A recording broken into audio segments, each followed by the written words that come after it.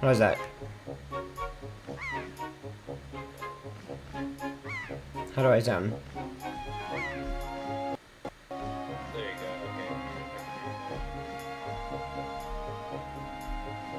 okay. I can hear you twice, so just check and hear you. You can hear me twice? Okay. Because I'm in the Discord, not your stream. Okay. That was good.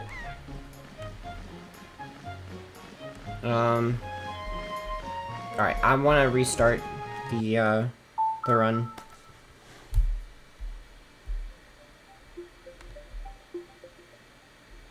girl, I forgot to abandon this universe. I'm not gonna be sorry about it. Wait, a bit quiet. I should do what with... You can raise your microphone up or something like that. It's not that bad. Alright, I'm gonna hop off the call. Okay. Good luck with your run. I'll probably keep the stream up. Thank you. Okay. Alright, see ya. See you guys.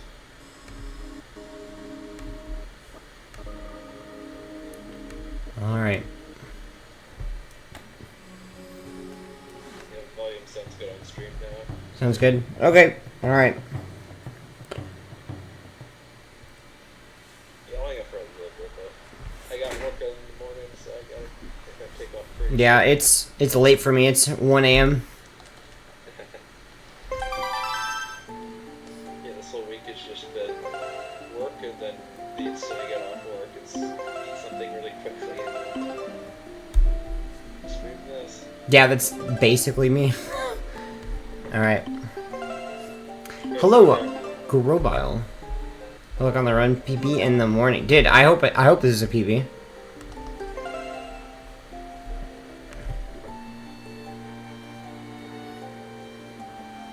Sure. Alright. Now let's begin.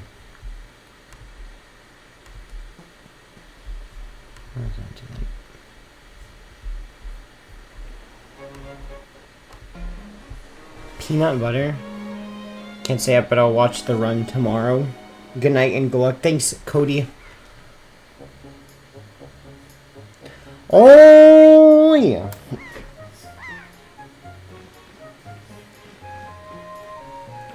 Many of you guys have seen this run.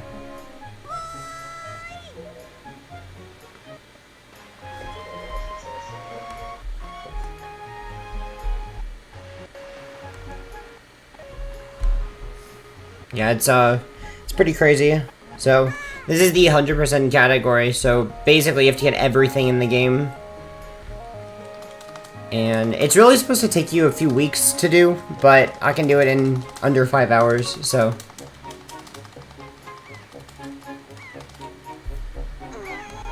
Nintendo's like, we'll have to try harder, add more Korok seeds. Well, luckily there's no seeds in this run for Koroks, but there are trees and Koroks.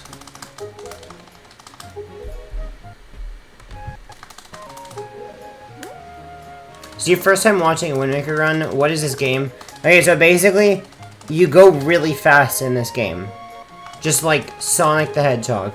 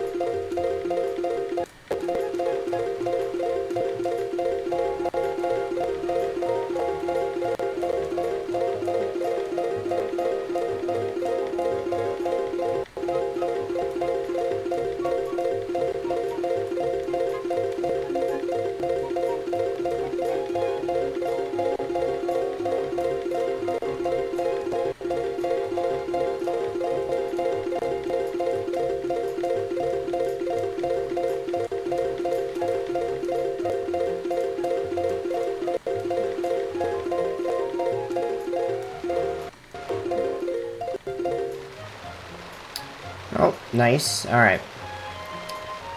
This should be fine.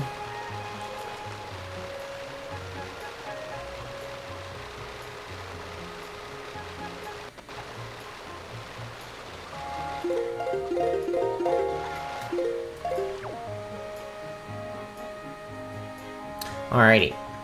We're off.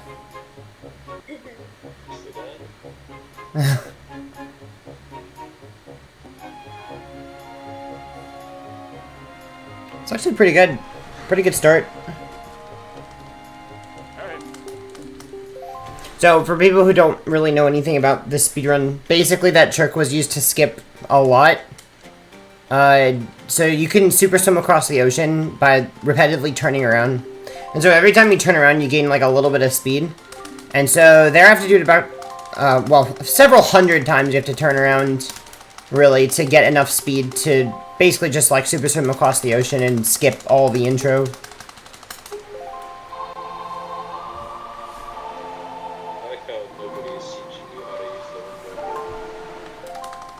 Yeah. Yeah, it's because the boat's not spawned, so like we haven't met him yet, so he's invisible.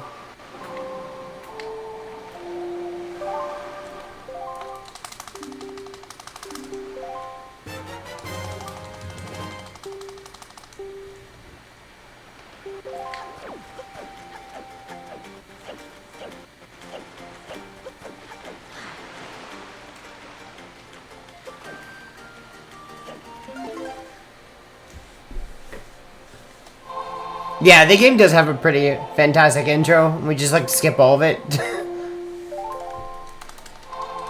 Talk to NPC, watch 2 cutscenes, then you have to do the super swim. Pretty much. It's the whole, there you go. That's the whole intro.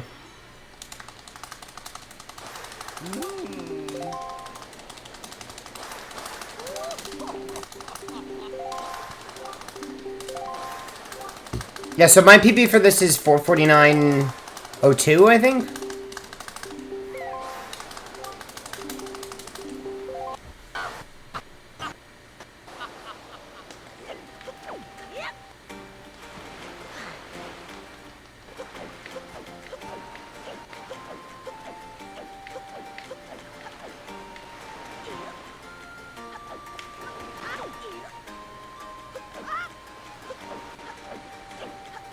Alright.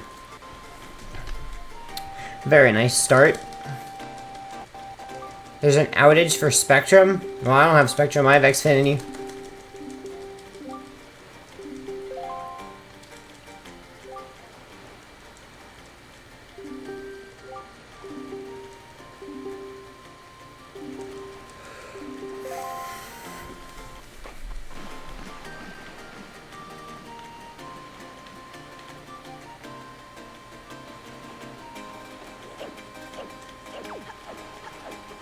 Alright. Anybody want to guess what my mail game will be? So I have to do it 3 times.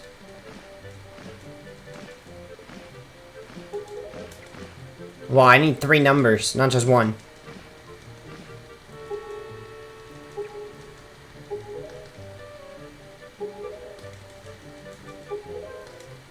$34 all 3 times.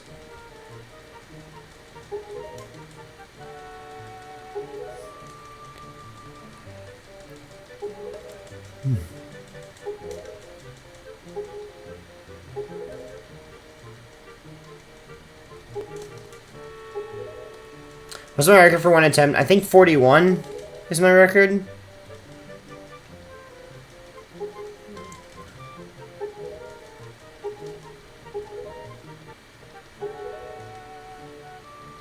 Kick you off the Discord, Colin? Yeah, I can do that. Oh, she's already... She's already not in it. Yeah. 36 all 3 times.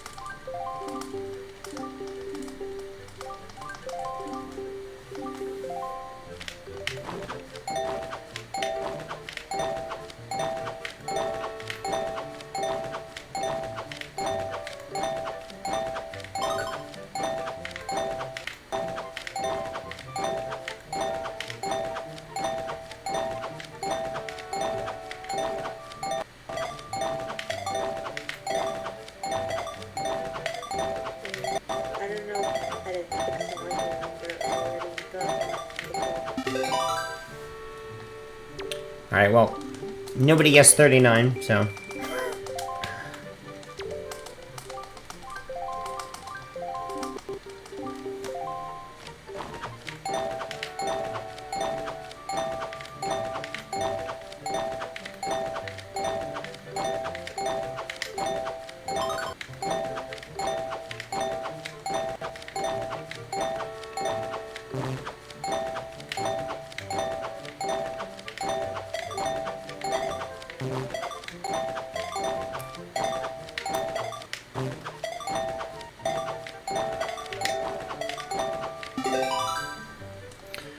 Turn the 6 upside down, it's a 39. That's true. That's true.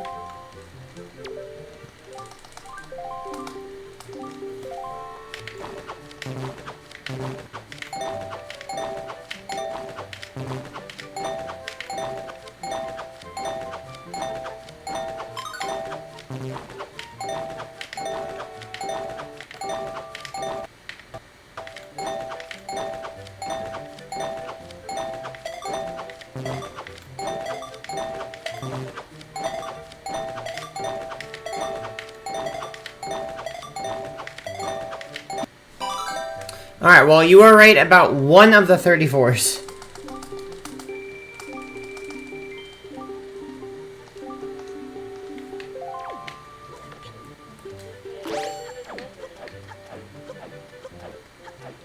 well, the back.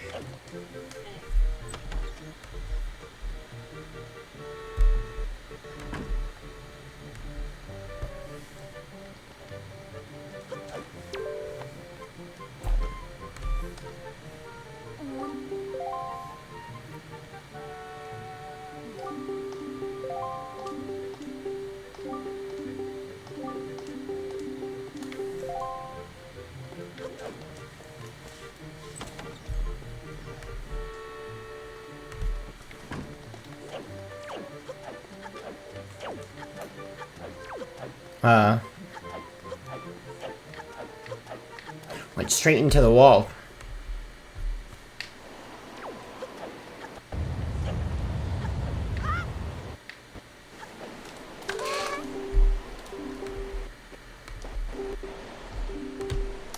The real numbers were the friends we mailed along the way. You can imagine just, like, mailing your friend, and then they just randomly ends up in, like, Sweden. They're like, how did I get here?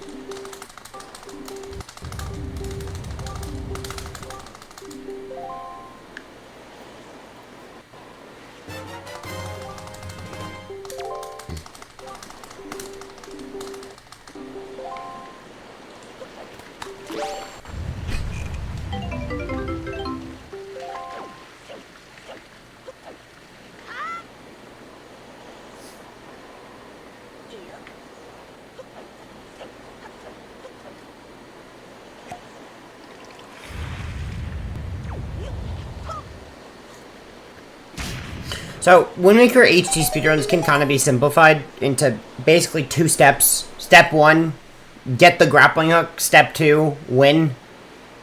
It's like, basically what we're trying to do is get the grapple as fast as possible because it's allows us to perform the most powerful glitch in the game, which is item sliding. So we want to get the grapple as early as possible.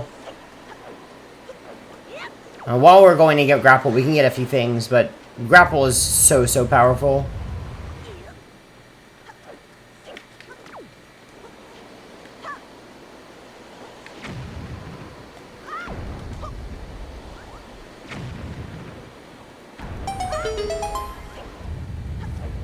But we're actually gonna double dip the dungeon, so we're not gonna beat the dungeon in one go. It's actually faster to come back later. So this is the only dungeon in the game that we do in 2 trips.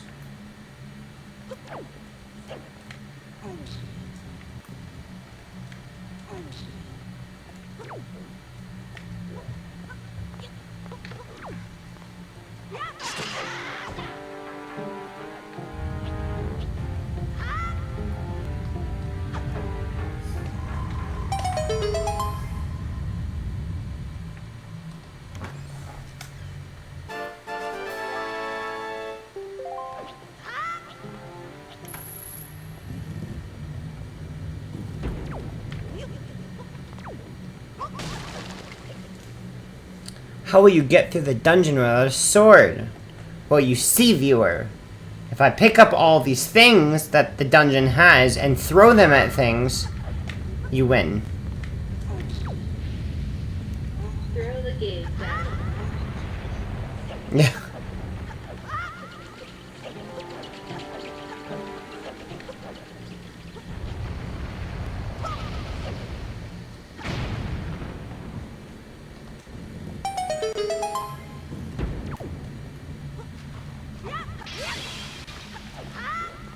Oh, I barely made that jump.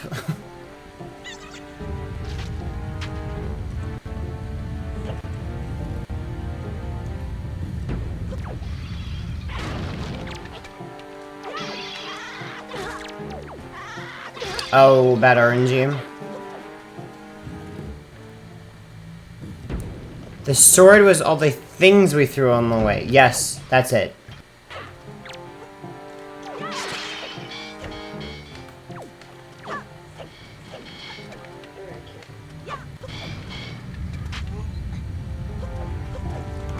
Yeah, Bacom was being kind of mean to me.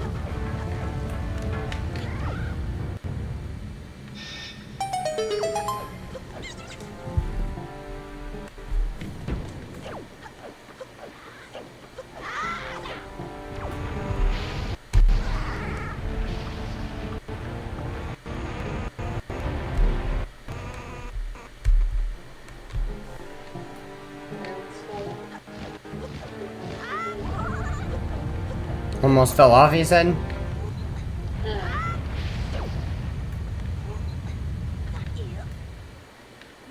Yeah, well, luckily, he didn't die. Because that would have been tragic.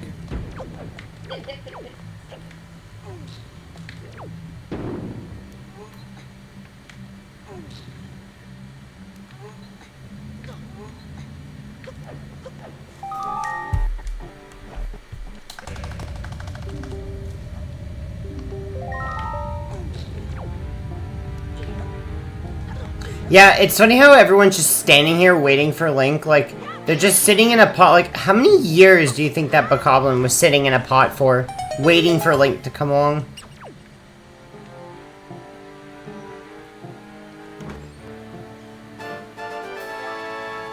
He's actually went in there one day and he's like, well, this is my life now. Yeah. Ganon's probably like, alright, Bokoblin, your job is to sit in this pot. He's like, for how long? He's like, don't question it. Yes. Just sit in there. As long as it takes. I want to know the story behind this key with the bird as well. Like, was the bird like, oh, look, a key. That looks like an egg. That's why I'm like, ooh, shiny. Yep, let's sit on it.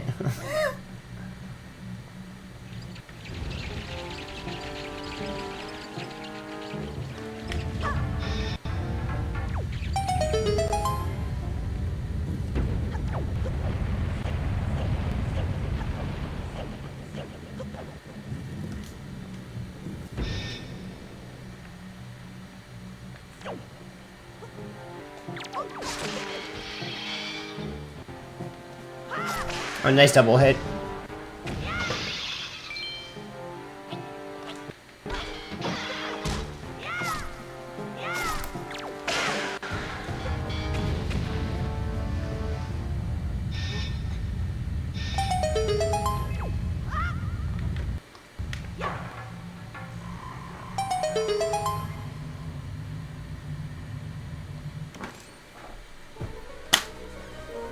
So every dungeon has 2 treasure charts. It's like the rule in this game.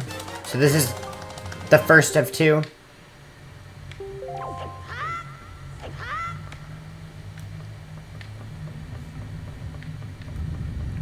But we're not gonna get the second one until way, way later. You need grapple for it. Or any item, sliding item.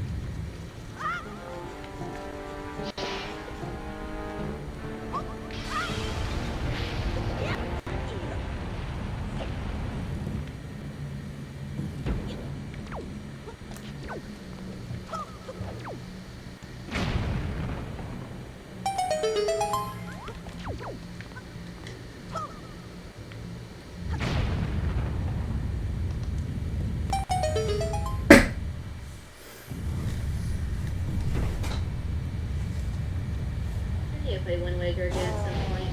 Oh yeah, let's go. It's a good one. I need to finish it. Oh, if you haven't finished it, Shenanigans. you're gonna encounter some spoilers if you haven't finished it. I've seen it played a bunch of times. When I was in the middle of playing it through the first time, I finished the first temple, and then the marathon started. Oh.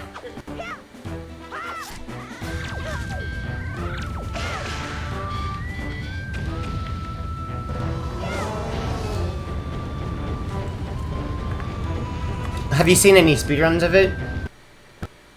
Yeah, a little bit for a while. Tricks might have changed since I last saw it.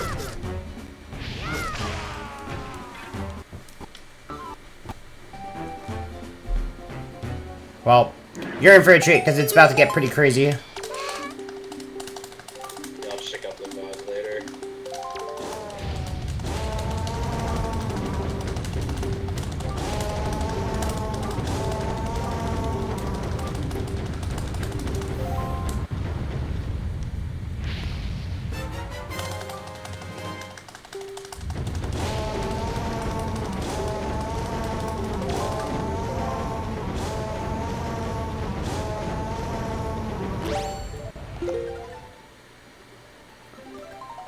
Alright, so now I'm gonna save and quit, and it's just gonna magically take me back to Outset. As if nothing happened. It was all a dream. It was all a dream. Back to Outset. But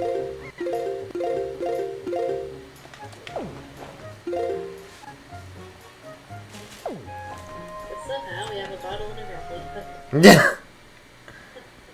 And a Wind Waker. Yeah. Everyone's like, what took you so long? We're waiting for you. Finally, I can give you these clothes. They've accumulated some dust.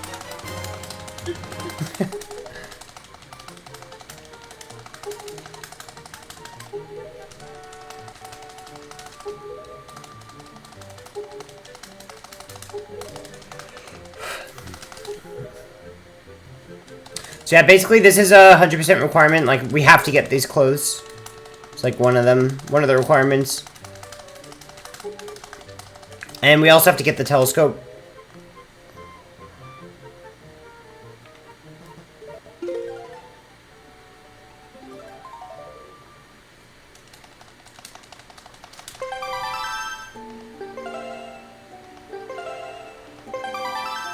Yeah, saving and quitting, you're going to see a lot throughout the run, because it's just so powerful, because it basically just teleports you. And a lot of the time, it's really useful for moving throughout the game. I think that's kind of like a Zelda thing in general. Well, I'm not quite sure, but it's seen a lot. Just like saving and quitting to get back to a certain area. Would anything happen if you got a fairy and brought it to Grandma before you officially left the island? Nothing would happen because she has to, in order to become sick, you have to trigger something. I think it's the Gossip Stone. So nothing would really happen. You just have a fairy and take it out and that's about it.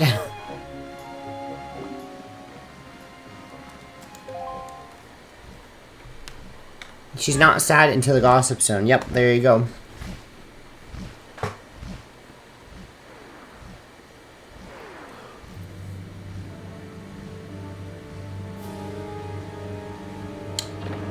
These guys keep missing. If only they had,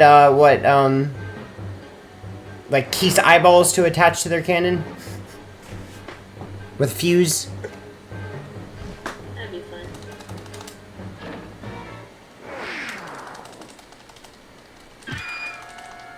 She got sick of us gossiping, yeah. Doesn't like it.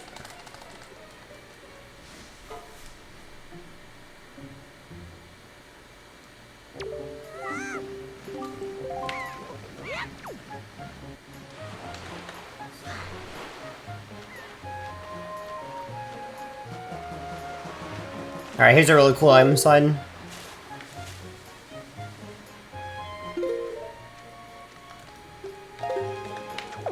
Very nice. Very nice. Nice. Yeah, so you can just get onto the pirate ship, but it's like really far away. Like I just got into the pirate ship that was like halfway across the entire quadrant, and I had to go really far. So, but I just like teleported. I teleported to the pirate ship. So.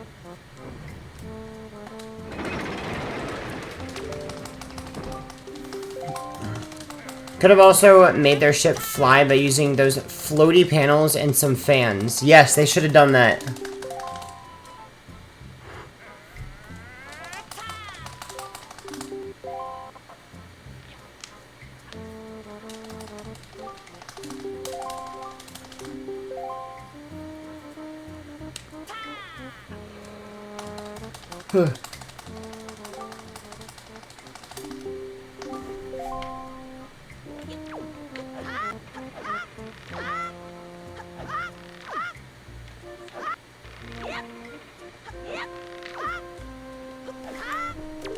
Alright, very nice.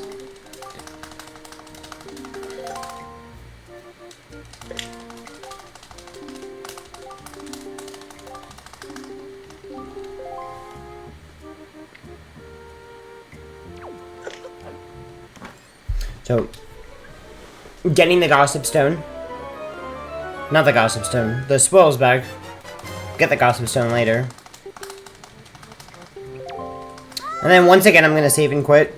Because, again, it's faster than backtracking. So, like, normally you're supposed to leave the pirate ship, but if you save and quit, you just go back to the start of the pirate ship. It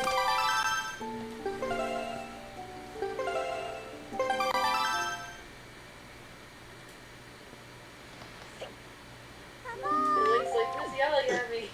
No. Forgot to switch controllers.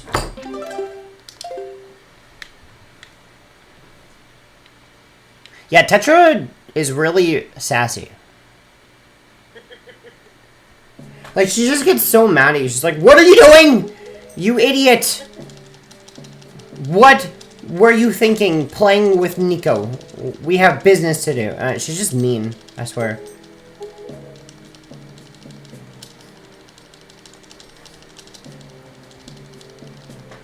I spoiled getting the gossip stone. I'm sorry. I'll stop spoiling things. Oh yeah, and you may notice that language is in Italian. That's because it's the fastest language in this game.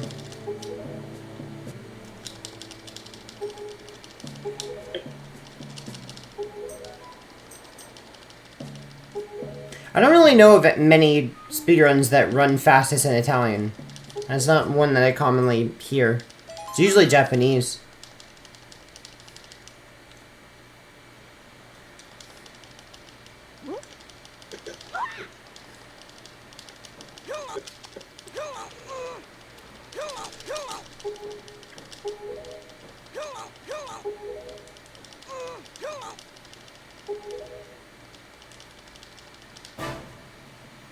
So this cutscene, we could technically skip this, but this cutscene gives you Gossip Stone in your inventory, so you have to watch this cutscene. Because it's basically, the 100% requirement is to fill in the entire inventory. Like, on the inventory screen, you have to get everything. So, the Gossip Stone is one of the items, and you won't get it unless you watch this cutscene. So, Where'd that sword come from? where the sword? I don't know. I don't remember getting a sword. She must have slipped it in the barrel with you. Yeah, I must have.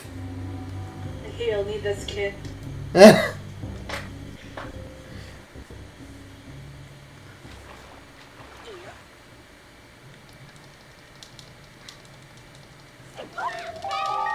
like she gave you a shield, though.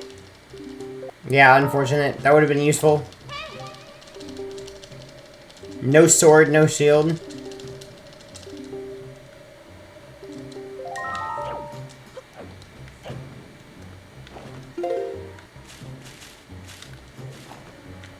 So we can kind of just use item sliding to break this dungeon into pieces. So we don't ever go inside. We can just do everything outside.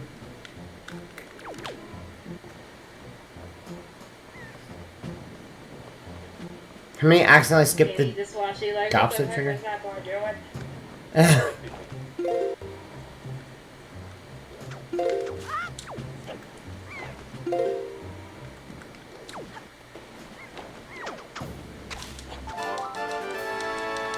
So grapple this guy because 1, we do want to do a penance. 2, it skips the fight starting, so he doesn't bother me while I just clip out of bounds.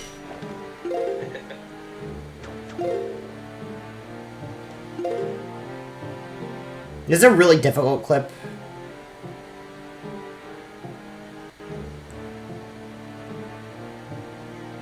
A lot of speed, what the heck? Oh, nice, first try. Oh, I just targeted him, what? Okay. Oh, I clipped back in mounts. Oh, that's not good.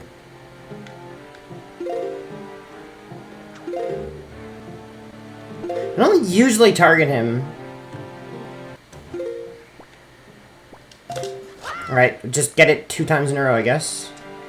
There we go.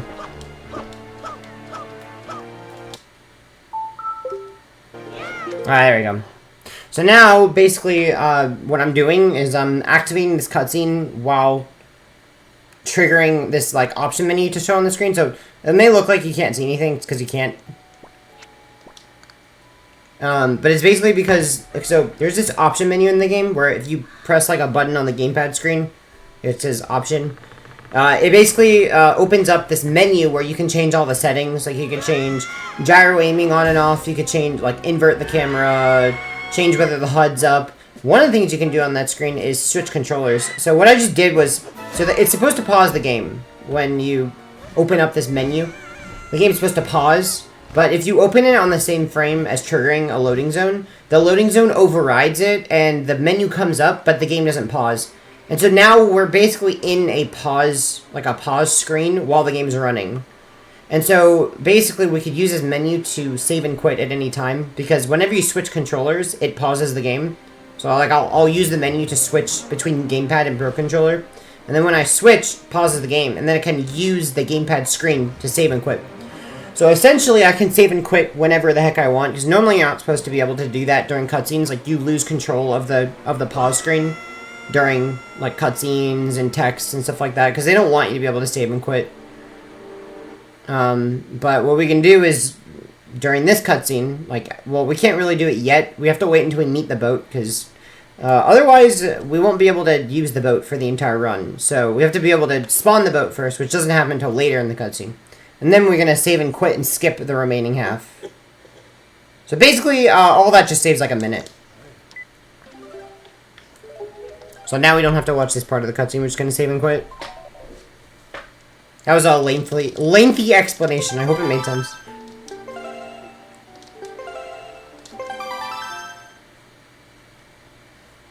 So another thing you can do with item sliding is you can super swim. I don't think we've seen a single one in the whole run.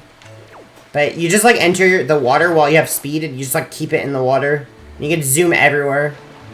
I'm kind of lost. Oh, there we go. You need the boat for a lot of things in this run. But also, there is a part, the most important reason in general, every single category that beats the game has to spawn the boat first.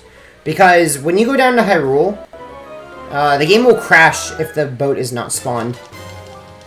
So every single, and that's required to beat the game. You have to go down to Hyrule. So every single category has to spawn the boat to beat the game.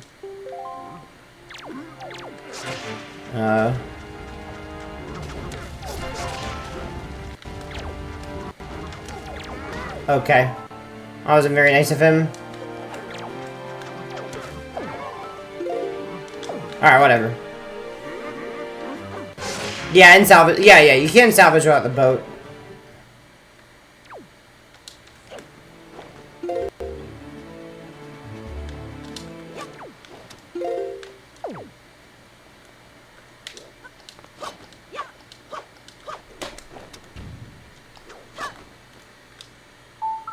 Alright.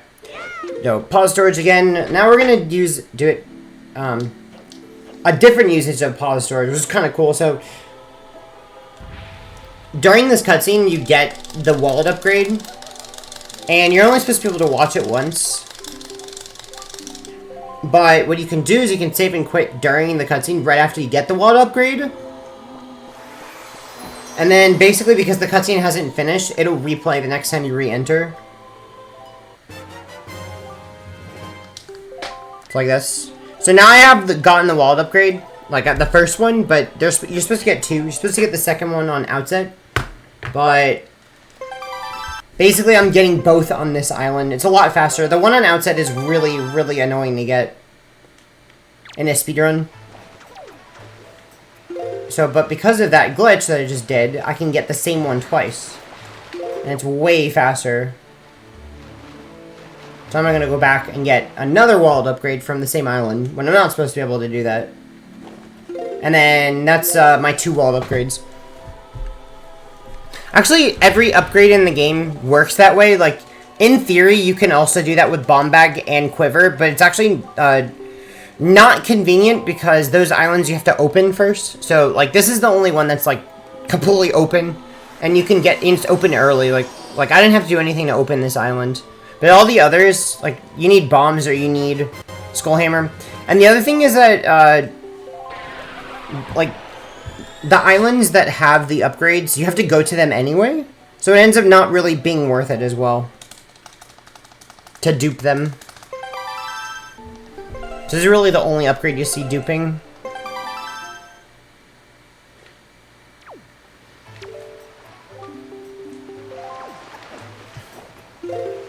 Accidental boat cameo there.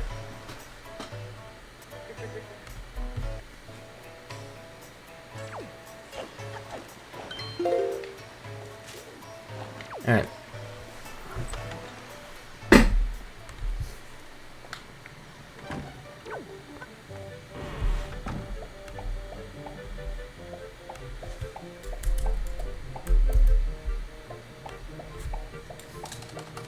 Yay!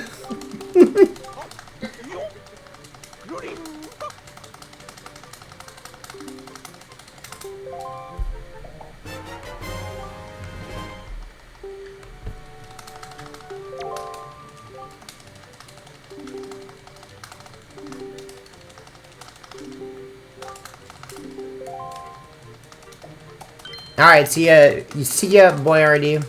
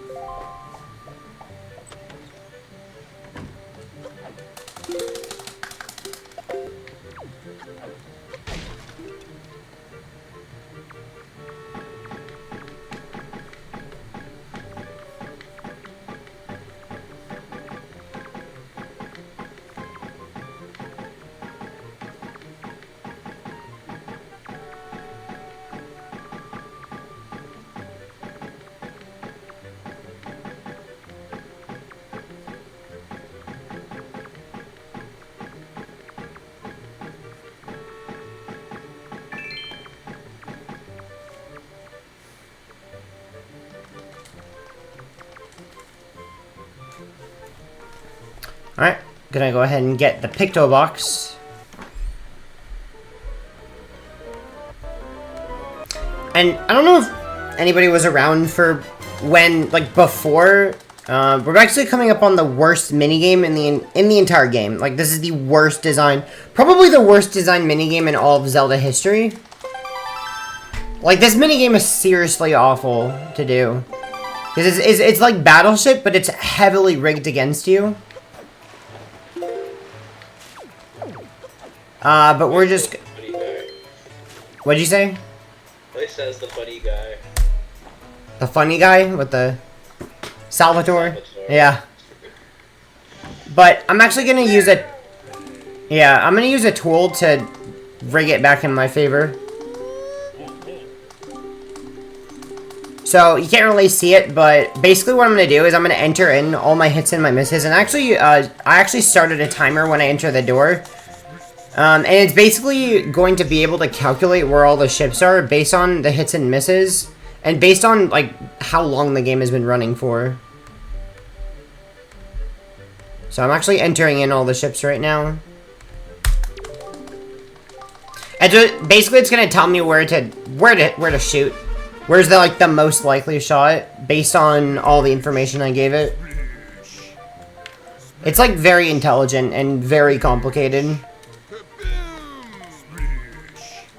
But yeah, this is basically, it's predetermined what the board's gonna be, so all it has to do is use process of elimination to narrow it down. And then I want to get this in 19.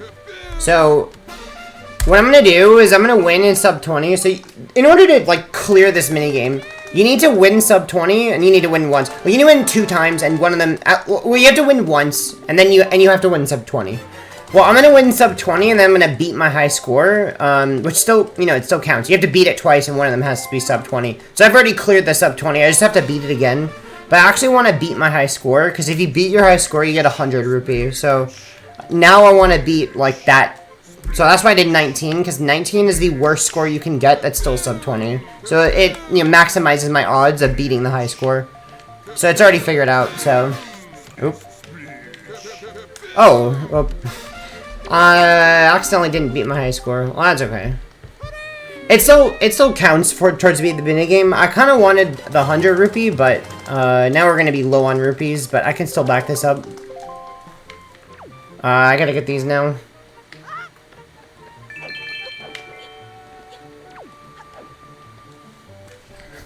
Anyway, I got all the rewards. How's Kamalima's diamond this run? Swords, bomb. It's the sword. You can actually use forest water to beat Kaladimos, but we're not doing that this run. It's not faster to do that, but that's a really interesting Easter egg you can do. Yeah.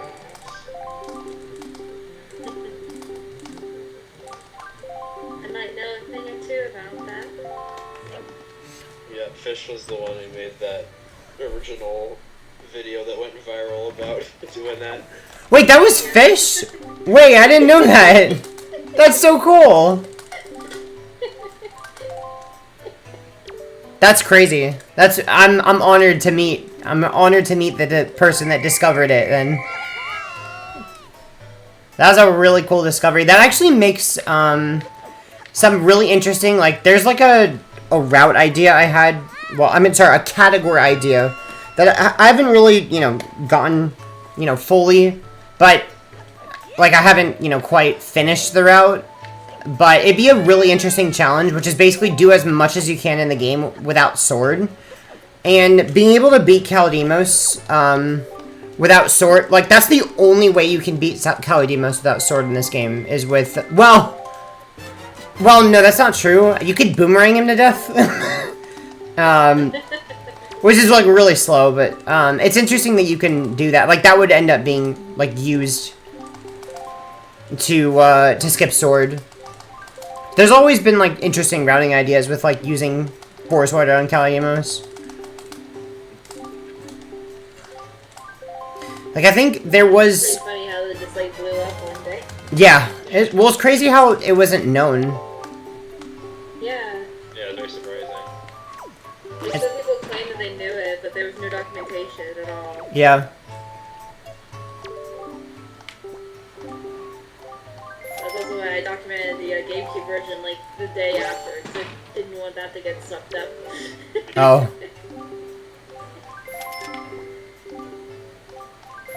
Yes, decorating the whole town. I forgot this was a thing.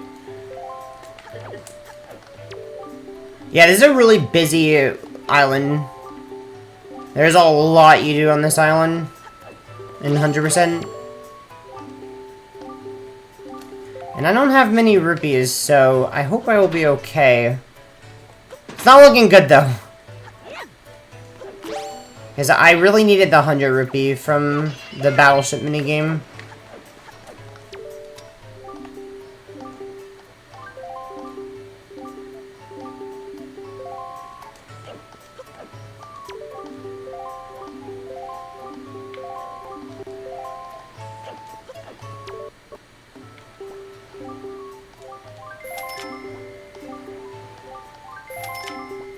Alright. I think I need 40 more rupees. So, hopefully I can get 40 more rupees by the end of Windfall to buy everything. Because I need enough for all the flowers. So I want to place all these flowers. And I'm also doing all this while I'm waiting for 2 characters to move around the island. Because I'm going to take their picture with the picto box. But they take a very, very long time to go into position. So I'm doing all of this stuff while waiting. So nothing I do actually is technically a time loss. Because I'm waiting anyway. They take like 3 minutes to get into position. It's ridiculous.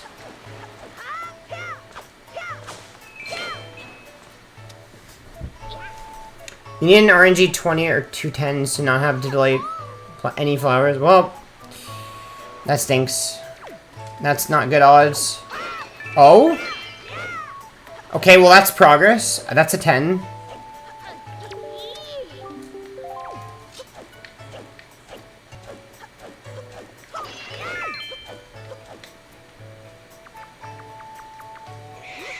Here's a cool strat for the pig minigame.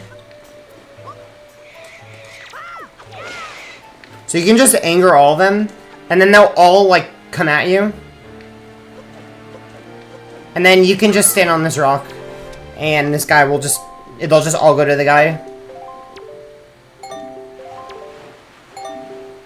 So a really, really fast way to gather the pigs is to actually make them mad on purpose.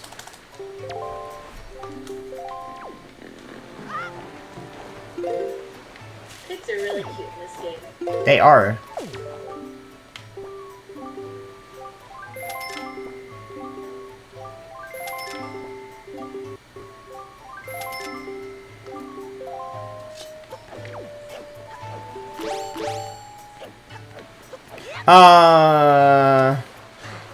Please climb. Okay, I need a 10 here. Oh! Nice! Alright, I got exactly what I wanted. He's like, here you go. Not punished.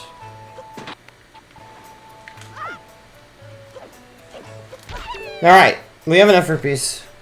I have 2 to spare. Yeah, so that's why we really need the 100 rupee. Like, you can see, not having enough rupees really stinks.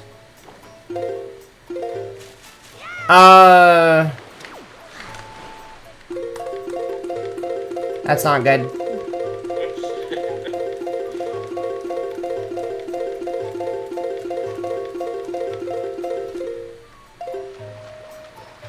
So I have to... okay.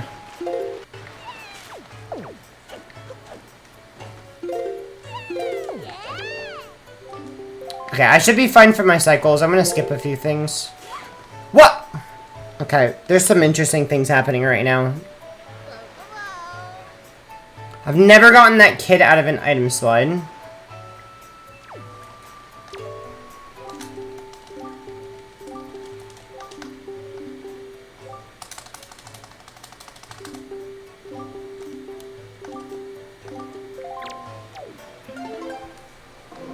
I think this guy who was he's supposed to look like Elvis. That's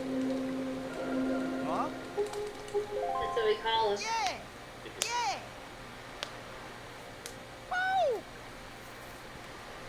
Alright, I think I'm just gonna go ahead and take the pictures now. I'm not sure. I'm not sure if I don't know. I could go risky. Risky for the biscuit. Should I risk it? I will lose like 3 minutes if I don't get this. Alright, we're risking it.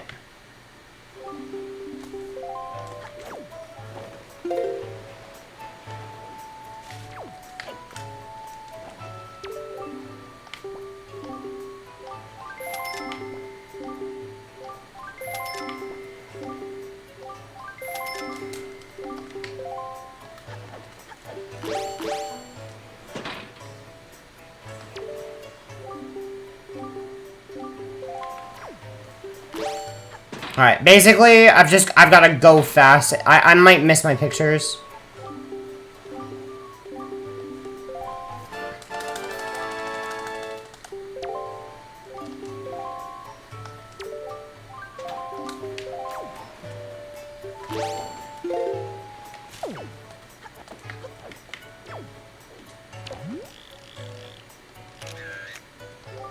I don't know if that's gonna work. Oh my gosh. I don't know if that first picture is good. Yeah, that was very, very, very close. I don't know. That first picture looked kind of funky. Wait, you like the catching that last kid?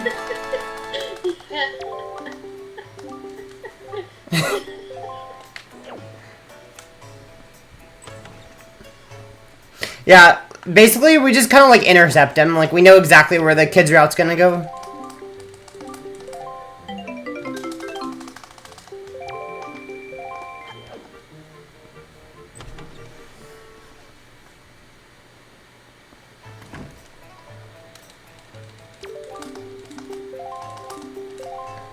Alright, well, we'll see if that first picture worked. I know the second picture will work, but that first picture was kind of scuffed, so we'll see.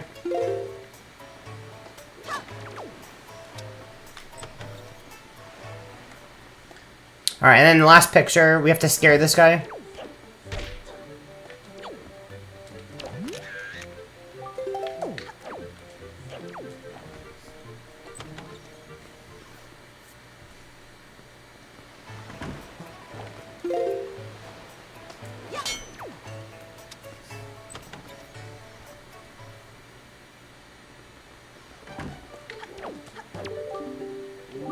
Ooh!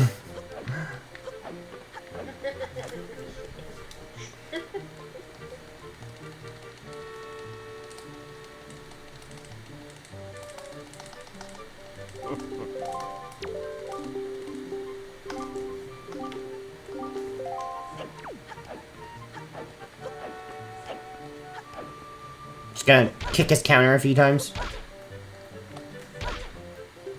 While we wait for him. Yeah. I like how he just like waddles. Ooh!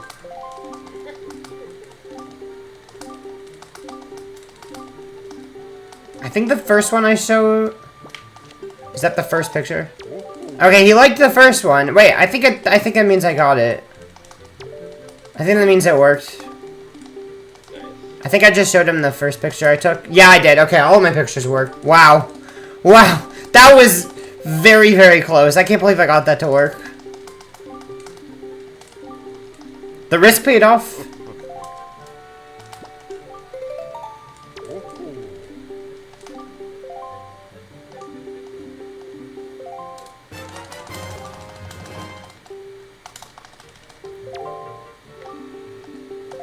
Alright, so now we have the deluxe picto box, which is basically now I can take pictures in color. No fireflies this time. Nope, no fireflies were harmed in the making of this picto box.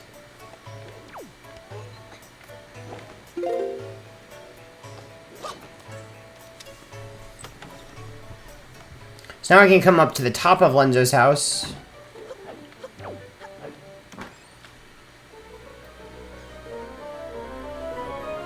So I gotta get this treasure chart. And then this chest really is useful because it has rupees. So early game rupees are... I know exactly how many rupees I need at this point for later. Which is coming up way, way later. But basically, there's gonna be rupee farming. There's actually 2 different ways we rupee farm in this run. And the first one is pretty slow. And so it happens in cycles, so I want to make it so that I minimize the amount of cycles I need. Which I just know the magic number. I need to get to like I think it's 160. About 160 I need to drop the amount of times I do a cycle. Like a rupee farming cycle, if that makes any sense. So the magic number is like 160, so that's what I'll try to get to.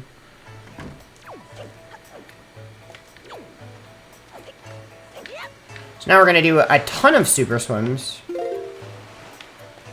Basically, we're doing all these super swims until it turns night. And all these islands are islands we're going to that are very inconvenient to like, we can't really super swim off them. Where am I going? Oh, there we go. So, like, all these islands are ones that, like, we can't super swim off of them. So, it's better to go to them and then save and quit. So, we're going to go to, I think it's going to be, like, 6 different islands, or 6 different islands. A lot of them. And also, we're just killing time until it turns night. Because we want the picture of the full moon.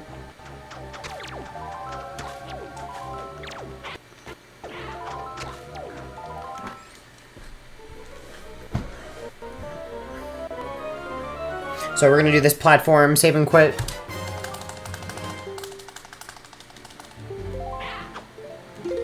Now, missing the picture of the full moon is really, really terrible because, you know, think about it. How many different phases are there of the moon? And day versus night, you have to play Song of Passing. It's like 14 times or something. So, very bad to miss the picture of the full moon. Because it literally comes once in a blue moon. Ha!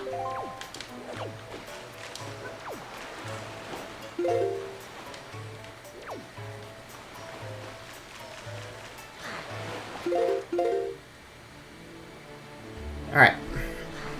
Moral's sad that he's not going to go on your adventures. No, he just, like, magically teleports to whatever island we go to. Yeah, we do sail, though. We do sail. It's not for a while that you'll see any sailing.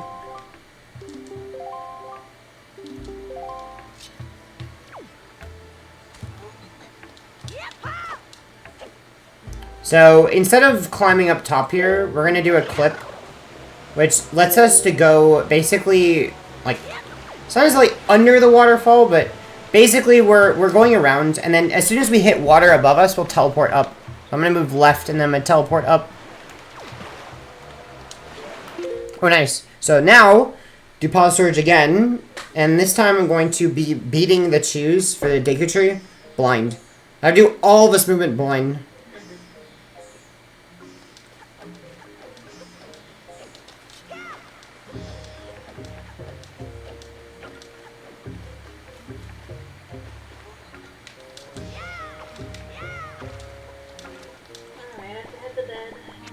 Yeah, Alright. the same. I got work tomorrow. We'll see you later. Good luck. Thanks.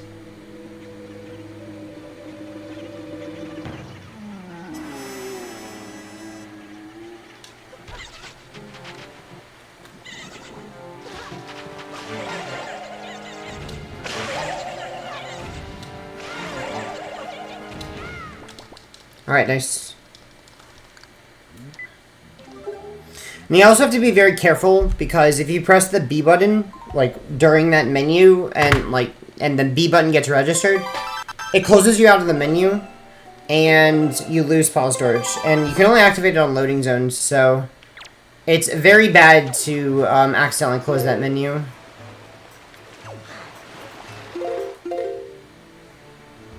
Alright.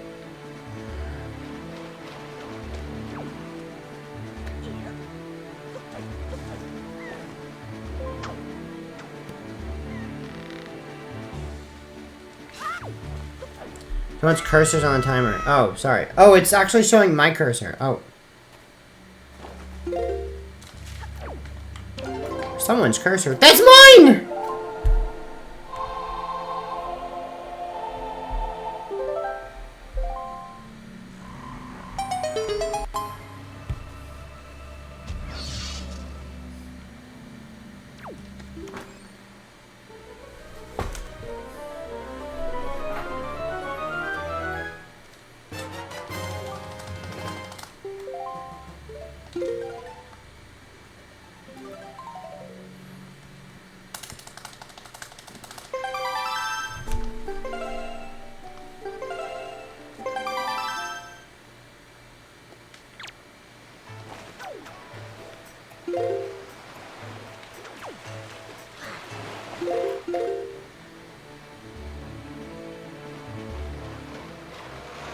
Alright, now I need to get 60 rupees, which is not a problem here because this island is loaded with rupees.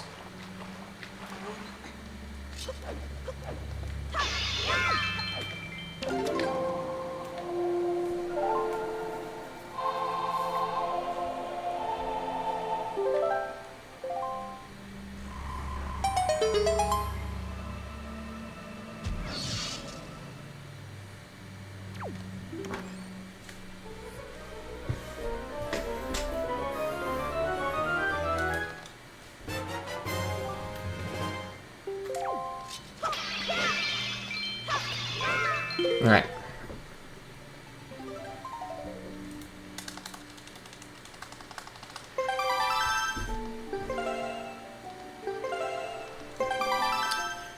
Alright, off to one more island.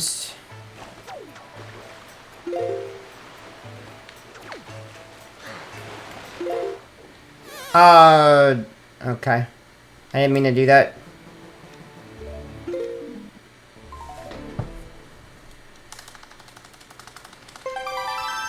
That was a lot more speed than I thought it'd be.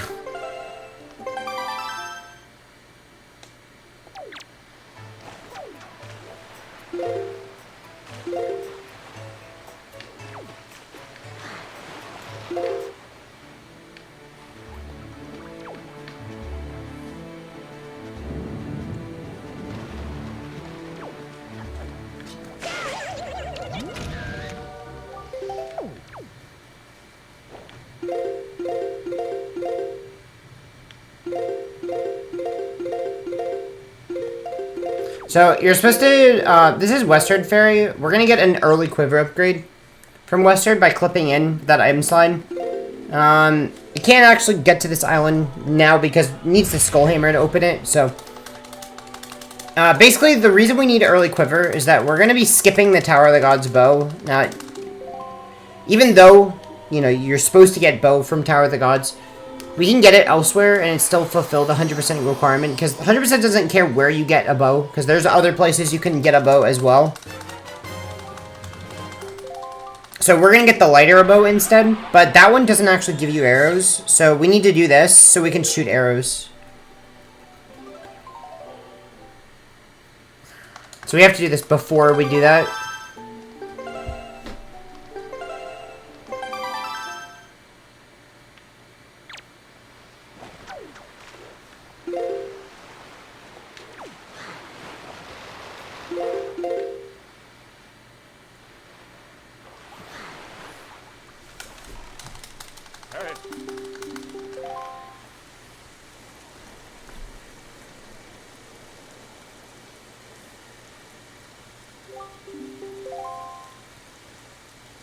So we're off to Great Fish. We're going to get bombs early, because they're very, very useful for Forbidden Woods. So you're supposed to get these after Forbidden Woods.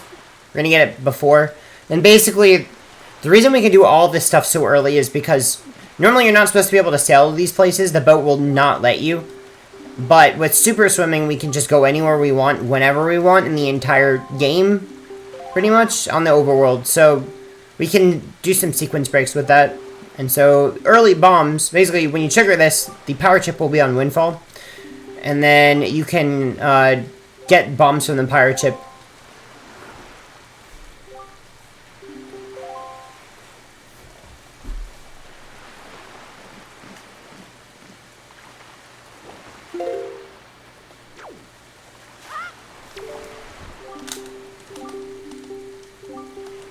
So we also need to trade with this Goron, so there's this trading quest where we trade a lot of flowers to a bunch of different Gorons in a certain order. And if you do that, you can get a heart piece, which is required in this category, because we have to get all the heart pieces. So this will initiate the trading sequence. We're actually going to come back later and trade with this guy more.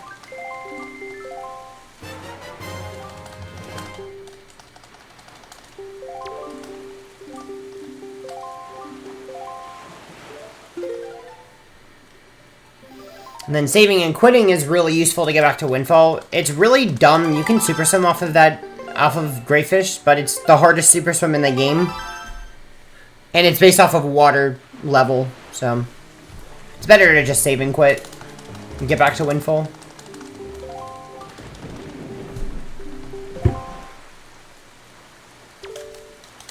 And then, to get onto the pirate ship, you're supposed to learn the password. But that's really slow. You have to watch a really long cutscene. Instead, we can just clip into the pirate ship and skip learning the password.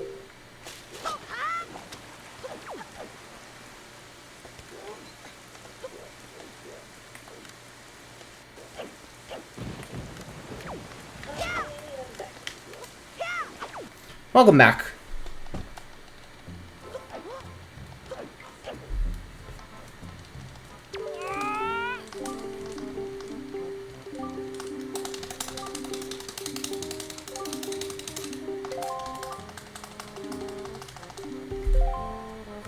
How are you doing, Luna? Good. How are you? I'm alright. It's late. Yeah.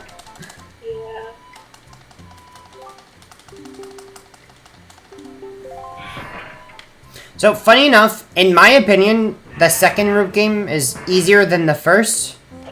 Because of HD mechanics, you can turn while swinging. Which I think makes this pretty trivial if you know what you're doing.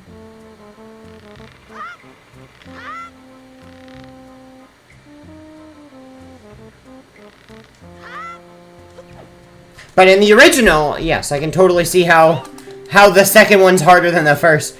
But somehow they like flip-flopped it in the HD and made the second one easier than the first. It's just weird. So now we're gonna get the bombs, and that's gonna be very, very, very useful for Forbidden Woods.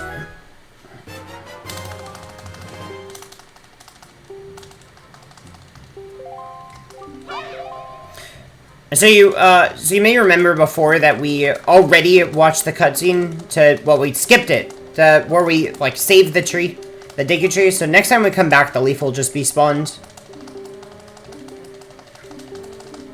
So we're gonna save and quit, it's the fastest way to leave the pirate ship, and then we're gonna super swim to Forest Haven, and do another dungeon.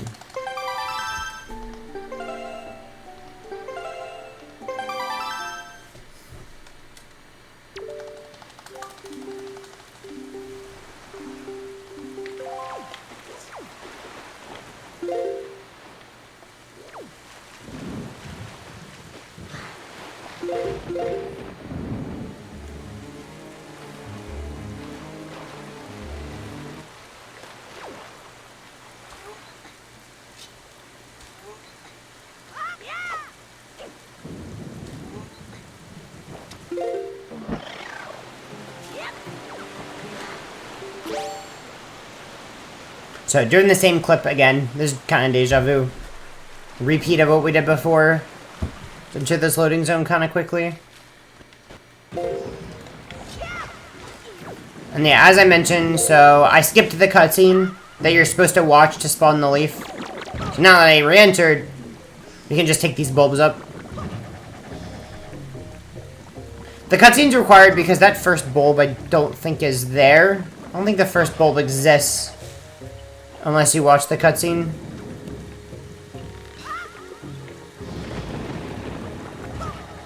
And also, I mean, the leaf isn't there either unless you watch the cutscene. And then we're gonna do a cool skip here. Skip the last bulb. Looks probably pretty fishy, but that's because we landed on an invisible piece of the collision of the leaf. Landed just on the corner.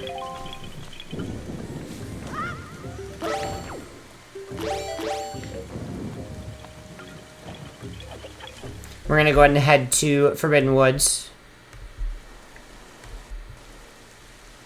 To get to Forbidden Woods, you're supposed to do this, like, leafing section where you, like, change the wind a bunch of times. Well, that's slow, so we're just gonna item slide.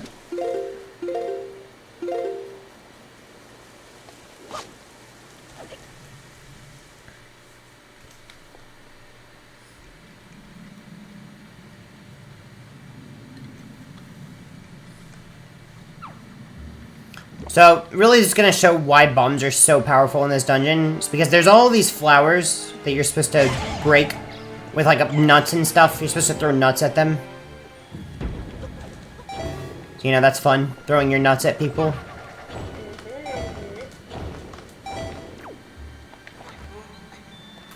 And there you just saw leaf pumping, which is basically taking out... every time you take out the leaf, you gain a little bit of height. And so if you repetitively do that, like take out the leaf over and over again, put it away, take it out, you can actually preserve your height for longer while leafing, because you're supposed to, you know, lose height. But with leaf pumping, you can reach things you normally can't reach. So, we're going to be, you know, doing a lot of... well, there I just chained 2 bombs together. I dropped a bomb, dropped another bomb. It's because if you get too close to the flower, it closes, and then it's invulnerable to the bomb. So I want to chain them together and be as far back as possible so that it'll stay open and be vulnerable. And then I slash the bomb because, you know, slashing the bomb makes it explode faster. Also, during this dungeon, I need to be collecting feathers. You actually saw I was collecting joy pendants earlier. So there's a lot of spoils you have to get. We need 20 feathers. We need 40 joy pendants, 20 skull necklaces, and 10 knight's crests. So that's a lot of spoils to get throughout the run.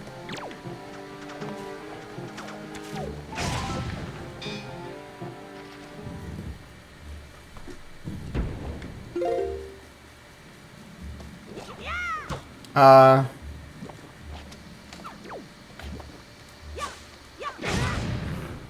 think I was a little off on that slash.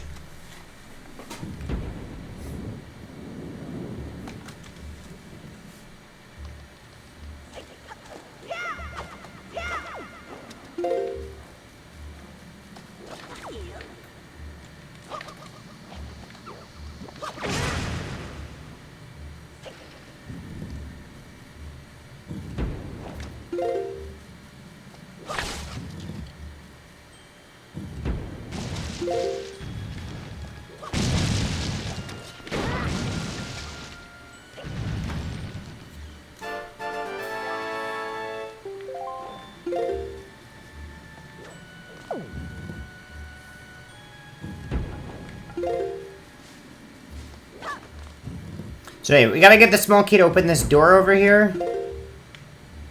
Basically this door is like the gateway to the boomerang. We do need the boomerang, it's a required item for 100%.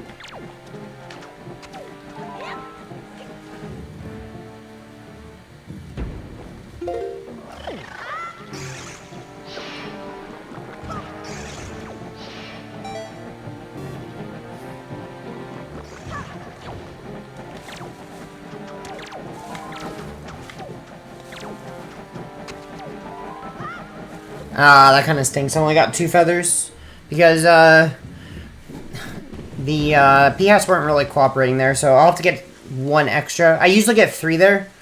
You can really get up to 4, but 2 of them were not in a good position, so I kind of skipped them. Come back later.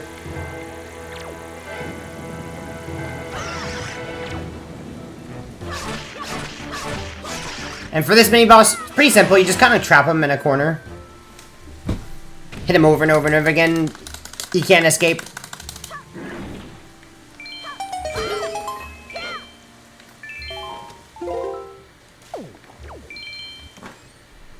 And then get the boomerang, which is the dungeon item. So every dungeon, this is kind of like a Zelda theme across Zelda. I believe it's just like the whole idea of like dungeon item. Correct me if I'm wrong.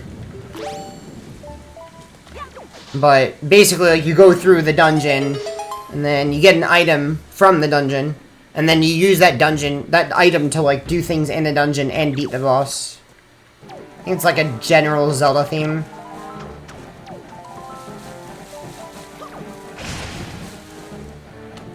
I think Breath of the Wild was pretty much the first Zelda to kind of break that sequence and, like, not do that anymore.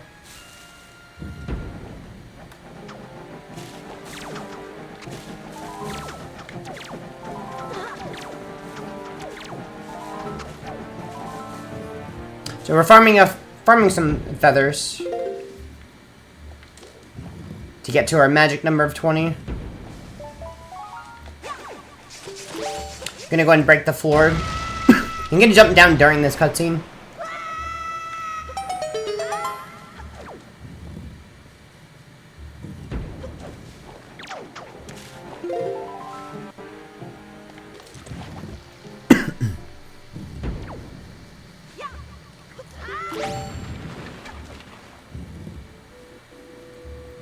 Here's a cool boomerang throw. So with that throw, I just basically hit this flower through the wall. That's a really cool thing you can do there.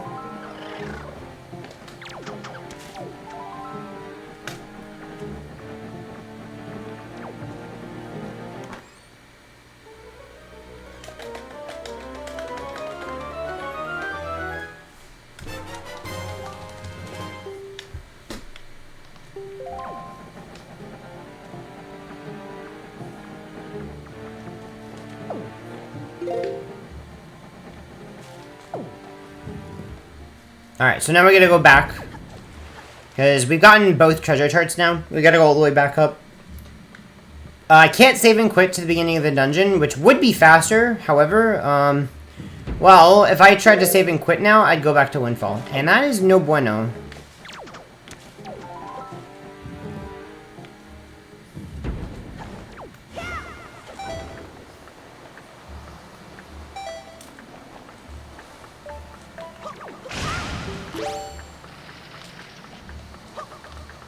Alright, trying to open a bomb while opening this door. It skips Link looking back at the door.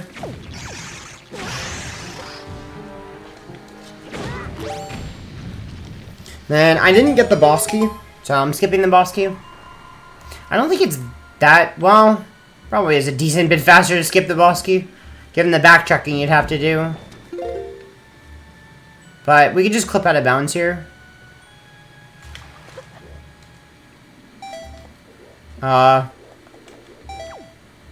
Okay.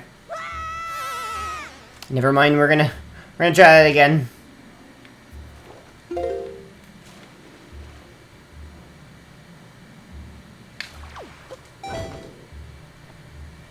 Yeah, I had a interesting camera there. Alright.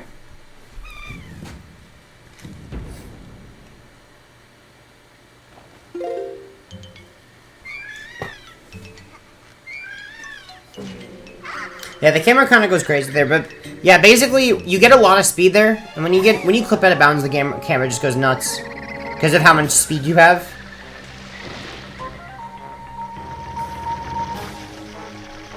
The reason that clip works is like basically there's water underneath the ground, and water, whenever you clip, water prevents you from going down too far, because like clipping is basically like in this game the way it works is that it's like a height thing. Like when you clip with an item slide, it's basically teleporting Link down. And then you keep your speed while you're, like, under the map. But the water will teleport you up. So, because there's water there, the water puts me up higher. And then, that allows me to basically stay on the map. Otherwise, we'd, like, go way, way under. And we'd be too low to reach the loading zone. I mean, we'd be, like, at the very bottom of the map. Which is very, very low. I mean, we're talking in, like, gigantic numbers of positions. Like, this is all exponential speed gain, so when I'm talking about being below the map, I mean being, like, thousands of units below the map. And then, luckily, the water's there to teleport me up. So I can still be, you know, in a position where I can reach the loading zone. I just pressed the button to split, but I'm not using splits. I don't know why I did that. That's habit. Habit. I just pressed the space bar and I pressed space in the chat. Nice. But yeah, that was Caladimus. What was it? That was Fish that found that? That was cool. That's cool that Fish is the one that found the forest water strat.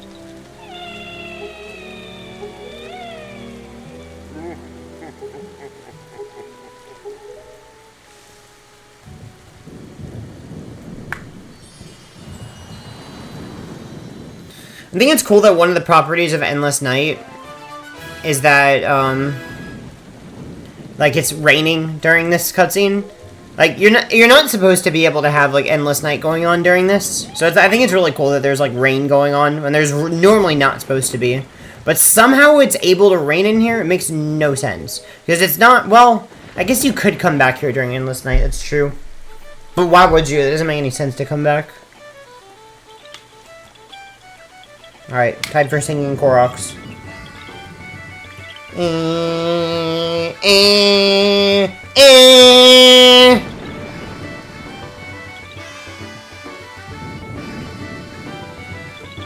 Press capital A in the chat.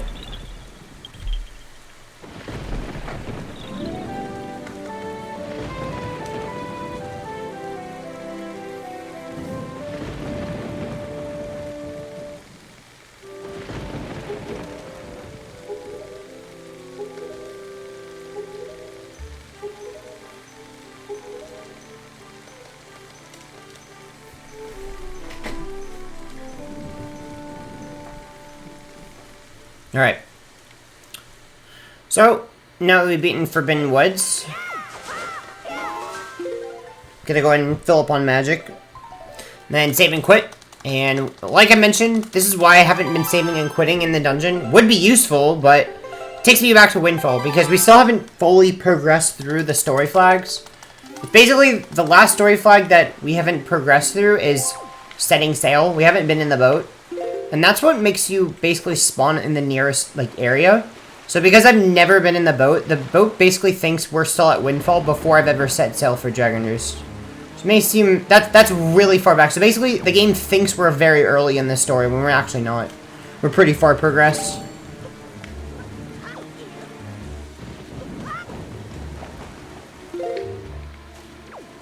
So we're gonna go ahead and head back to Dragon Roost. I'm gonna go ahead and, so now that I have these feathers, it's very useful. I got all those feathers from Forbidden Woods, and now we can go ahead and give them to this guy. Because he wants 20 feathers, and he gives you a heart piece in the mail later, and this 100 rupee is pretty nice. It is pretty useful. This is Beto, I think that's his name. He's the new intern that they hired. He sucks.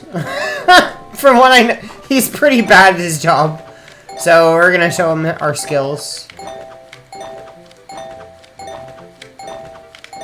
I think the stories, like that little, like stories and the mini quests are really funny in this game.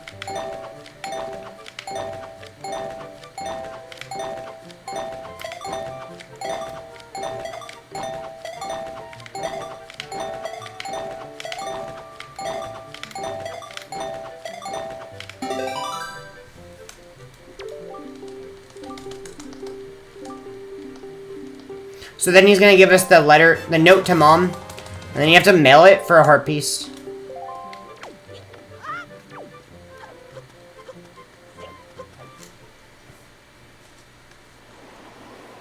So we're gonna go ahead and head back to Dragon Roost.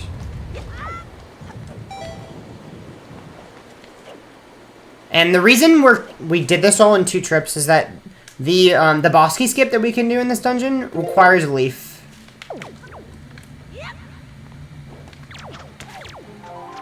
So now that we have Leaf, we can come back to the dungeon and skip the boss. Skip the boss key.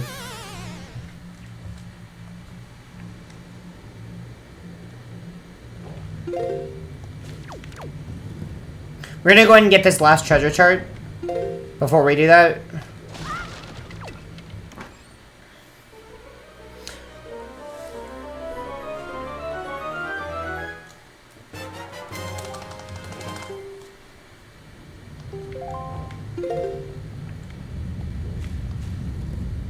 Don't forget the Tingle statue. Oh, yeah! I promise I won't forget that. Oh, wait. Have I already forgotten it? Uh-oh. Well, I guess I can't get all the menus and all the figurines. Unless you want to upgrade this run.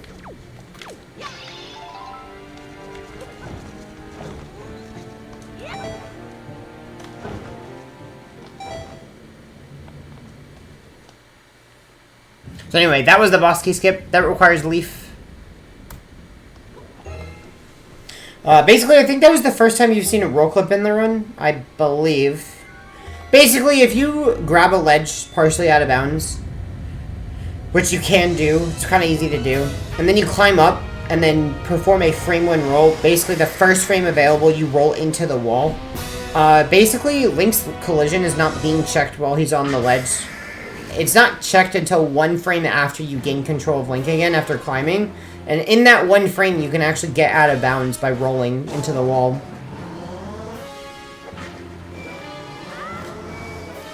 So, that allows us to clip out of bounds in most places in the game. Like, most dungeon rooms, you really just need a ledge that's next to a wall, which is very simple.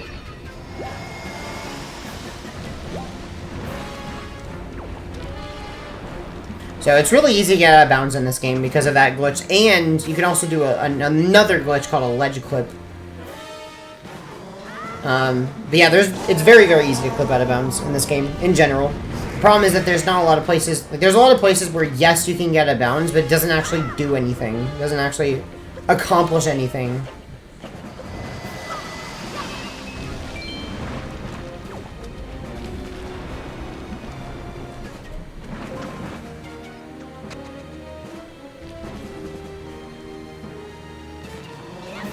So anyway, we're fighting the big cockroach at Goma. For this fight, we just gotta swing across a bunch of times, and then make the rock drop on its shell, break its shell, and then the last phase actually has a cool strat we can do.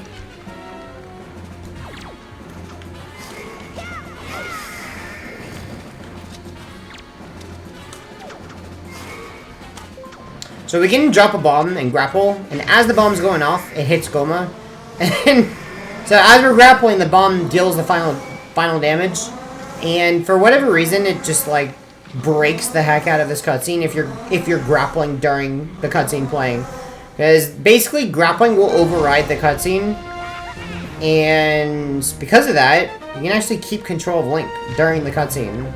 So now I can just move around during the cutscene. You can do a bunch of stuff, get a bunch of rupees, and move to the center of the area as the lava is forming. And then I can trigger this warp, but actually it looks weird. It's going to trigger twice. So it just triggered again because, for whatever reason, when the cutscene finishes, well, I think it's because, well, I'm not exactly sure, but when the cutscene finishes, it makes you trigger the warp again. It's weird.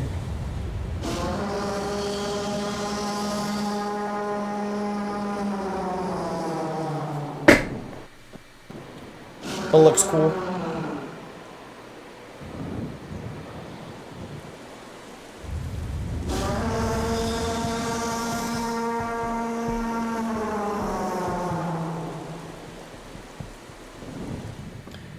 It says the end cutscene flag, storage flag, which also ends the warp cutscene. That's what I figured. Something with storage. But it's not technically storage.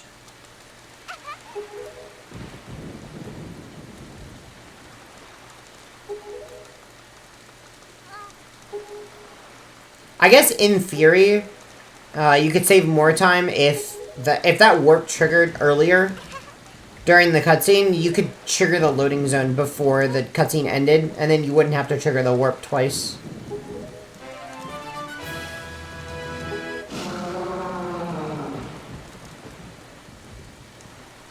In theory, if that existed, if the warp triggered, if the warp spawned earlier in the cutscene.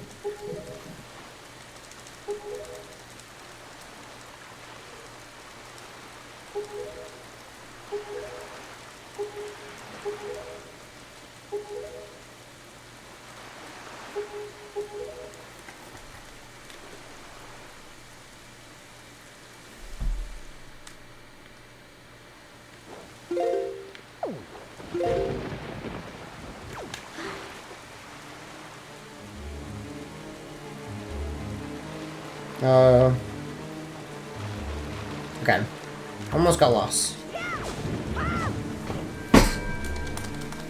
Alright, that's probably one of the hardest swims to do in the run, because you're blind for it. There's a lot of hard swims. That one you can't really see, and you have to go around Fire Mountain, which If you enter Fire Mountain too quickly, you'll, like, lose all your speed.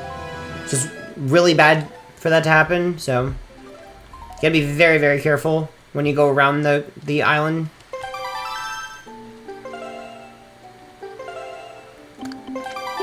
So I'm gonna save and quit. Basically, I'm just placing all the pearls. That's the goal right now, is to place the pearls. But we're actually, we're gonna get Nairu's pearl. We're not gonna place all the pearls.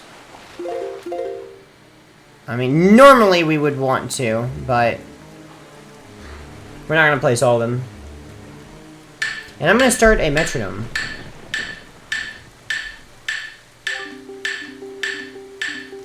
So the next trick I do is gonna require a metronome.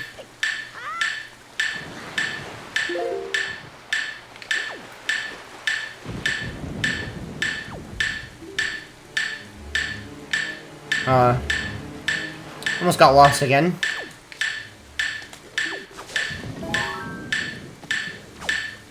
Very nearly got lost there.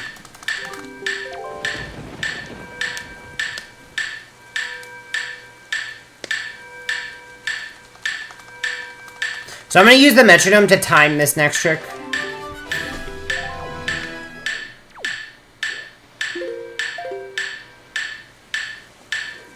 Alright, good. If I had failed that, I could have possibly crashed my game. Would have lost a few minutes. But basically what I did was I charged enough speed to go to the edge of the water, of the ocean in one frame. And because the boat was at outset, whenever you void out in the ocean by like drowning or going outside the map, which you're not supposed to be able to do normally, not supposed to do casually, but you can if you do an island hop, which was what that's called. You'll go to where the boat is when you void out in the ocean. So if the boat is at outset, and I void out, somewhere else, I'll still go to outset because that's where the boat is. You want to, you go back in the boat wherever the boat was. So because of that, I was able to teleport back to outset because that cutscene I'd watched earlier put the boat on outset. So then I super swam away, and then when I voided out by going outside of the map, that teleported me back to outset at the back in the boat. Which is very useful because then we could bomb the wall and get the Nairu's Pearl, which will break Endless Night. Fun fact, if you were to somehow delete Nairu's Pearl, which actually there is a way to do that, there is a way you can get rid of Nairu's Pearl from your inventory even after you get it. The game will revert back to Endless Night. So it's actually kind of cool that Nairu's Pearl legit is required to be in your inventory permanently throughout the rest of your game, or else it'll go right back to Endless Night. Because Endless Night is actually a permanent flag. It's not like a switch back and forth.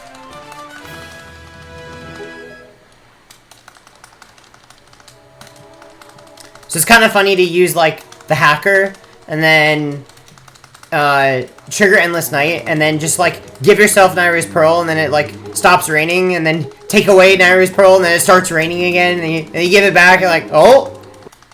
You could just control the weather by just, like, giving yourself and taking away Nairu's Pearl. It's kind of funny.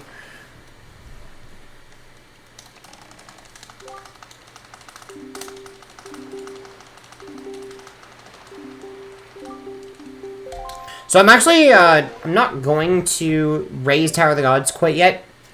Even though we are supposed to at this point in the game, but I'm going to do a big sequence break to do that later.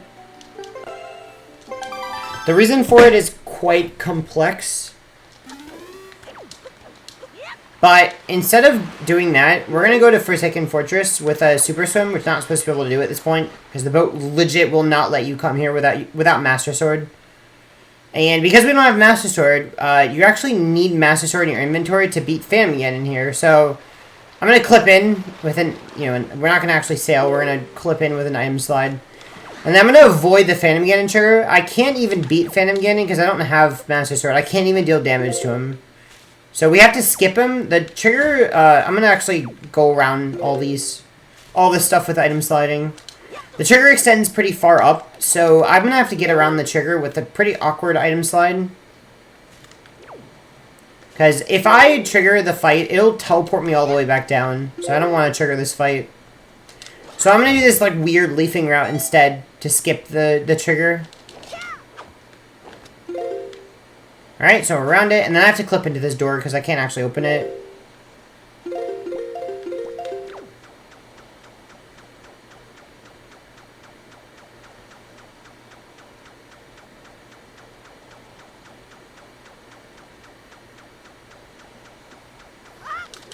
Alright, so now I'm clipped in.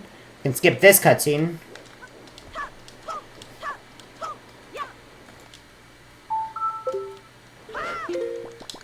So, trigger the pause storage glitch, switch controllers, and save and quit. And I can skip this super duper long cutscene.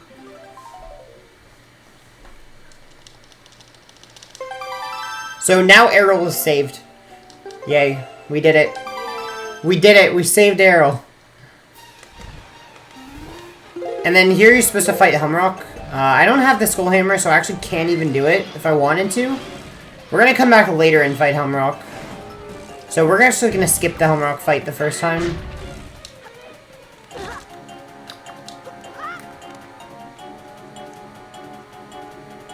So with this clip out of bounds, we can just go around the edge, jump past the spikes, and we have skipped Helmrock. But we do need to fight Helmrock, so we need the heart container. But basically the goal was to get here and initiate the sequence of events that, this is actually mandatory for beating the game. You have to do all of the stuff that I'm doing right now. Entering the Helmrock room, you have to watch this cutscene. This cutscene right here is very important. It takes us down to Hyrule. So we have to watch the whole thing in its entirety to get down to Hyrule. And so, because this cutscene takes place on 3 different maps. The first one, you see, Link actually has the shield now and the Master Sword. So, we like to call this the early Master Sword cutscene because it actually gives us the Master Sword. So, now we have the Master Sword in our inventory, which is nice. And we also have the Hero Shield. So, that's why we were allowed to skip it from Grandma. Because in the 100% category, you're not required to get those actually from their original source. It's allowed to get them during cutscenes because you actually don't notice it, but every single time you watch one of these cutscenes where Link has to hold the sword in his hand, you actually, the game gives you the item. So if you didn't have it before, you get it. So now we have the item. And so now I have the Master Sword. I can skip pulling a Master Sword in Hyrule. So normally you're supposed to beat Tower of the Gods, go down to Hyrule, pull the Master Sword, come back up, and then do this. Well, I did this I did this without going down to Hyrule. We're never going to go down to Hyrule and pull the Master Sword. We are going to go down to Hyrule, but it's going to be a different state of Hyrule. It's actually the second Hyrule visit, so we're going to skip the first one, basically. And so the first Hyrule visit, you're supposed to pull the Master Sword, and then it's supposed to, like, turn Hyrule from black and white to color. So we're not going to do that. Hyrule will just stay in its, like, dull state. Never going to restore the color. And so the second trip down to Hyrule, we're going to basically skip a cutscene. I mean, it's spoiler, but Tetra is Zelda. He spoiled it. Oh no. Spoilers.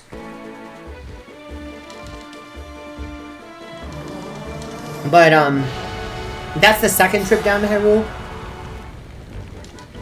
But, so Hyrule is where the Great Barrier is, like the big barrier that separates you from Ganon's Tower. You're supposed to watch a long cutscene of finding out the Tetra Zelda and then come back up. And then you're supposed to beat 2 dungeons, the Wind Temple and the Earth Temple, to upgrade the Master Sword and then get the full Triforce, so to get all of the shards, get the full Triforce, then come back down, you can break the barrier. Instead of breaking the barrier, we're gonna skip the barrier, which is a big sequence break. It's the biggest sequence break in the game because it allows us to get to the last dungeon early. So anyway, that's kind of like the general route idea, is going to the end of the game early, but we're not actually gonna beat the game because we still have to 100% it. But it's very useful to do all this stuff early. So there's actually like a bunch of different reasons why it's useful to skip the barrier and go to the end of the game. So for one, the portal down to Hyrule is not supposed to open until you get the full Triforce, and you're supposed to watch a long cutscene, and then you're supposed to break the barrier and all this stuff. All that is really slow to do. So we're actually going to open a shortcut. It's going to come up later, but we're going to open a shortcut so we can come back down here whenever we want. In order to progress, we have to watch the Tetra Zelda cutscene, so technically I could just not watch it. But we have to. Like, it's very important to. So I'm going to go ahead and enter this area from behind to skip a cutscene of watching. Like, if you enter from the front, you watch a cutscene. And then I'm actually going to clip down here to skip, like, opening the floor. And then what I'm going to do is perform pause storage going on the way out. And trigger the cutscene on the way out.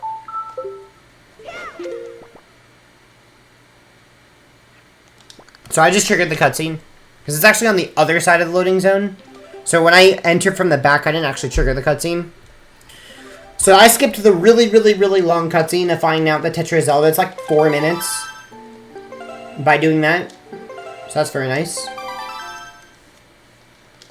And then the boat is going to tell us to go pull the Master Sword. Well, if you try to pull the Master Sword, the game crashes. So let's not do that.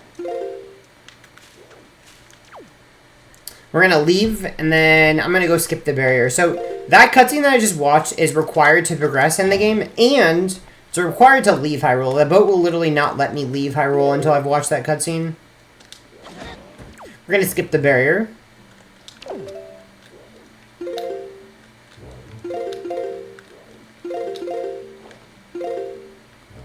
So I'm going to set up a very precise angle. And then item slide, and bam, we're through the barrier. That's the biggest sequence break in the entire game. We're going to head to Ganon's Tower. And that's the final dungeon. And so, as I mentioned, why is it useful to come here early? Well, for one, as I mentioned, we can open a shortcut to come back whenever the heck we want, which skips a bunch of late game cutscenes to get back to this area. Skipping the barrier is also faster than breaking it, because the breaking barrier cutscene requires you to fight 2 Dark Nuts and a long cutscene of breaking it. We're going to go ahead and skip the trials by doing this clip out of bounds. So, didn't even watch the trials. And then, yeah, so now we're just progressing through this. We're progressing kind of far in this dungeon, but like basically right before the end, and then not beating it. So we can still 100% the game. So this is the shortcut that I mentioned. So this is the Dark Portal. So we're going to open this with Boomerang. This is what you're actually supposed to be able to open this before the end, but it's actually very convenient in the speedrun. Because this basically means that when you open this, you can come back here whenever you want. You don't have to get the Triforce. You don't have to do anything. We still are going to get everything, obviously. But this is very, very useful because now we essentially are no longer stuck outside of Hyrule. We can just take the Dark Portal back. But we're not going to take the Dark Portal yet. We are going to do it to leave. But first, I'm going to do a bunch of other things. We're going to go ahead and head over to here. And this is where we get the light arrows. Supposed to go through this maze, and at the end you get the light arrows. There's actually a bunch of rooms you can go through that are the wrong doors, but luckily the pattern's always the same, so I just have the route memorized of where to go. So I don't take wrong doors. But I'm going to take one wrong door on purpose. So I do want to get to 1,000 rupees. That's useful for later. We're going to go through here, and we're going to farm rupees in this room by just getting a bunch of pots and leaving over and over again and coming back until we have enough rupees. I'm going to go ahead and get a joy pendant each time, because we do need joy pendants too.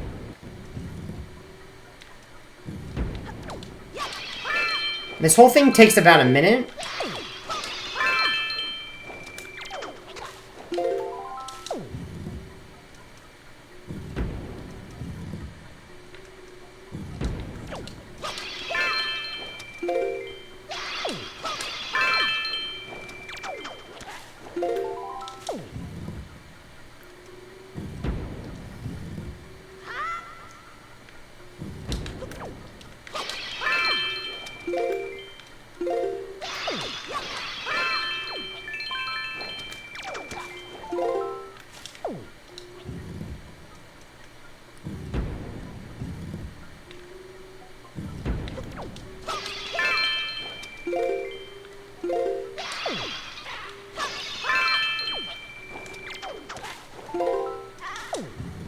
Alright, 996. I'm actually going to get another 10 rupees later, so I'll be fine. But anyway, so now we're going to go ahead and get the light arrows.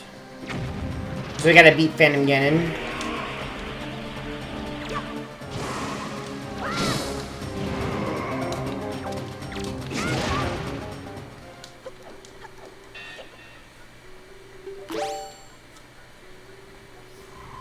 So light arrows are very useful. As I mentioned, we're skipping the Tower of the Gods bow by getting light arrows. So, we don't have to get that. And, because I got a quiver, so this wouldn't actually give me arrows unless I got a quiver. So I got a quiver from that fairy fountain early. And also gives me all the elementals. So I don't have to get fire and ice arrows, I just have them from this. So this is the fully upgraded bow. So I don't actually have to upgrade my bow anymore. So I skipped the first and second upgrades. But in 100%, the rules state that as long as you get the final upgrade, they don't care about you getting the ones in between. We're actually going to keep progressing as well. We're still not going to take the Dark Portal. I'm going to go ahead and go up Grand Staircase and enter the Pup-Again room. And that's really all I want to do. I'm going to go ahead and get some spoils while I'm here.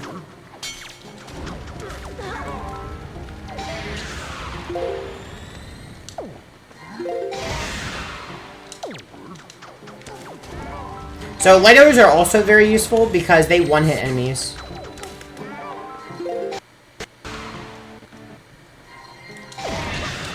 We can get a nice collat there.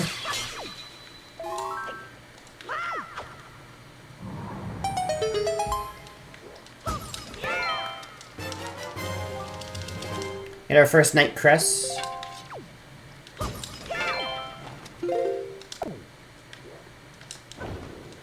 We're actually not going to open the door. We're going to clip out of bounds and do pause storage to skip the cutscene. This is pretty precise, though. Oh, there we go. Alright, so I had to do a frame-perfect side hop there, which I got. And so we can save and quit during this cutscene.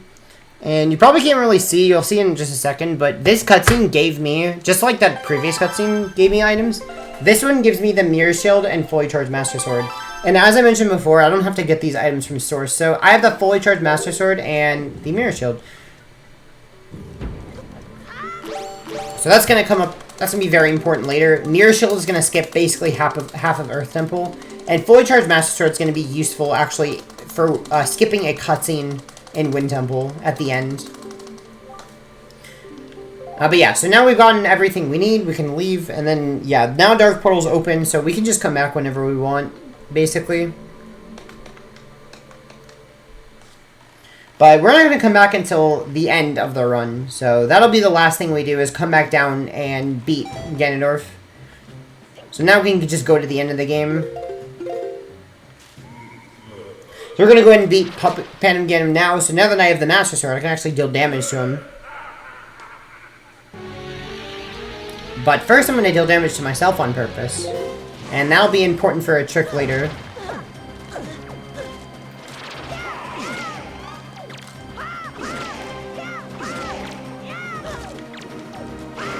Oh, okay. Never targeted that before. Anyway.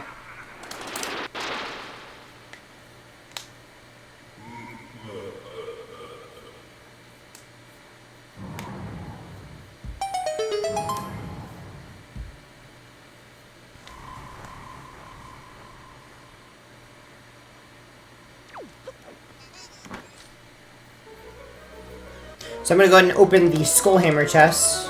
Gotta be very careful here. If I get hit by these spikes, I die. So, I didn't mean to get that last bit of damage on me. Okay. Alright. So, I'm going to go up. I damaged on purpose because this next trick, I actually have to die.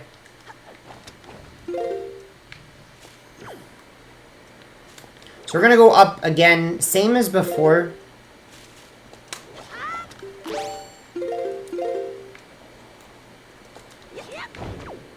Here, I'm actually not avoiding the Phantom Ganon fight. I'm avoiding a trigger for the mini ones from the Searchlight.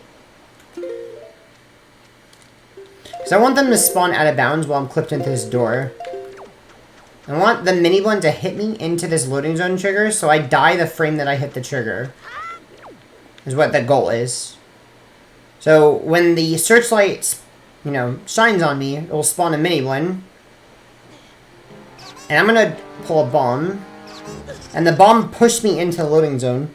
And I died the frame that I triggered this cutscene. Now why is that important? It's because this cutscene would crash the game if I watched it. So I already watched this cutscene once. This cutscene specifically, if I watch it twice, my game crashes. And every time you trigger this loading zone, the cutscene tries to play. So now that allows us to re-enter Helmrock and beat Helmrock and get the heart container.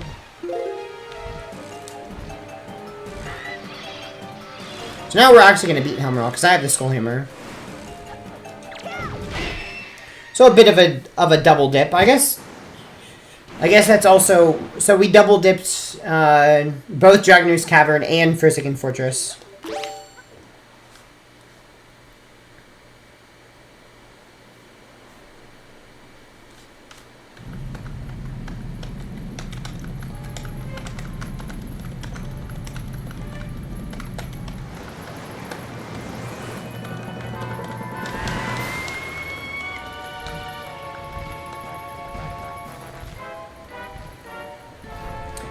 So the Helmrock fight is very RNG heavy. It's like the most RNG heavy boss fight in the game.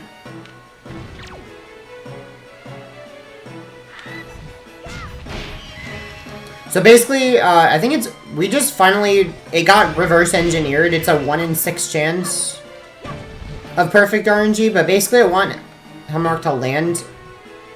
Which is good. I just gotta land. And then I want to do 2 pecks. And all that is RNG.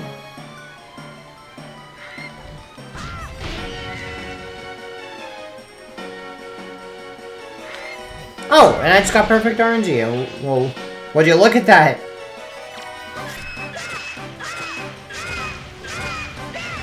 Nice. Good RNG. Alright, that was a perfect fight.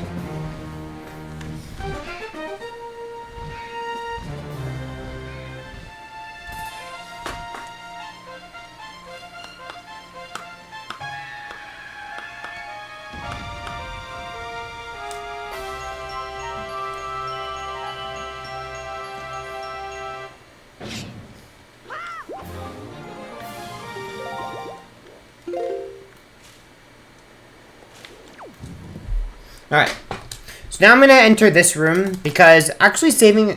This cutscene doesn't play the second time you are in the room. And for whatever reason, if you save and quit, you go to Windfall. That allows us to escape this area, because otherwise we'd be stuck. And now that we're on Windfall, we're going to do a pretty tedious part of the run, which is Auction, while blind.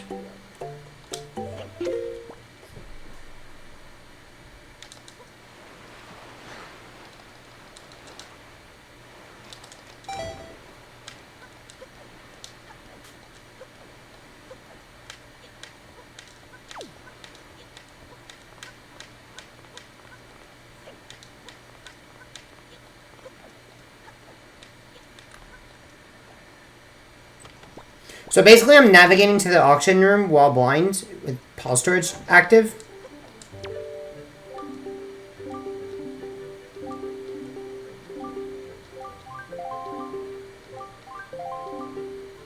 And so I got 1,000 rupees because 999 rupees is the required amount to do an auction buyout, which is basically getting the item while skipping all the bidding. You just have to bid 999 rupees and it ends immediately and you get the item. We're going to do that on all the items.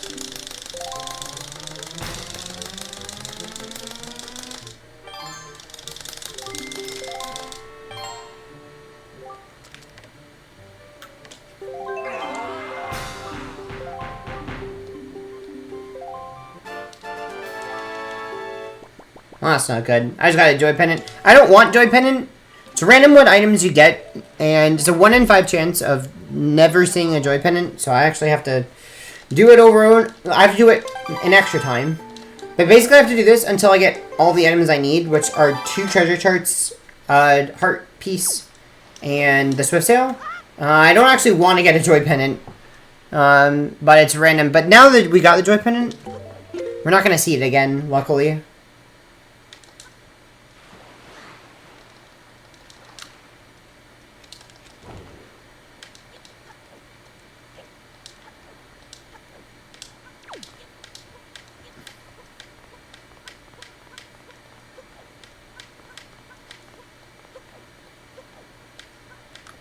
Yeah, RNG is such a joy, huh? But anyway, basically, I just bought that joy pennant without spending any rupees.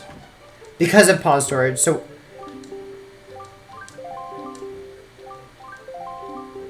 what I essentially did was I saved and quit right before I had to pay rupees. Because the game actually takes your rupees after you get the item for auction. And you can save and quit to get the item without paying rupees. And then I can just rinse and repeat. Use the rupees over and over again to buy everything. And that saves 4,000 rupees. It's a lot of rupees to save.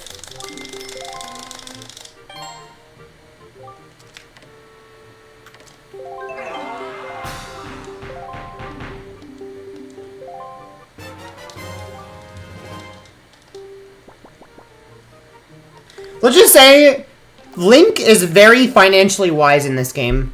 It's a good financial decision to steal 4,000 rupees worth of items, I will say.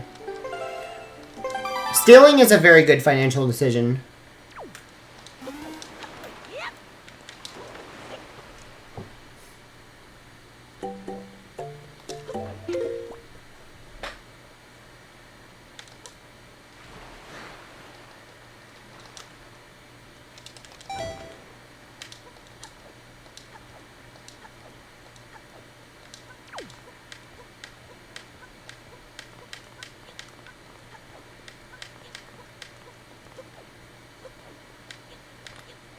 So I've gotten one item that I need. I need 3 more.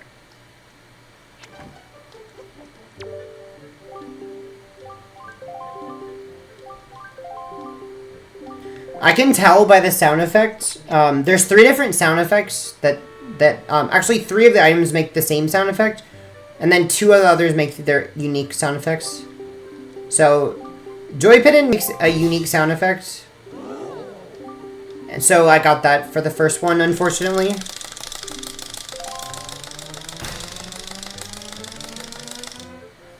Second one was either a treasure chart or a swift sail.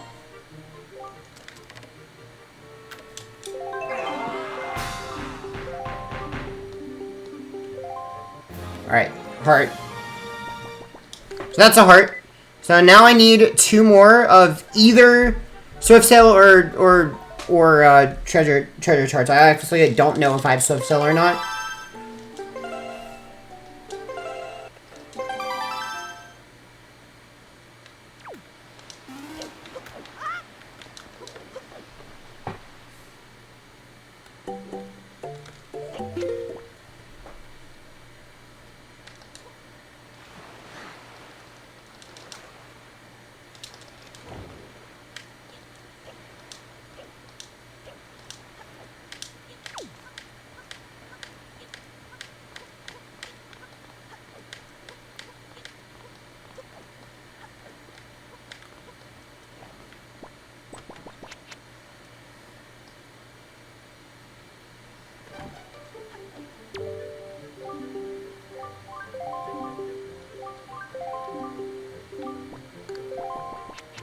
I don't know what option I just changed. What option did I just change? I think that's gyro. I think I just changed gyro.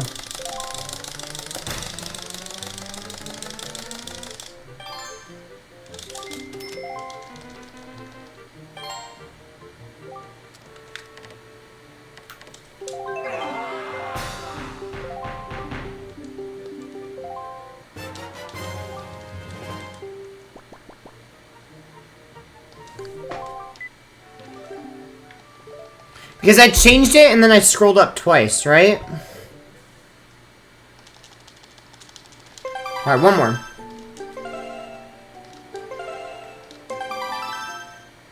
One more time. Oh, the HUD is gone. It's the HUD.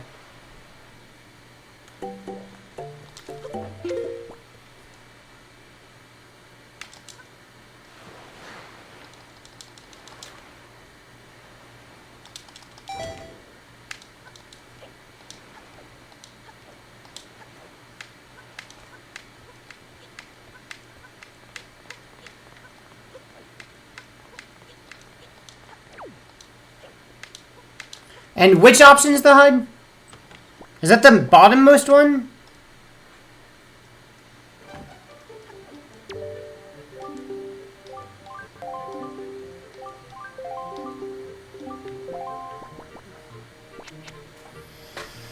Because the first two are camera related. The third one...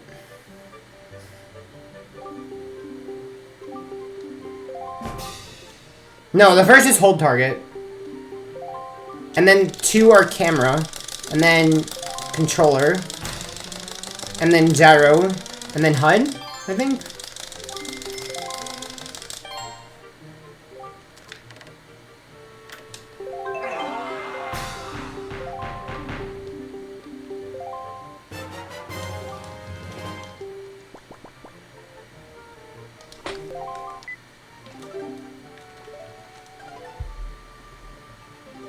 So I'm gonna have to play without the HUD for a little bit.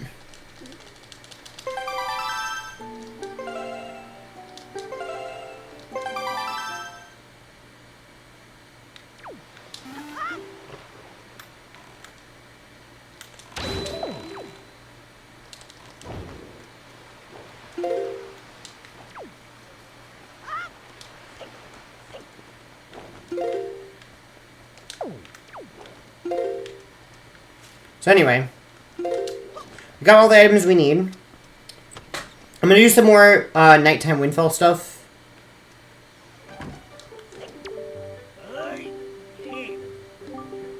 We're gonna go ahead and activate the medley side quest, which starts with, not medley, Maggie. Starts with talking to Maggie, and she talks to you about how she has terrible Stockholm syndrome and fell in love with the moblin that was keeping her captive. And so, basically, she wants you to mail him a letter.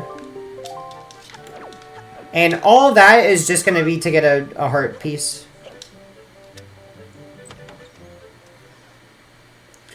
So, we're going to activate that. We're also going to do other things.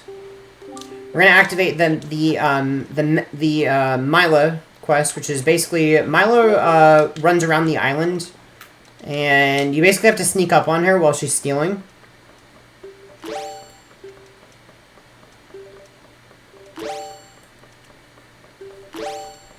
And so while I'm waiting for her to run around, I'm actually going to do a bunch of things. I'm going to go ahead and start the windmill. Requires north wind.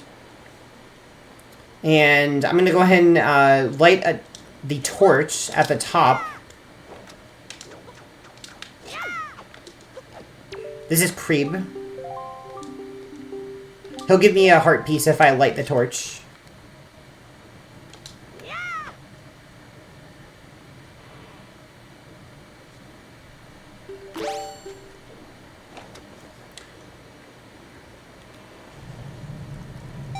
There, I just shot it through the wall. Because actually, the hitbox of the arrow goes through the wall a little bit. So, I knew where to shoot so that I can actually hit the torch through the wall. And light it. And that activates the chest on the island to spawn. And I can go ahead and get the heart piece from this guy.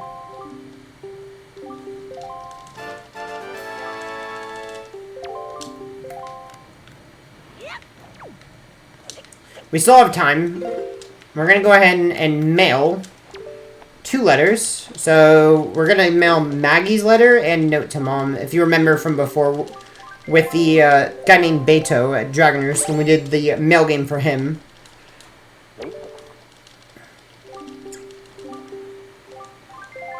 We also have time to go ahead and get this chest on this island so I can item slide to it.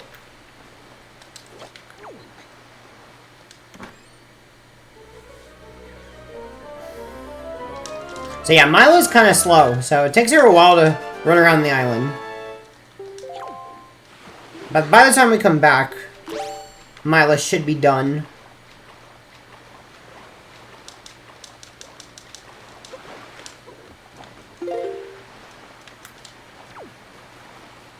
Yeah, she's about done.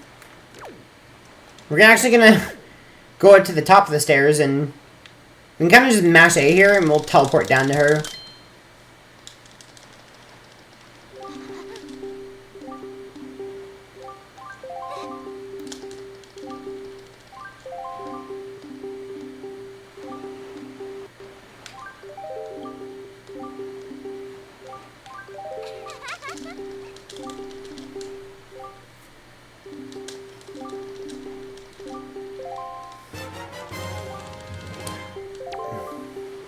So, all that for a bottle. And that concludes the nighttime windfall trip. We still have more windfall trips. There's 2 more windfall trips. Those are going to be daytime. But we're done with all the nighttime windfall stuff.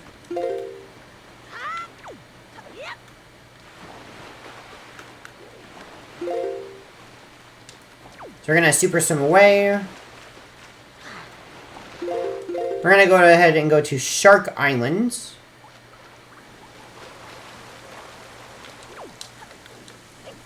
We're going to enter and exit Beetle. This is useful for spawning the boat.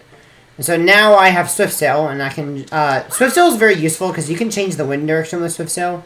You don't really have to here, but... We're going to go ahead and get Battle of the Gales by beating this guy with the bow.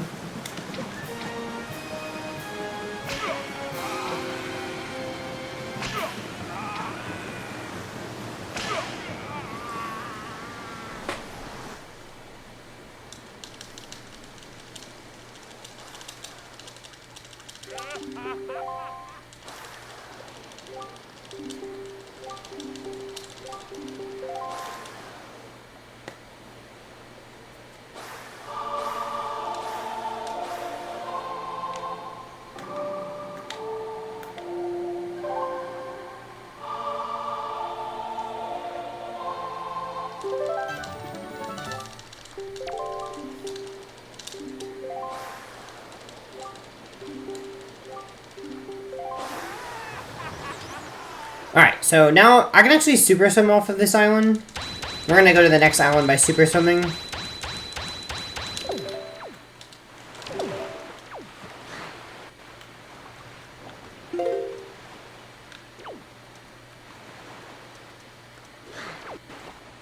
So we're gonna head over to here. This is the last triangle island. We skipped this one. That's because I didn't want to raise Tower of the Gods yet. You can actually skip the cutscene.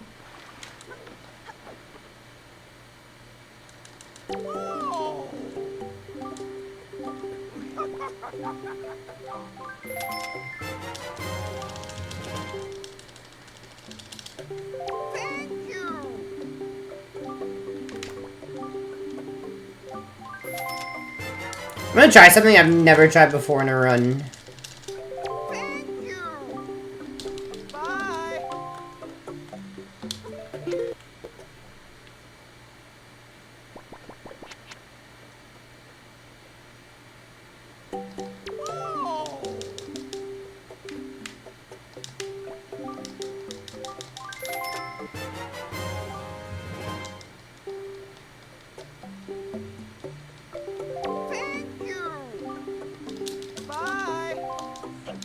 That worked. Alright.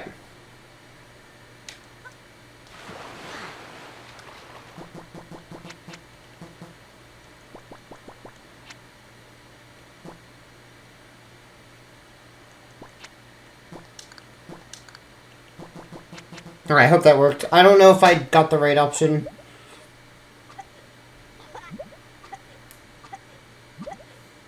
Anyway, I'm gonna go ahead and skip the Raising Tower of the Gods cutscene.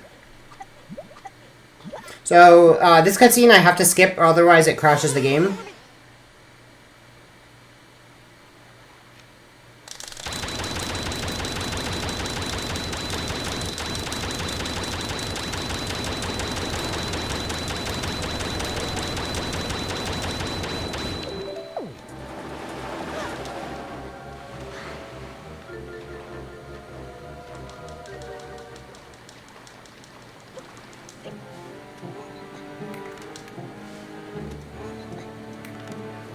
Hey, nice. There we go.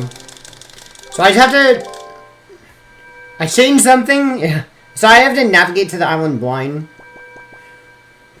And then we can activate this in pause storage.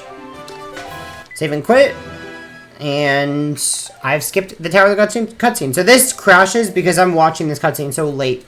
You're supposed to watch this earlier. And because I'm watching it so late, it would normally crash the game. Now, the reason I waited to do this so long is that I want Swift Sail. Hey, my HUD's back. Hey, I got the right option.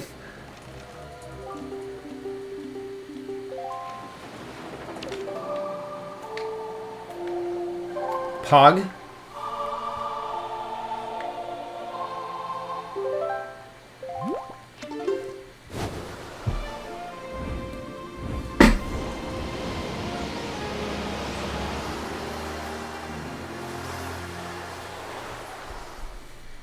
So anyway, yeah, we want Swift Sail for all this. That's why I waited so long to do Tower of the Gods, because Tower of the Gods, well, that cutscene's, well, really the cutscene skip is not really what I'm talking about, but leaving Tower of the Gods is very slow without Swift Sail, and you can't super swim away. So we waited until we had Swift Sail to do all this. So this is a pretty late Tower of the Gods. We're doing it after Hyrule 2. And we're not actually going to ring the bell. The goal is just to get everything in Tower of the Gods. It's to 100% it. So we do need things that are in 100% in this dungeon. Unfortunately, because otherwise we just completely skip the dungeon.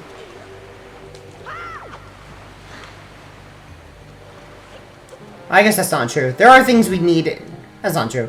We do need command melody. I think that is unskippable. You cannot skip command melody at all. Like, you legit cannot beat Wind Temple without command melody. So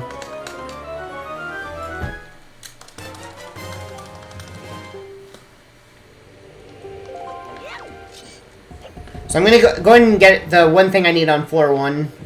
And I'm gonna skip floor 1. I'm not gonna do the rest of it.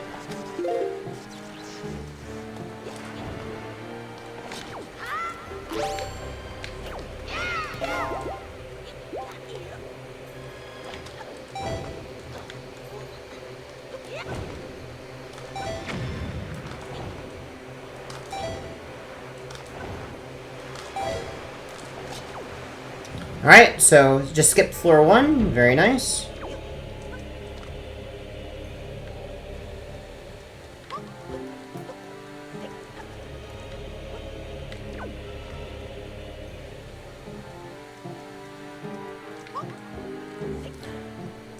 So I can roll over this switch as it's, what do you say? As it's, like, that makes it basically go on the rising platforms as the cutscene starts. Otherwise, I'd have to wait for them.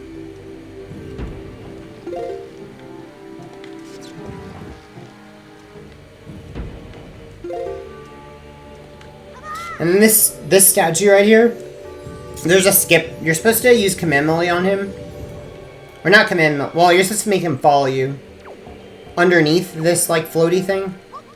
You can kind of just pick him up through the floor. With this glitch, basically you crawl, makes your hitbox low, and then you mash A as you're climbing up. Oops. And that allows you to grab it through the floor.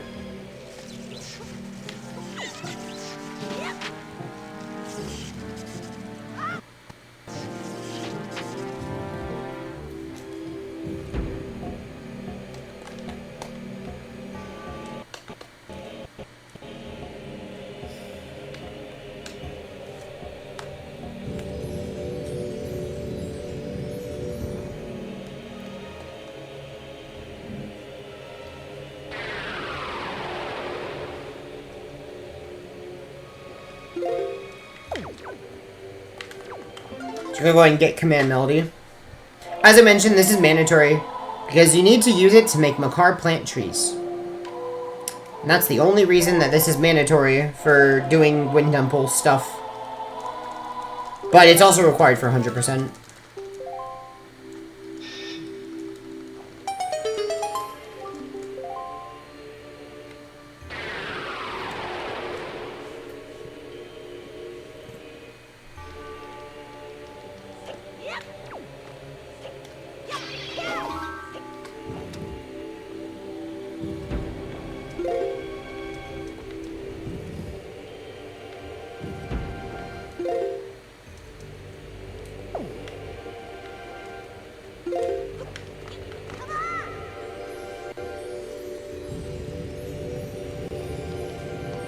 Alright, so I'm gonna do another skip. You're supposed to use command melody for this guy. Make him go across a bridge that you make, but you can just side hop across with him.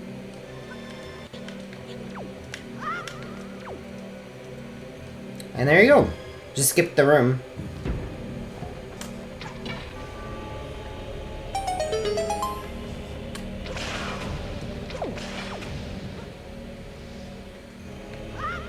And I'm also, as you notice, I'm skipping the mini-boss, because I already have the bow.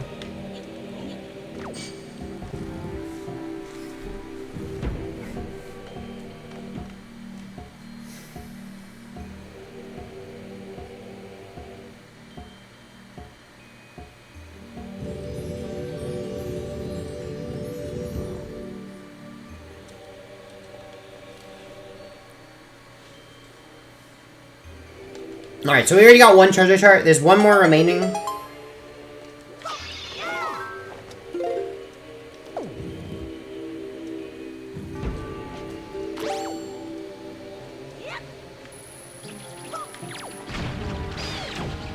Gonna go ahead and take these guys out while I have the chance. Those keys are annoying. They can knock you off the ladder when you climb up. And they can just be a pain in general, so it's always nice to take them out if you have the opportunity. But yeah, so this is the last treasure chart in the dungeon. This is treasure chart number 2.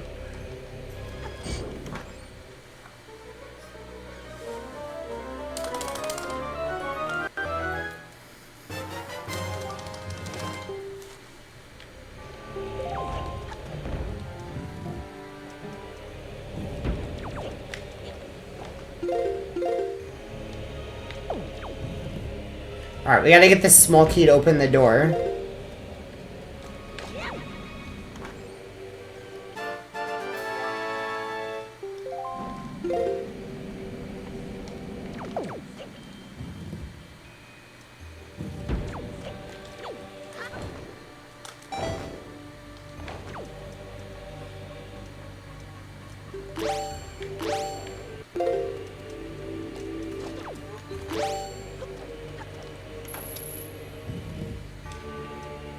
We could just skip past these lasers by just item sliding through them. So that completely skips the entire room.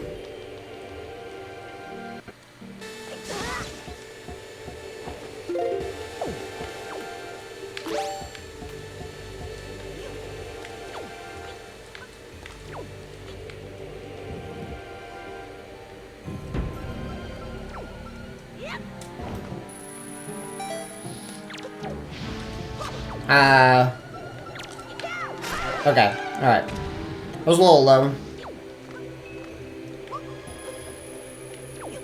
You can take that guy out before he despawns. I was just a little too low to do it.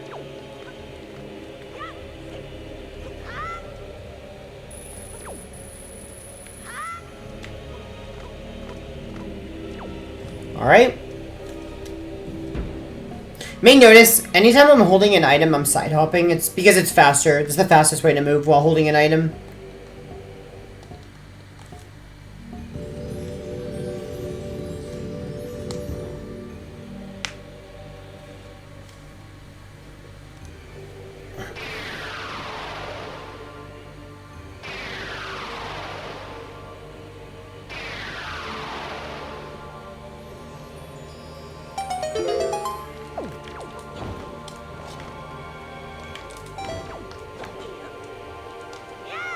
Alright.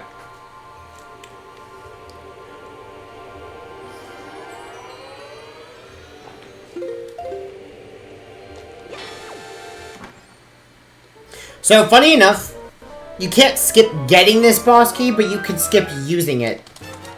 But you have to get it in order to progress. So, there's no point in not, not using it.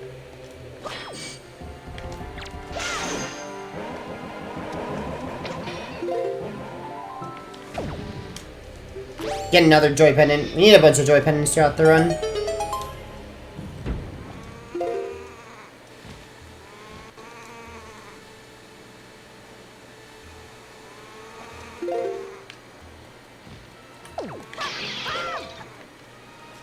Alright, go ahead and head to Godon.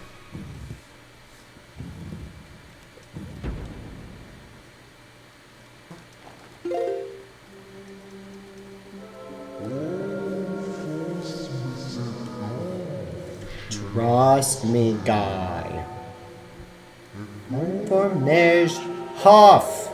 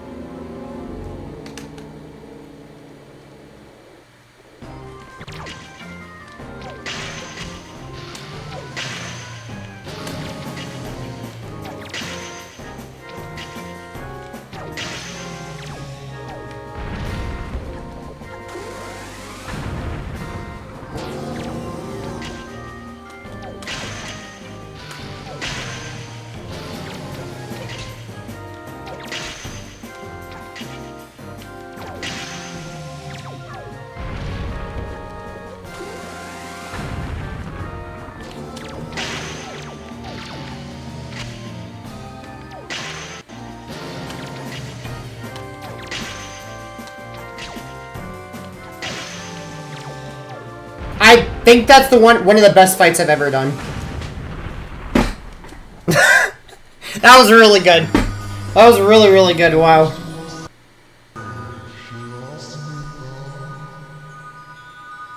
I did that fight in 25 arrows.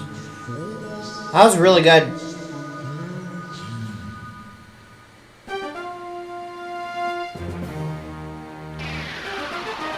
So I'm curious if I actually timed this, if it would have been a gold. Probably would have been. Like if I actually had splits going, I think this would have been a gold.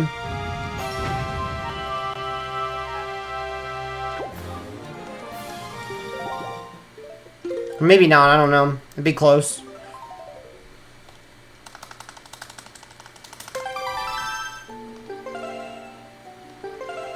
So anyway, just gotta get the heart container and I can leave, so I don't really actually need to progress and go into the portal. Now, if I actually go in the portal, it's really bad, because then you're stuck.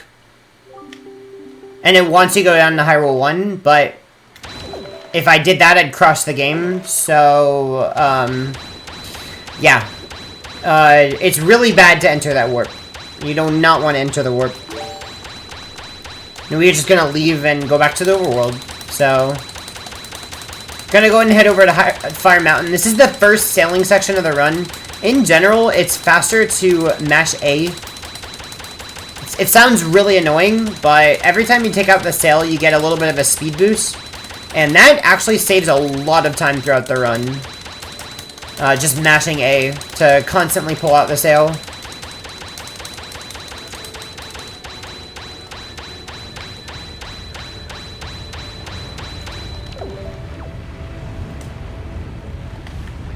So now we're seeing the first usage of why it's useful to get light arrows early, because we can use it. We didn't actually have to go to Mother and Child to get the elemental arrows. I already have them because I got the light arrows, so very, very useful.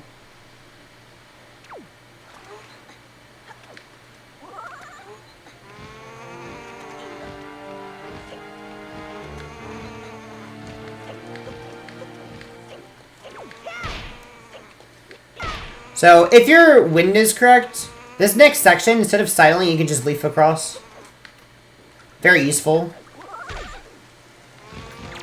This guy's being annoying.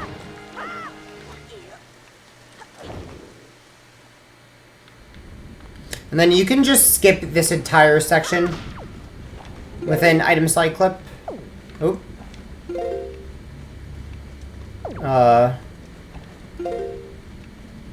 There we go.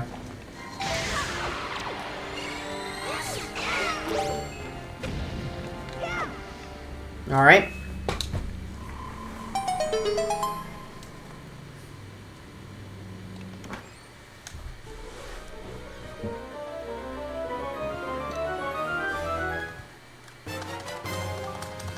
Alright, so we got the power bracelets. Now we can lift really heavy things. I'm gonna save and quit. faster than leaving the island normally.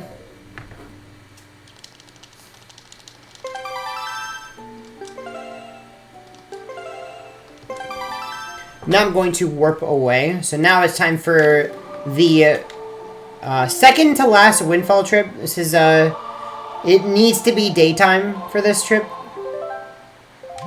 That's why I strategically waited until it turns day, which it does right before Fire Mountain. So day and night is very important in this run in general. So there's a lot of things that are timed correctly. They're all time-based.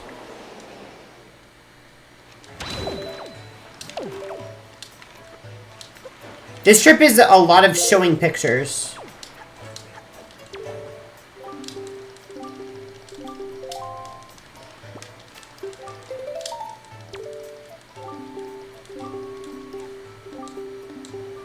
So here, Anton, we just showed him a picture of Linda. And make them go on a date by talking to him. And now, the important later. One day has to pass before they go on a date and you'll get a heart piece from them. Gonna go ahead and talk to Zunari and get the magic armor, which is not gonna use a single time the entire run. That uses rupees when you get hit. We really do not want that, because rupees are very important in this run. And it would be terrible if we were to lose rupees every time we get hit. So don't want that. Don't want to use that ever.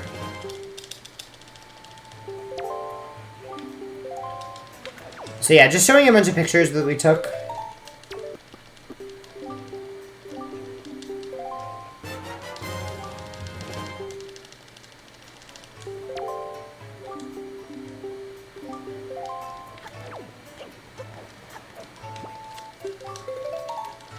It's really the only usage of the deluxe picture box in the run. There's actually a side quest called the figurines, where you take a picture of a bunch of things in the game and give it to a guy that runs a figurine shop in Forest Haven. There's like it's called the Gallery, and that is actually a separate speedrun. It's not required in the 100% category. It's called the All Figurines speedrun, and the record for that is just under 6 hours.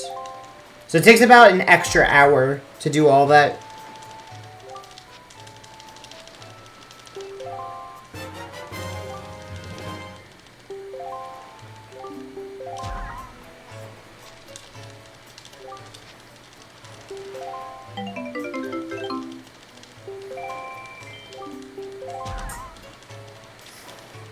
So yeah, reading a bunch of mail. Gotta get the heart pieces that we got from different things that we mailed. So the heart pieces that we're getting, there's 3. I don't remember what the first one is. I think it's for beating Forbidden Woods. I can't remember. There's one for giving the guy feathers, and then there's one for a mailing note to Mom. I think the first one's for beating Forbidden Woods. I can't remember. But I know what the other 2 are.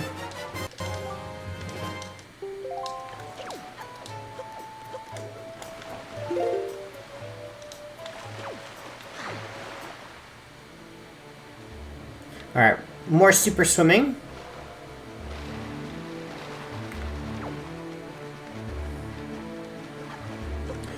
So we're heading to this submarine where all these rats are carrying bombs. These are actually called... The enemy name is actually the Bomb Chew.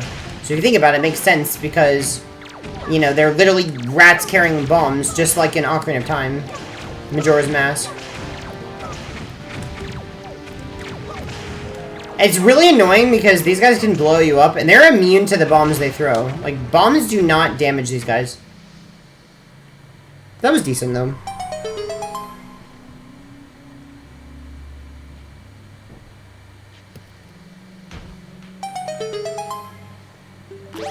Probably the most annoying submarine in the entire game.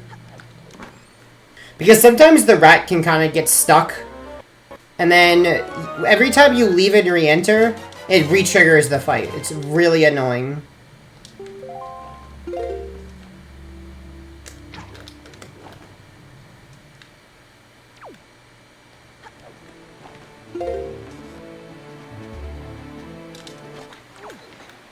Item slide back. We're gonna go ahead and learn one of the songs, the Earth God lyrics. gonna use pause storage to skip the cutscene of learning it.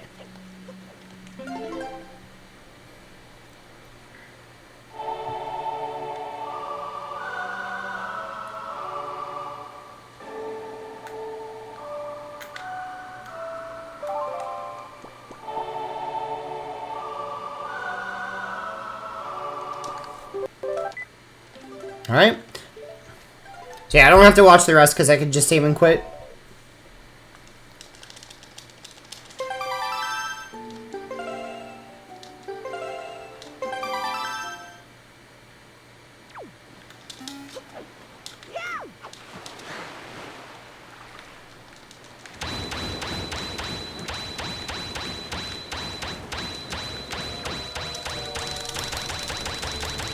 I'm gonna go ahead and sail over to this reef. Actually, this reef we do in 2 trips. The reason is that reefs are very useful to do with hookshot. This reef is really slow to do that with hookshot, so it turns out it's faster to come to this reef twice in like 2 times. What am I doing?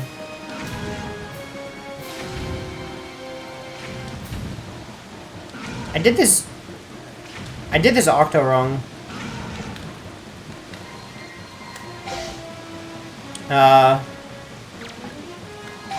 Yeah, that was not the right way to do that octo. My bad. Anyway, this octo gives you double magic.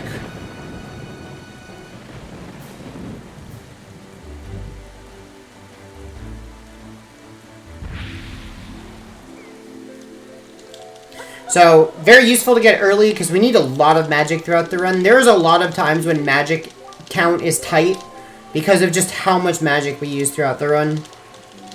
We use a lot of light arrows, we leaf a lot, there's just a lot of things we need it for.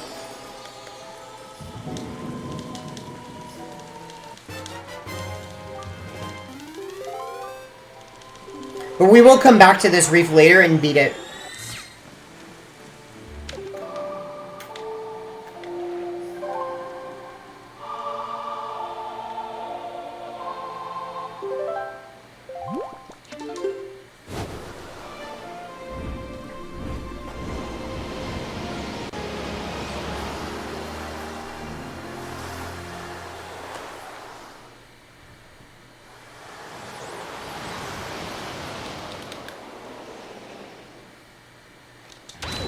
So, heading to Dragon Roost. I'm gonna set the wind for this next trick I'm gonna do. I actually want Southwest Wind.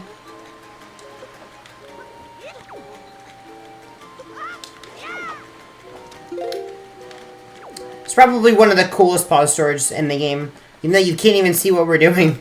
But basically, I'm gonna navigate to Medley and teach her the song and do everything blind. And actually, it's going to have a leafing section. A blind leafing section.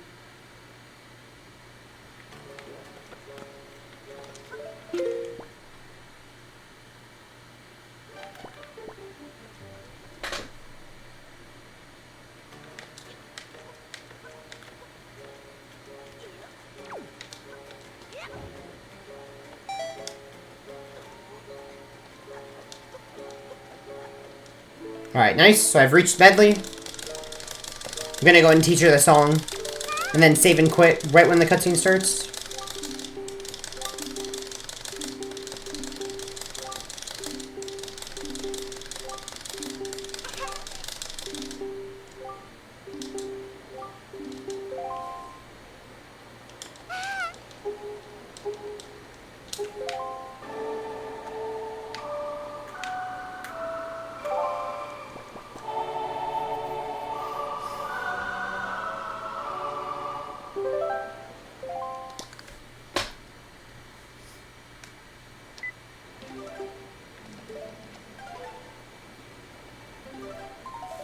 Alright.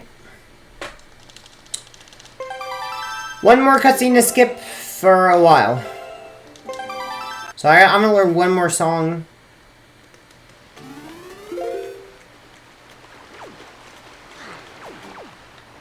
So we're gonna head over to Gale, it's the Wind Temple. And we can actually skip using Iron Boots on this stone. I'm gonna attempt to skip this cutscene. Here we go.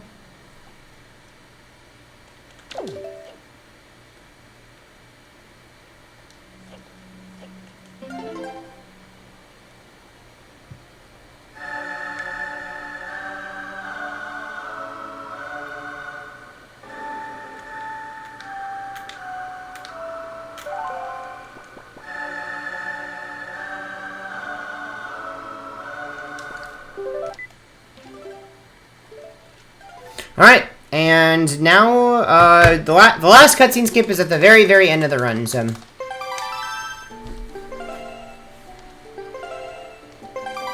all the other cutscenes we're just gonna watch.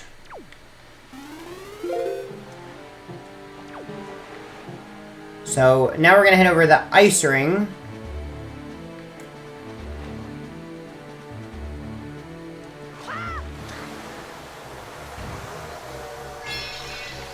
So I'm gonna get frozen on purpose, and that's gonna spawn me in the boat, so I can now shoot a fire arrow.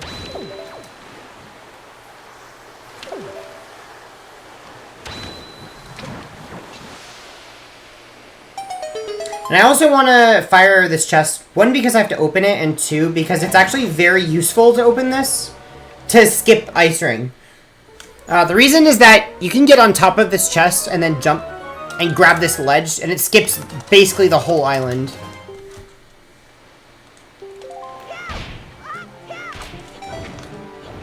And then, because my wind is correct, I can just leaf here.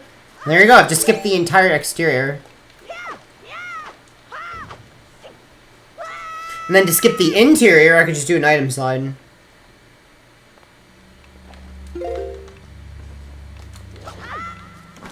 It's kind of funny how, like, the time limit is such a joke for reaching these chests. For Ice Ring and Fire Mountain, it's such a joke. It's very easy to get to the chest in time. We're gonna leave, and then I'm gonna do an island hop to this next island. I'm gonna attempt to land inside of the island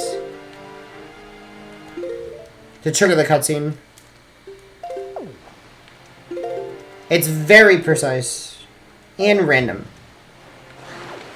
Alright, unfortunately, I landed a little far away, so I got unlucky. But basically, you get the gist. It lands you somewhere near the island, and we can just swim to it. Can do a few pauses and get enough speed to super swim there.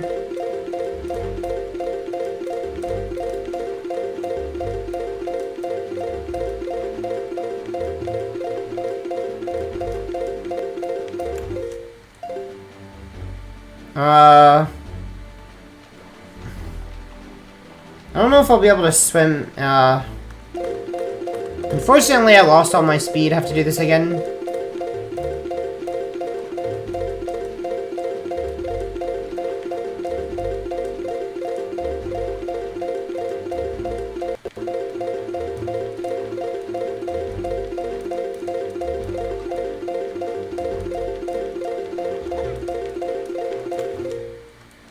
There we go. Alright.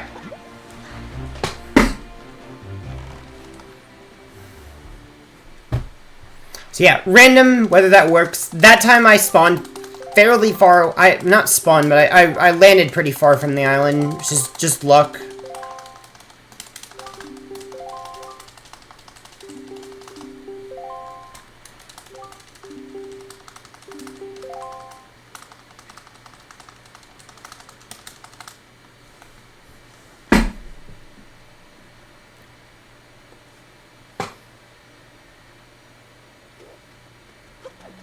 Alright, this is definitely the hardest dungeon in the run.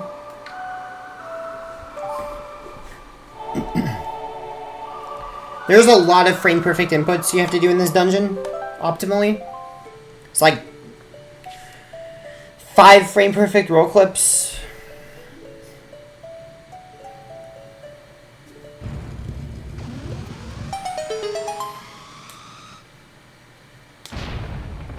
The reason I did the island hop to this island is that you can't super swim off of Ice Ring. So you have to do that, or else you have to sail, and sailing is really slow.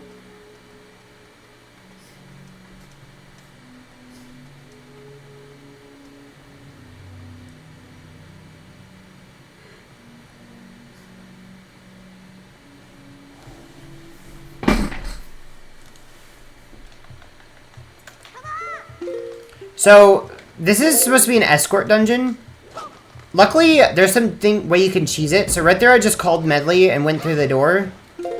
And that skips me from having to bring her, because if she's still following you while you enter the door, she'll follow you through the next room. And that, basically, you can abuse that because you can item slide and get places before they stop following you. So you can very quickly, you can call Medley and then item slide to the next door, and then she'll follow you through. We're actually going to leave Medley. We're only going to use her for the first room. It's faster to skip using her, but it's very hard.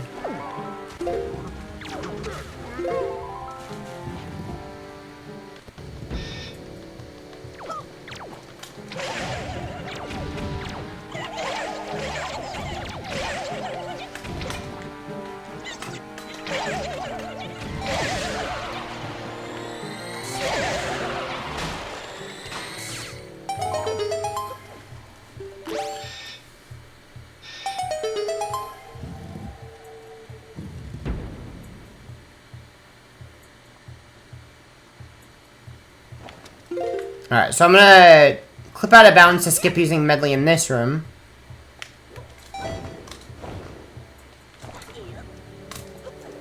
But it's very precise. Come on.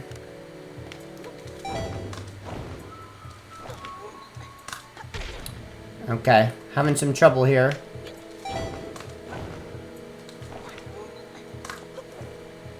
Yeah, it's just unfortunately very difficult. Okay.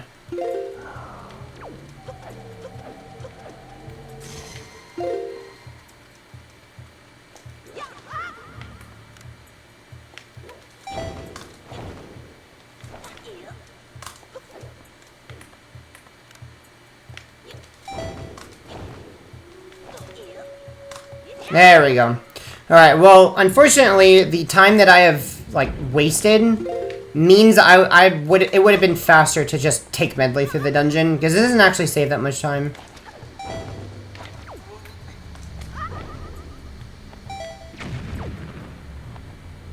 Okay. Yeah, very much so, because I'm losing about 2 minutes.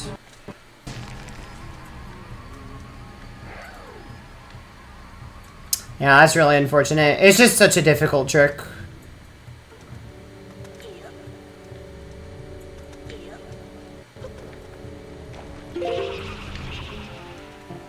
So now I have to get extra magic. Okay. I targeted the guy. Didn't mean to do that. This is not going too well. This is really big time loss.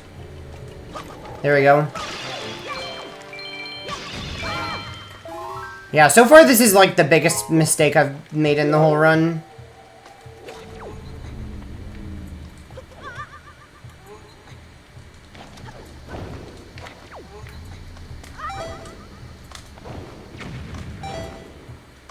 Yeah, I think all of that was probably over 2 minutes.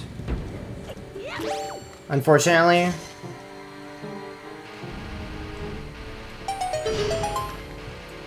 But, like I said, it's the hardest dungeon in the run. It's very, very hard to do correctly.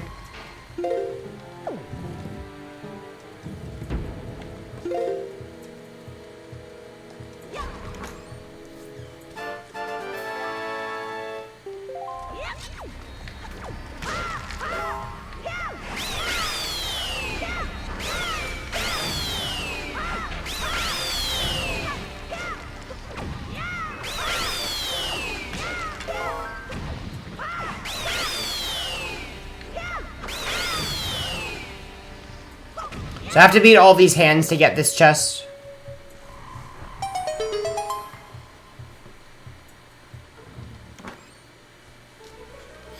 Funny enough, I'm not even going to use the small key that I got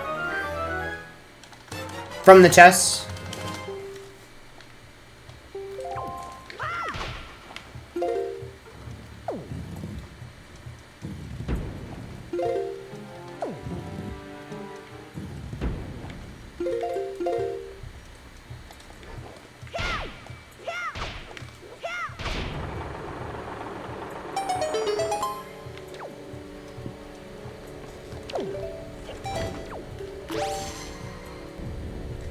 There, I just did a cool trick to break the statue without using Medley.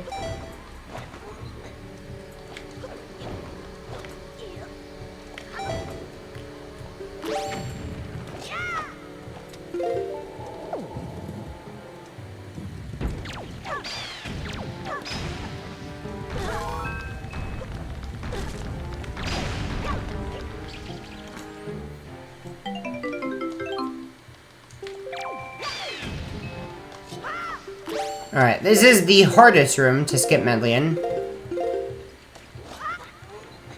You have to get on top of this coffin and then clip out of bounds from here.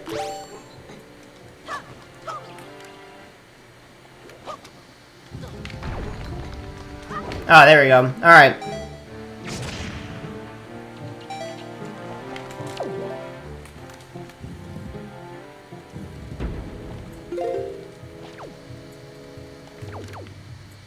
We're gonna break this warp pot. We're gonna come back later and go through it. I have to come down here and get the last treasure chart, which I'm just gonna clip out of bounds. You're supposed to break this wall with light or beat the puzzle in this room. But you can just clip out of bounds to get to it.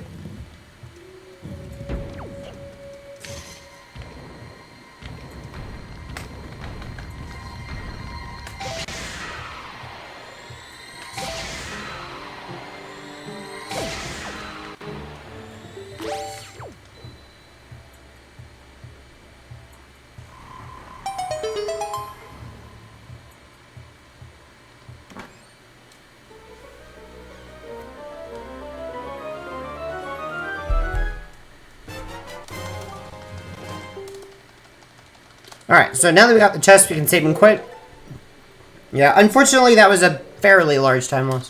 Scanley, I'm gonna go to bed. Good luck on the rest. Thanks, Amphitryon. Have a good one. Hey, trio.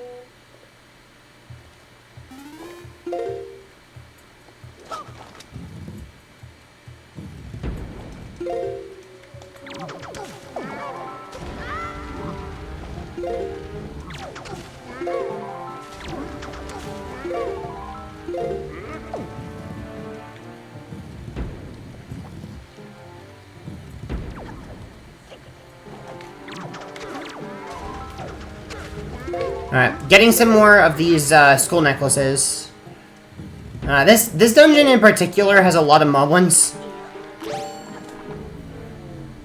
So very useful to get those. And then we're gonna go ahead and skip the boss key. Did not have enough speed there. Let's try again. There we go. Let's just clip out of bounds here. Oh.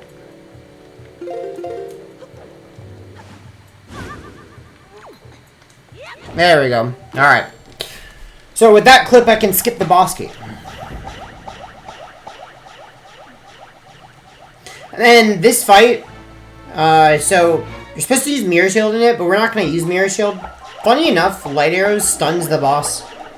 It's weird that it even exists because you're never supposed to have Light Arrows while fighting this boss. So it's just such a weird gimmick in this speedrun. But it saves a lot of time. That's another reason why Light Arrows are super useful.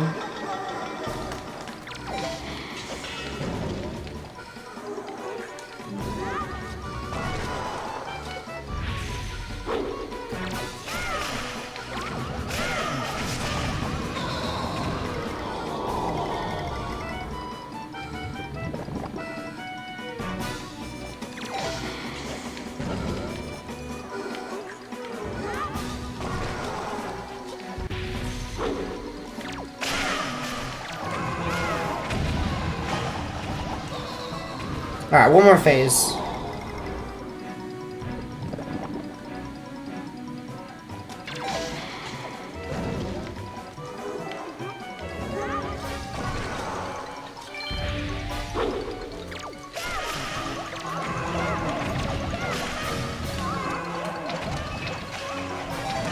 Alright.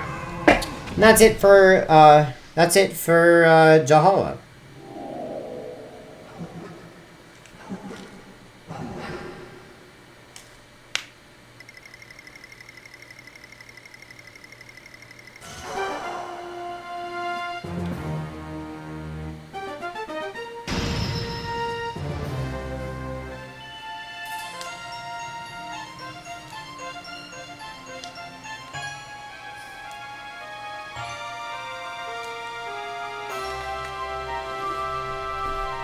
Alright, so we're gonna go ahead and just get the heart container.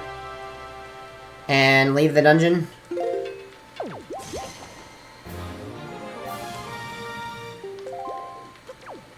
Alrighty. I'm gonna stand up and stretch for a bit.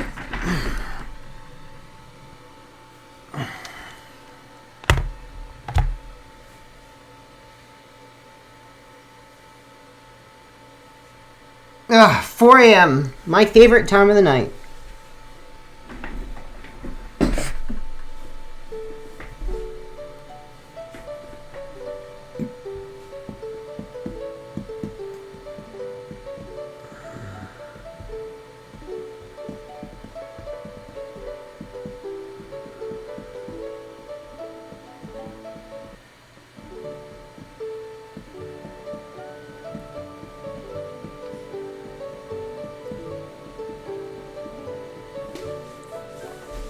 So yeah, can't skip this cutscene.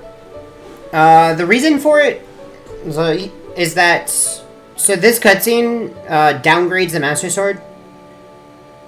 Funny enough, because we had the fully upgraded Master Sword by watching the Puppet cutscene. So this cutscene is designed to make the Master Sword go from level 0 to level 1 to level 2. But because we're already at level 3, it actually still makes it go to level 2. So we went from level 3 to level 2 for the Master Sword.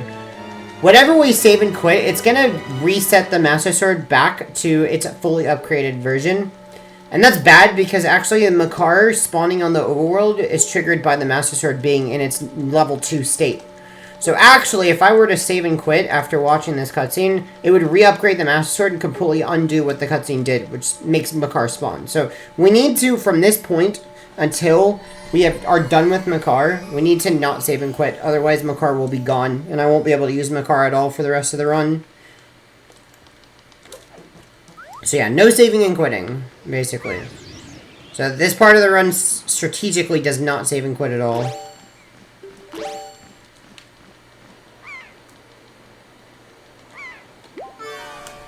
So go ahead and use the sequel to get this heart piece. Funny enough, that's the only usage of a seagull in the run. We can skip all the other ones. Can't skip that one, though. I have never seen that before. I have legit never done that before. Ha!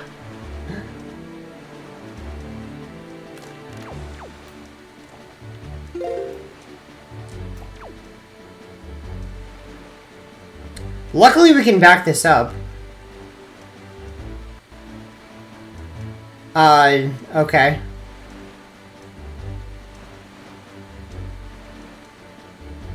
That is definitely one way to lose a minute. Wow, that was interesting. Alright. Oh, and I voided out too. Alright, this is not good. That's really unfortunate. Okay.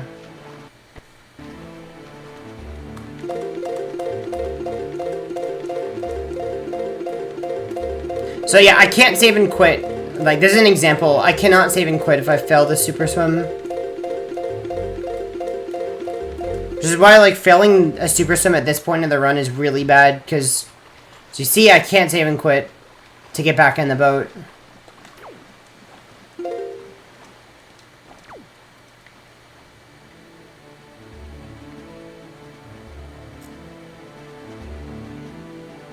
Alright, there we go. This is where I was trying to go.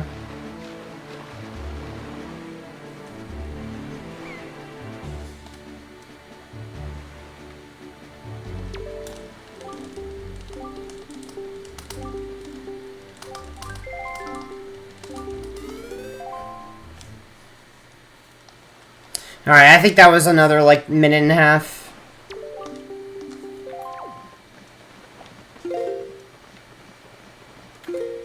Alright, so we can kind of just... We have to beat this minigame. We can kind of just cheese it. By doing that.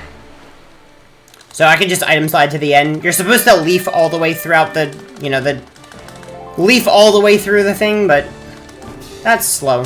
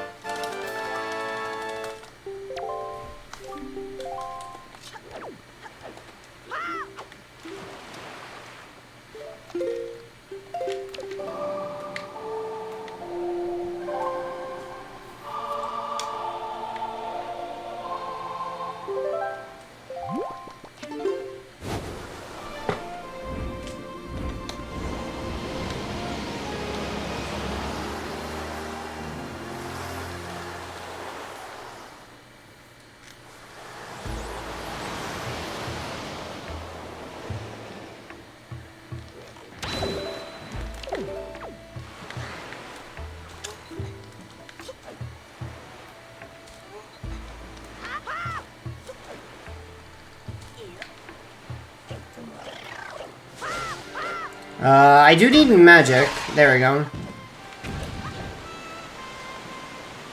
It's unfortunate I got no magic from there.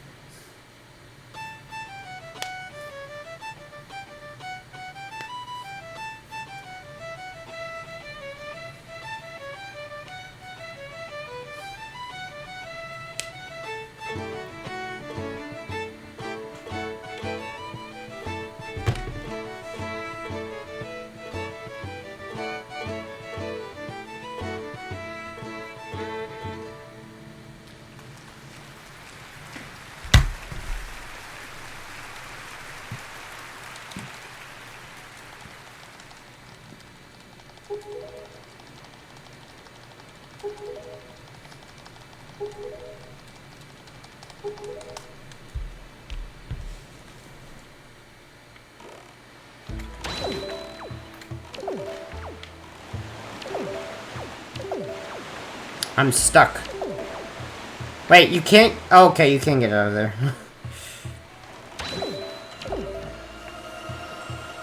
Can't say I've ever been stuck there before.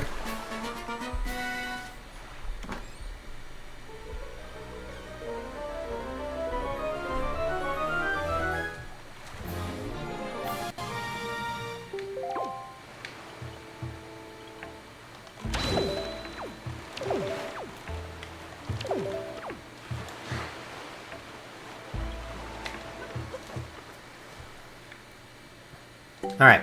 So that was the first salvage in the run. There was a bunch of treasure charts you have to salvage to get heart pieces. You only have to salvage those, not any of the others.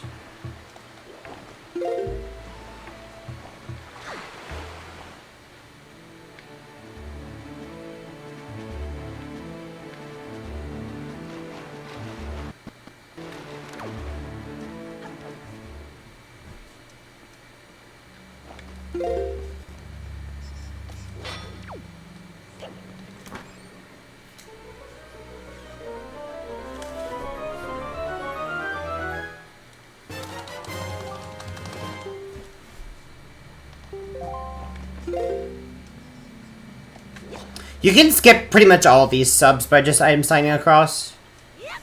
The only one you cannot skip is the mini blend sub. And the reason is that the mini blend sub drops you off and into the floor, and then there's the fire to skip from going back up. So the mini blend sub is pretty annoying. It's the only one we can't skip. And there is actually legit no way to do it. There is not even a possible way to do it.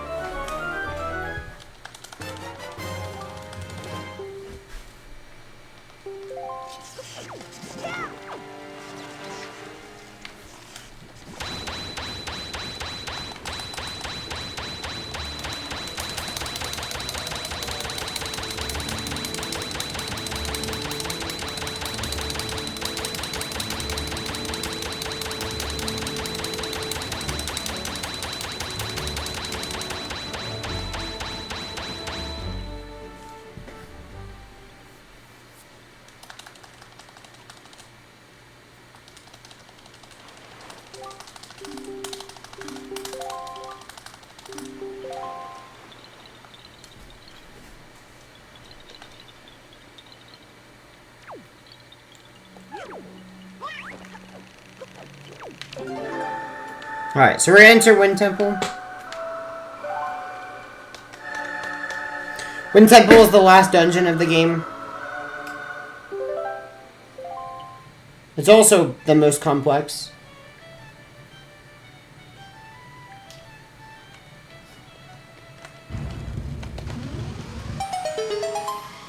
So it's the same concept as Earth Temple, where it's an escort mission, except it's actually way easier to skip Makar than it is to skip Medley.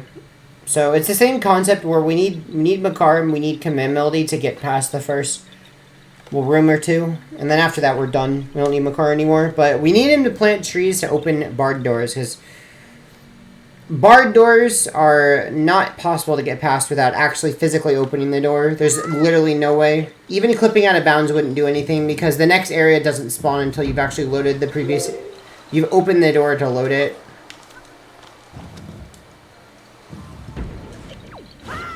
So we need Makar for these first two rooms.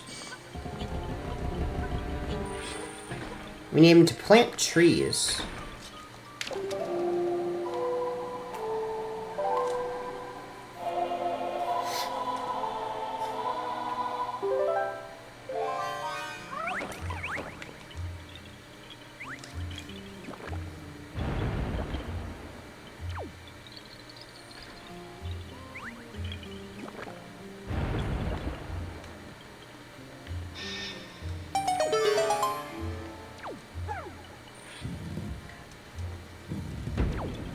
So, yep, needed to plant one more tree and then we're done with him. We're good.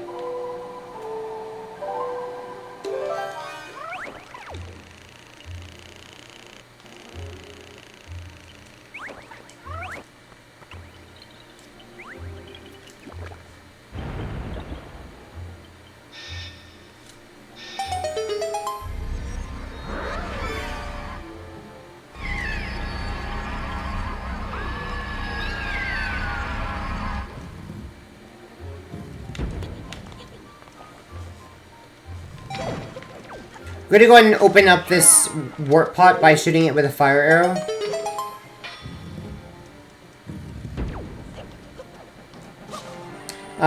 That's not good. I don't know if I have enough of magic.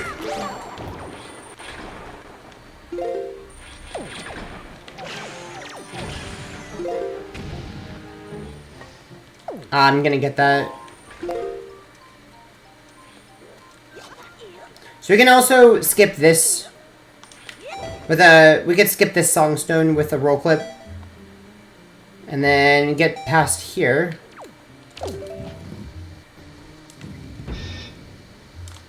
And light arrows is very useful. This fight is very hard without light arrows.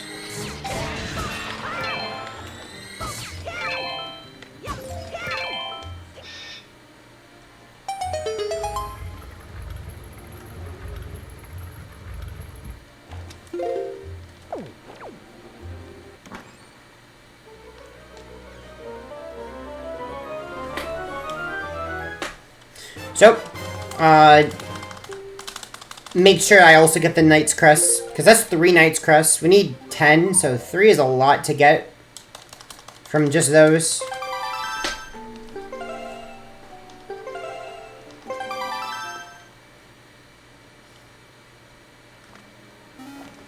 So now that we've saved and quit, Makar is gone.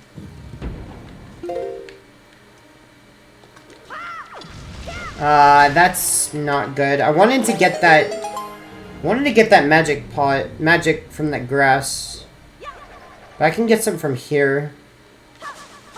Except there's none. That's not enough. There we go. Gonna go ahead and step on the switch, and I can actually side hop as the floor is opening.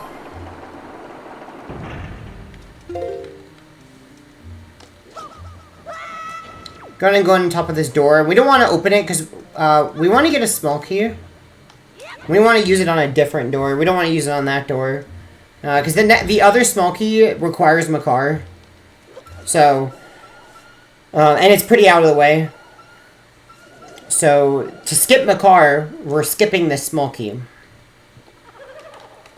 And then we're going to use the small key you're supposed to use on that door on a different door. And this boss is pretty easy with light arrows.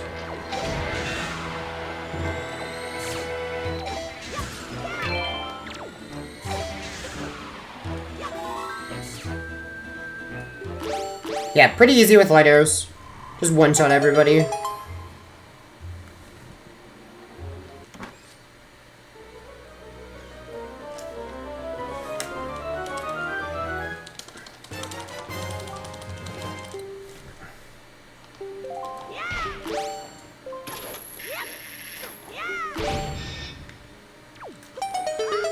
You know, it makes sense that hookshot is the final, you know, item from the final dungeon, because it's a pretty powerful item. But it would be really nice if we could get a hookshot early. A lot of categories would benefit from it.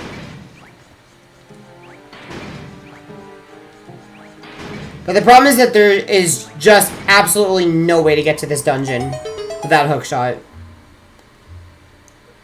Sorry, there's no way to get to this dungeon super early to get hookshot. Because you need a Bakar to get past the first few doors. There's just no way.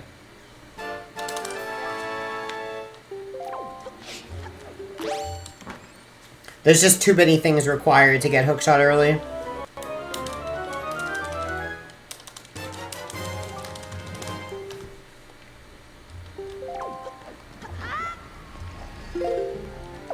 Alright, so we're going to go ahead and clip into the basement by using a hookshot trick.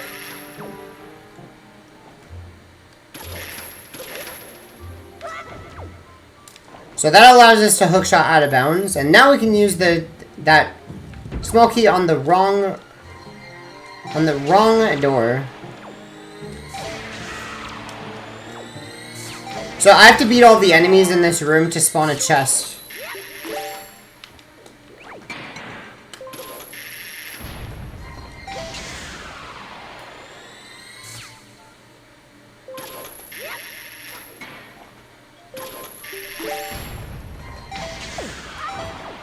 But it doesn't always spawn. Kind of sinks. Alright, there we go. It spawned. Good. Doesn't always, though.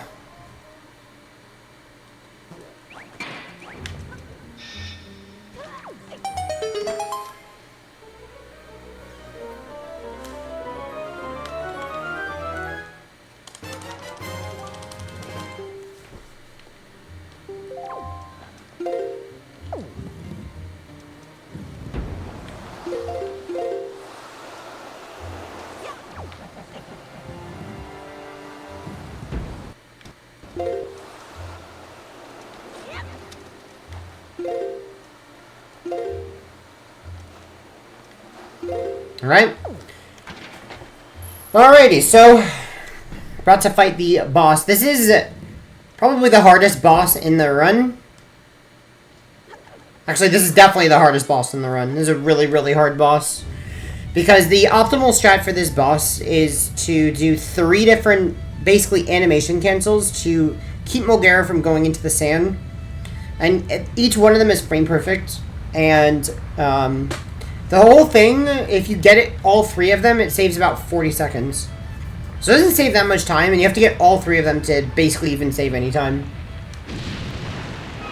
So, very, very difficult boss. So, 3 different frame-perfect animation cancels.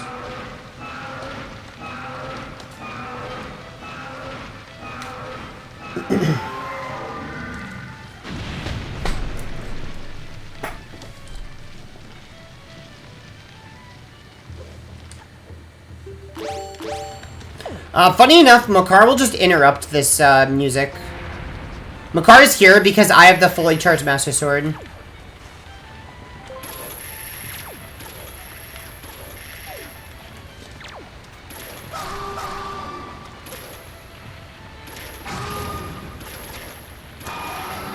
Alright, that's 1. So I need to get 3 of those.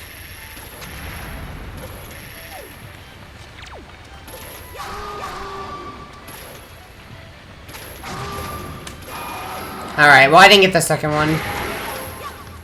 So I'm not saving any time now, unfortunately.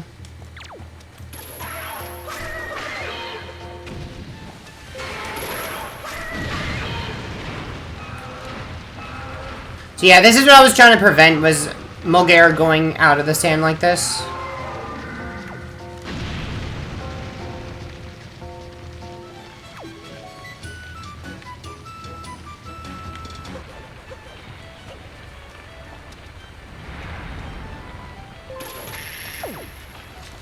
But I can go for one more.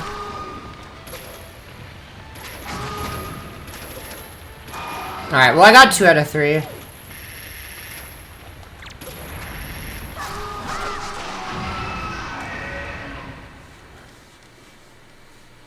Good enough.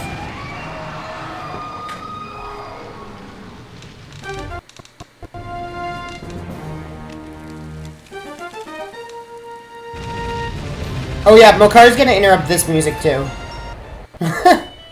He interrupts all the music. So you got like probably the best boss song in the entire game, and just Mokar just ruins it. Hello, Amethyst.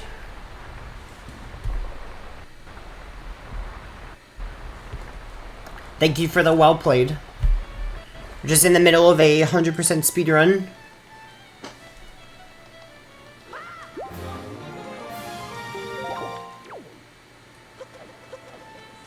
Alright.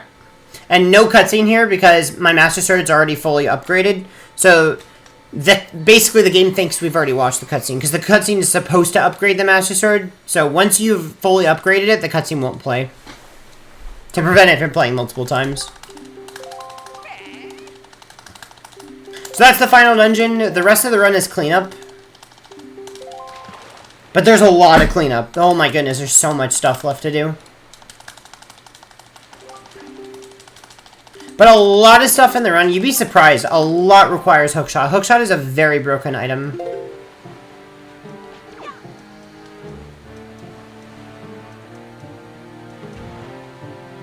There's just like so much you can do in the game with hookshot that you could not otherwise do. Like this. You can't even get... I mean, you could get to this item without hookshot, but it's very, very difficult. Very likely not RTA viable. Play tons of Legend of Zelda, but haven't seen many speedruns, so this is very interesting. Oh, good. I'm glad to hear. Well, you're in for a treat, because this one's crazy.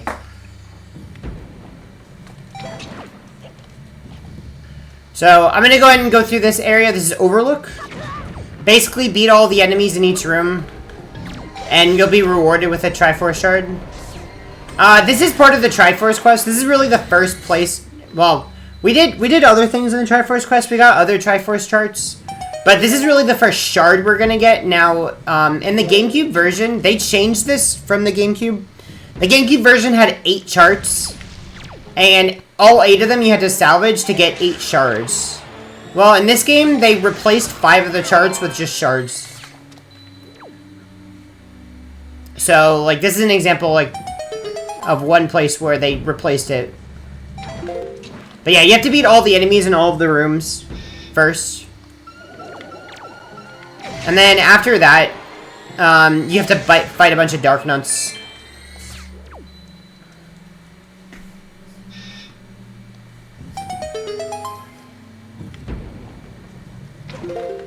I'm shooting each top torch with a fire arrow to light it on fire. And that, basically, what that does is it makes it so that there's supposed to be a cutscene of the torch lighting after you beat the room. That doesn't play if you light it first. Light arrows is very useful in these Dark Nuts, as you can see. They all get one hit, and you can collateral them.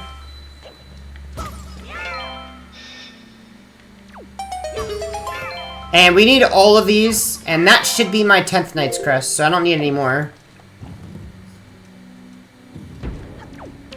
You've only played the game, you had no idea? Yeah, that's a really nice upgrade. A really nice quality of life change, because the Triforce quest was pretty tedious and long. So I definitely improved it in the HD version by replacing a lot of the charts with just shards, so you don't have to salvage. Salvaging is also improved as well. Salvaging, if you get hit while salvaging, you keep salvaging. You don't get knocked out of the boat. Or at all. You don't get knocked out of the boat at all for anything. Well, there is one thing, but The problem was that in the GameCube version, if you got hit by literally anything, you get knocked out of the boat. Which is very, very annoying for salvaging. Because you'd be in the middle of salvaging, and then you'll get hit by like a gunship, and then get knocked out of the boat.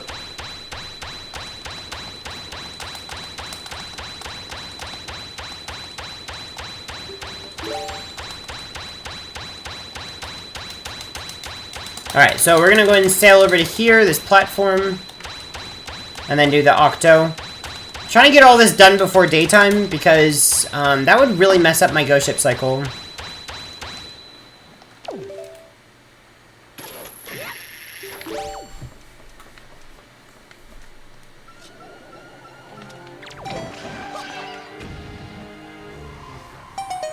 I don't have much magic at all, but I think we're fine.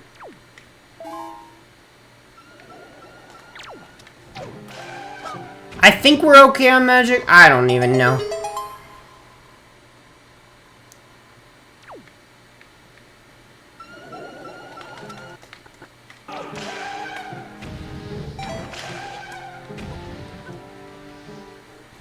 All right.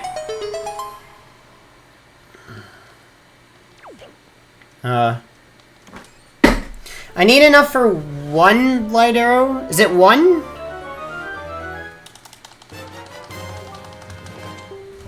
After this...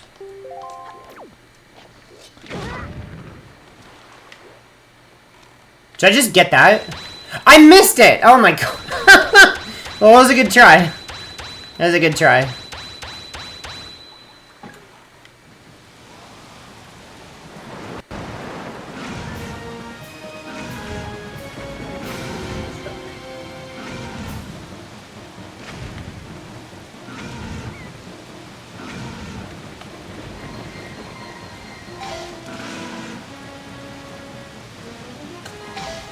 Alright, one more. Do I have enough? Oh my goodness, I have exact perfect magic count. Yeah, I think this is exact perfect magic. Wow.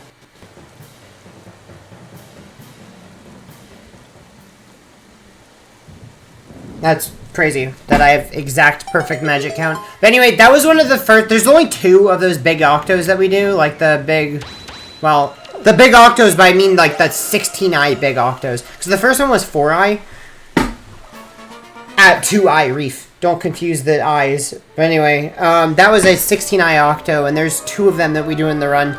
The general strat is to lead with bombs, because bombs you shoot really fast. And shoot everything that you can with bombs as you're going around. And then all of the leading shots, there's like a quad shot you can line up with light arrows. So light arrows can multi-hit eyes. You can hit multiple with the same one, and you can hit through the octo. So that's why it's very useful to start with bombs and then end with light arrows. So I need 1 light arrow for Savage, so good thing I have just barely enough magic.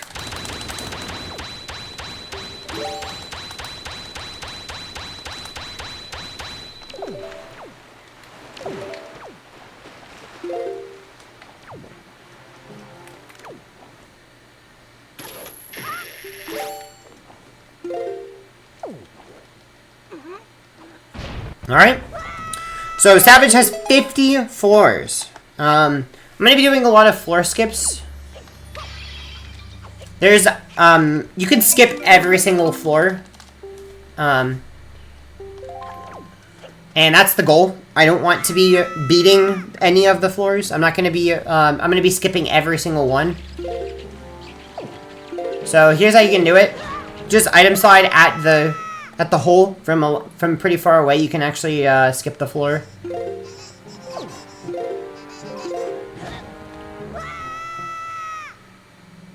So you just gotta have enough speed to be able to reach it. I am gonna get spoils, quite a few spoils from here. And you may have noticed I got a fairy. The reason I got a fairy is that all of these floor skips deal so much damage that you're gonna need the fairy. It's not really the enemies, it's the floor skips, because every floor I have to get damaged in order to skip it. So I have to get hit 50, well, not 50 times, but pretty close to 50 times I have to get hit.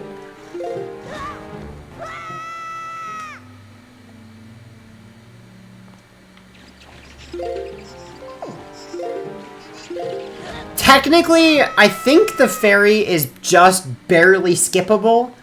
And it would save a few seconds, but it's very risky. It's very high risk. Because dying means you have to do all of Savage all over again. But yeah, so we're gonna get a bunch of more joy pendants in here.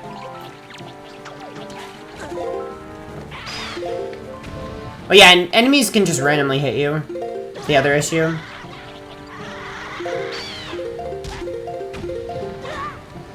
And as you can see, the floor skips aren't fully consistent.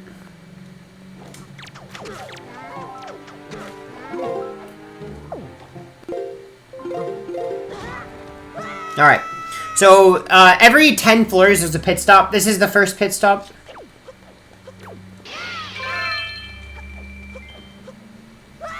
So, pit stop number... So, that's floor 10. First pit stop. Just to, like, refill on hearts, and, there's actually a bunch of rupees, too. Because you're supposed to be, using the rupees to decipher the charts. Oh yeah, I forgot to mention, yeah, so the charts, you're also supposed to decipher them at Tingle Island. And it's a lot of rupees. It costs 400 rupees to decipher a single chart. Now imagine doing that 8 times. That's a lot of rupees. Like an obnoxious amount of rupees. What is 400 times 8? Anybody can do that math? Is that 3,200?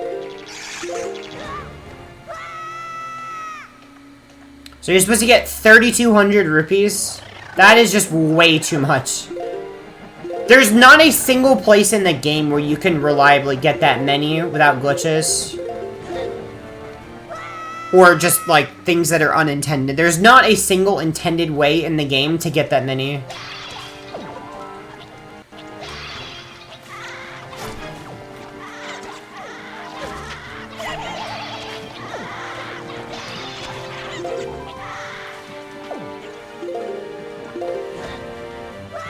You second my 3,200? Yeah, that's obnoxious. In this game, you only have to decipher 3.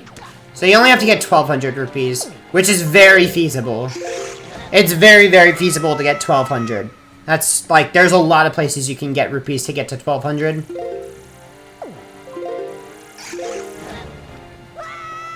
But I believe, for 3,200, you could get every single rupee pot that exists in the Triforce quest and still not have enough. It's that bad. I'm pretty sure, but I'm not 100% on that. Savage is a lot, though. But you only need to get to floor 30. Oh, yeah, so once you get to... This is the second pit stop. We're at floor 21. Any of these that have torches, we can skip a lot easier. Basically, what we want to do is get hit and then quickly hookshot. And the reason this works is that when you hookshot something, you don't actually have collision. So you can go straight through walls when you hookshot. And you may ask, like, why is that the case? If you think about it, it kind of makes sense, because there's a lot of times where you'd hookshot from an angle that, it would be weird if you would, like, get stuck on something.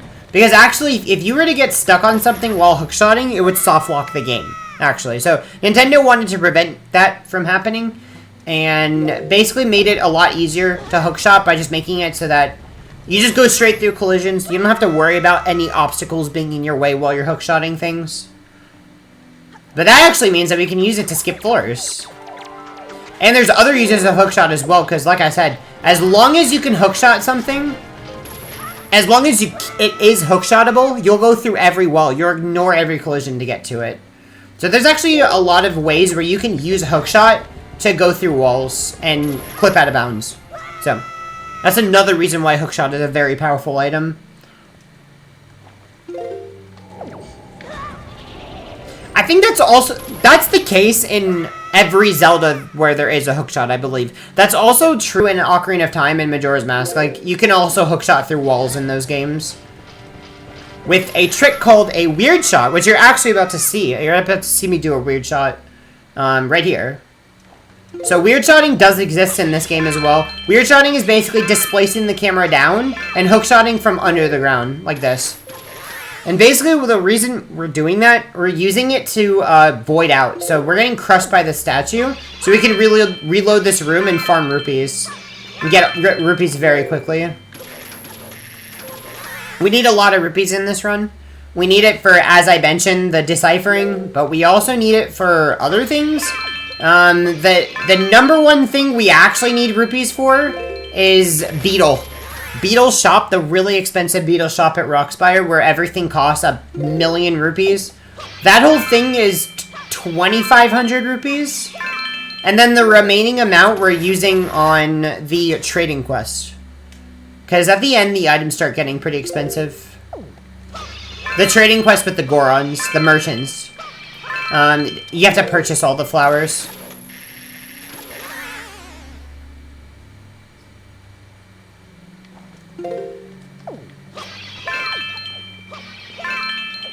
So this should be the last void out.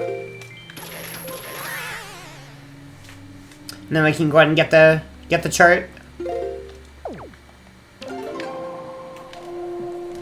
Now, here's an interesting change from the GameCube version to the HD version from Japanese. They changed Savage a bunch of times. On the Japanese version, floor 50 gives you a yellow rupee, which is a big, fat joke. They then later changed it to give you a heart piece on the North American and PAL version.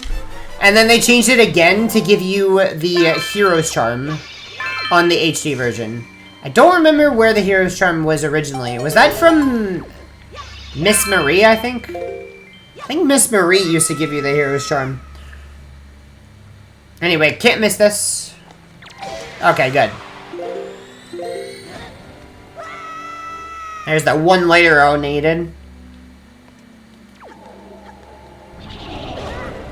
So anyway, because the Hero's Charm is on floor 50, we have to get to floor 50 in this speedrun. But actually, the GameCube version of the GameCube version of this game, the original version, is run on Japanese, where floor 50 is a yellow rupee. They actually don't have to do Savage after floor 30.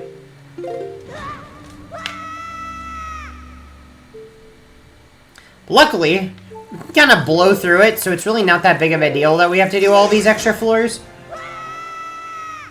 Still pretty fast. And it's very useful for getting all of these spoils. It skips a lot of farming that we'd otherwise have to do.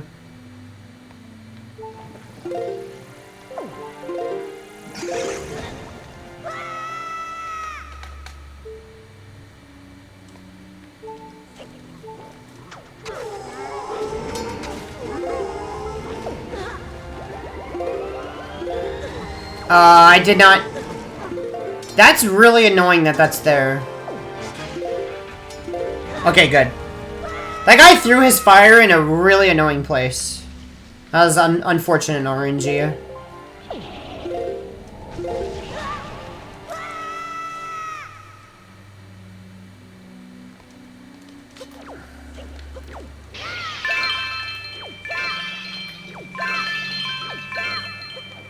Island beautification process, giving all the butterflies supposed to the teacher gives you the island deed. Yes. The cabana deed, yeah. Is it in the island home? I don't remember. Is what in the... Oh, is the... I don't know if it's there. I really don't know. I thought maybe Miss Marie gave you the Hero's Charm after giving her enough spoils. I don't know. I don't remember. I thought the Hero's Charm Miss Marie gives you. I thought the teacher gives you it. I don't remember. I really don't remember. Oh, that's unfortunate, RNG. This guy got in the way. Don't get in the way again. Alright, good. Yeah, those guys could get in your way. That's why I have to kind of get them out of the way.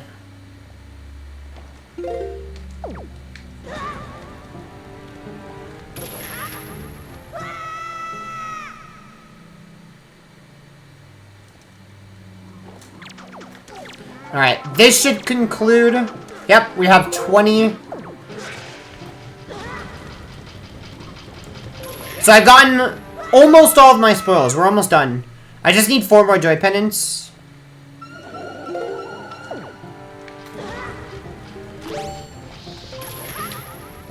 But we're about to give all of our spoils away. All at once.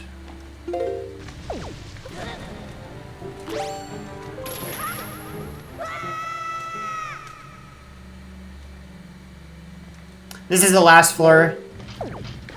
Just a joke how we skip it. It kind of doesn't do it justice. Doesn't do the floor justice that we kind of just skip that floor. That floor is really dumb. A lot of the floors at the end are pretty dumb. They're pretty rough. Alright, I got a tradition. This is kind of a bit of a surprise, but if you like Crab Rave,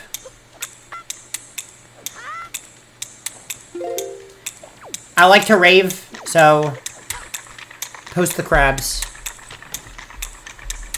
I can turn it off if you want me to. If you want me to, Luna, I'll turn it off. Okay.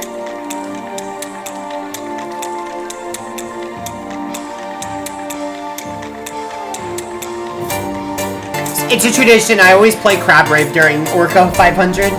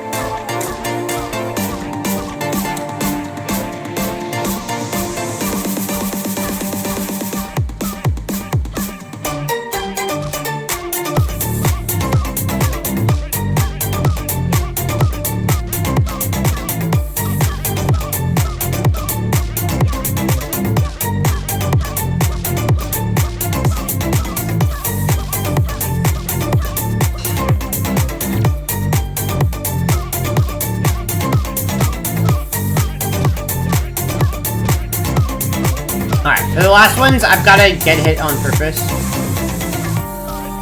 That was kind of close. And then we just need 500. Want him to hit us so it ends the fight.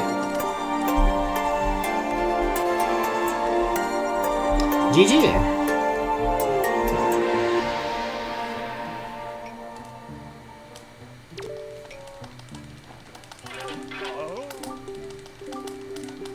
So, this whole sequence is kind of funny. First, we hit him 500 times. And then if he hasn't had enough, we hit him a bunch more times with the greatest spin on Earth. That we never use once in the speedrun.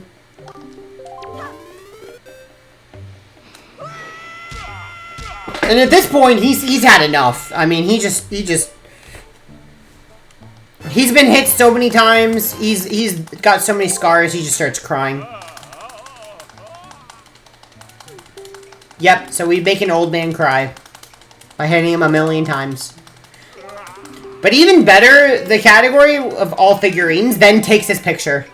Where's even better? It's like, hits him 500 times, makes him cry, and then takes his picture. It's literally old man abuse.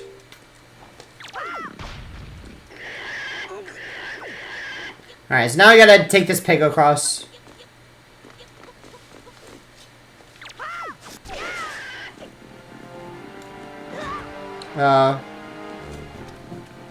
Not mean to get hit there.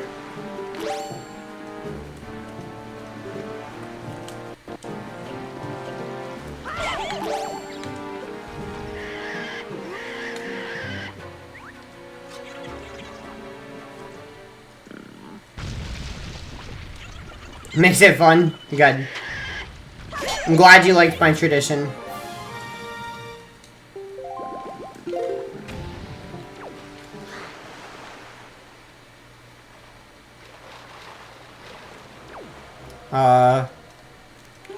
Alright, we're gonna cheat at golf. I apologize for the golf fans out there.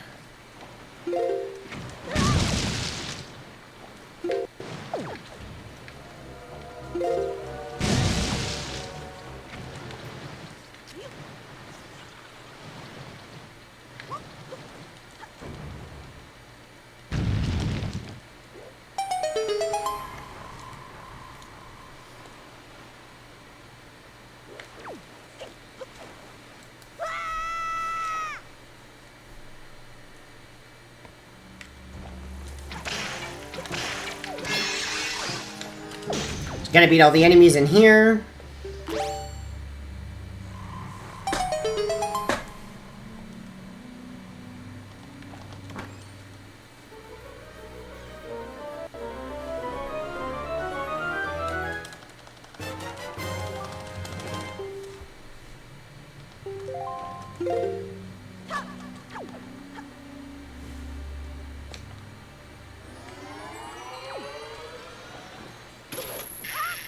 Then we can go ahead and get the chest that we got from the golf. So yeah, just a bunch of cleanup.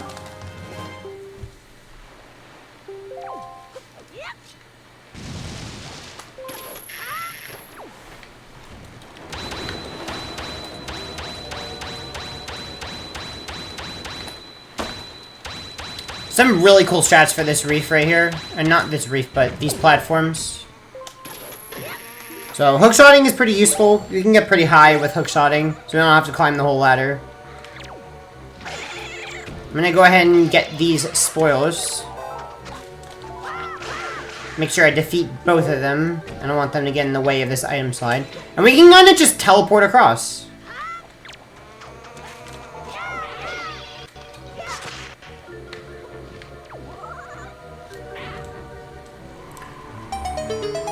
So yeah, basically with an item slide, it's very useful. You can get across so many places with an item slide. Like these platforms. Really cool strat. So you have to step on one switch and then trigger the chest to spawn. And then go all the way back to the other platform. But item sliding makes that so free. I bombed myself into the boat from these platforms because it's the fastest way to fall. You have faster falling speed when you do that.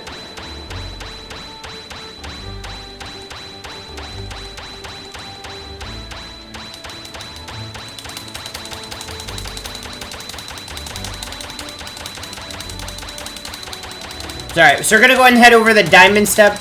We're gonna go ahead and salvage. This is the third salvage of the run.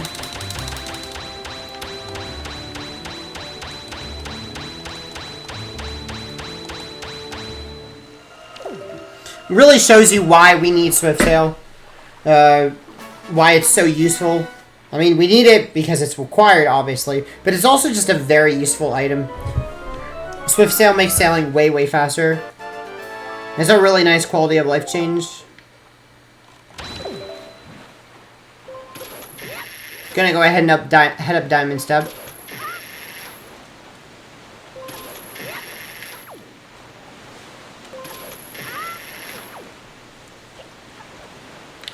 Okay. There's a pretty cool strat we can do to skip the interior Diamond Step. So normally you're supposed to do a bunch of warp pot stuff. But we can just do a bomb push.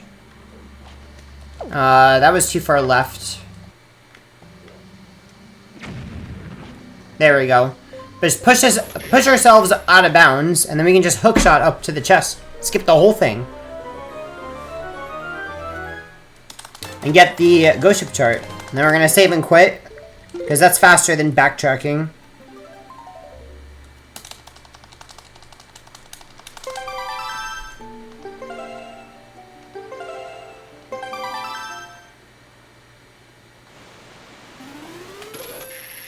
Yeah, the sail is pretty fast in this game. We're gonna be very careful to avoid the octo over there. Don't want to trigger that. Fun fact, you have to open the ghost ship chart in order to get into the ghost ship. So I'm making sure to open it. I just did right there. Otherwise, you can't even enter the ghost ship. Ghost ship should be next night. The next night we're going to ghost ship, which is going to be at Spectacle, which is what the run is routed for. There's a strat that you can do, if you may notice. Every time you put away... well, every time you shoot a bomb, there's supposed to be oops, I didn't mean to press that. There's supposed to be a cooldown of, bombing again, but if you put away the cannon and then pull it out again, you can shoot immediately. So that's a way you can rapid fire bombs. And that was very recently found. So there's a cool strat for this reef. You can hookshot out of the boat, and then there's another thing you can do. You can item slide to here, and then this is a shorter path to leaf. It actually saves a few seconds to do that.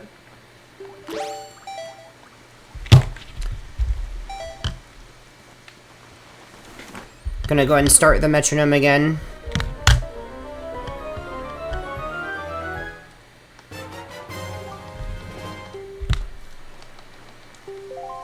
If it'll start, that'd be nice. If the metronome would start, that'd be nice. My phone is... well, I didn't end up saving time with that because my app wouldn't start, but basically I used that to void out and spawn on the boat.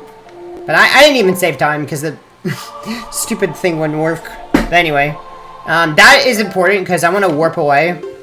And basically I just got enough speed to go to the edge of the ocean and fell and voided out, and that spawned me in the boat. So I could get to the boat way, way faster.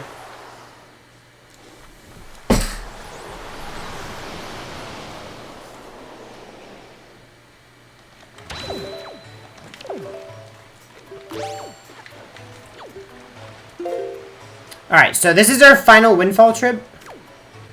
We're gonna go ahead and give away all of our spoils.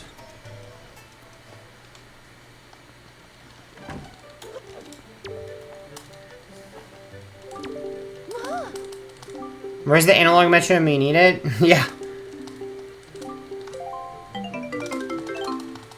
Doesn't help that my phone is like 7 years old. And most things run very slowly on it. This is very old.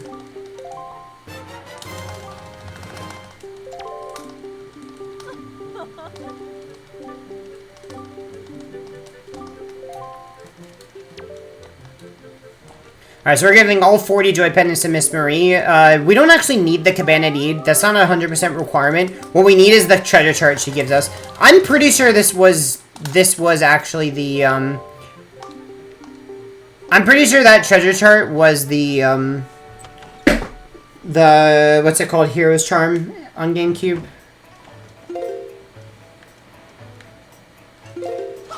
Alright. We're gonna come to here. We're gonna advance the Maggie side quest.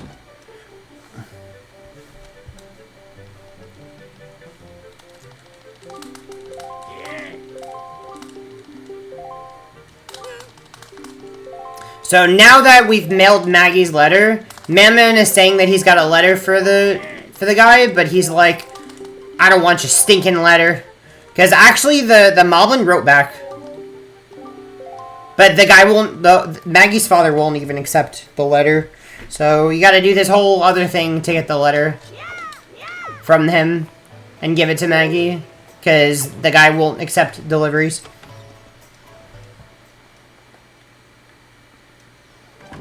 So we're gonna come in here and go ahead and get the letter that the guy said he wanted to give. It smells very bad. It's from the Moblin that Maggie fell in love with. So the Moblin actually wrote back. And then now we're going to see Anton and Linda are happy on their date. Now that I set them up. Gave me a piece of their heart that they just got for each other. How wonderful. How beautiful.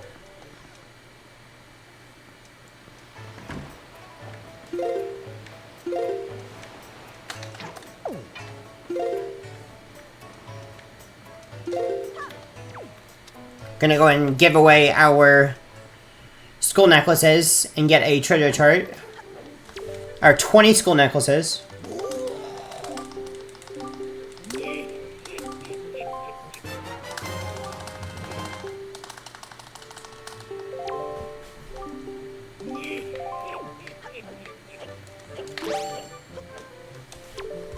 And then go ahead and give the letter to Maggie for a heart piece. Fun fact!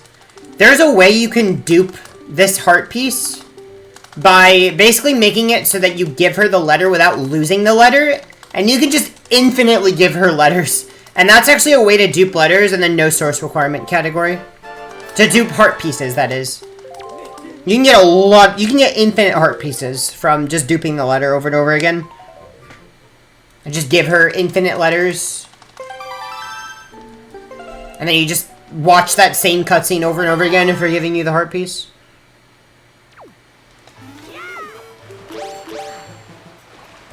Alright, so that was our last Windfall trip. And we'll be back to Windfall, but not doing anything on the island.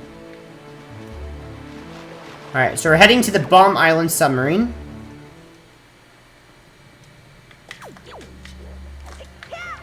That's not what I wanted to do. What? Okay. Oh, that rat missed. I don't want the rats to hit me because they can take rupees. A lot of rupees. Orphans are doing their best.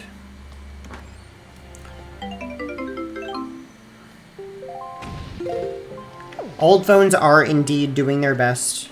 Alright, so got well, no, actually we have one more bottle we're gonna get. Third bottle is that one. Head back to the island. We want to go to the interior, but first we want to go ahead and trade with this guy. Continue the trading quest. We're gonna trade twice with this guy. We trade twice with all the Gorons. It's kind of funny that we trade twice with them. Like you trade and then you just trade the item back to them. I'm not sure if that's intended.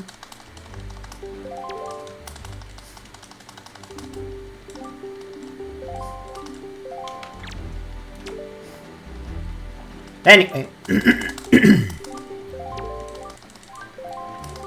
I do love me a good trading quest. I love trading quests. I think it's a cool concept.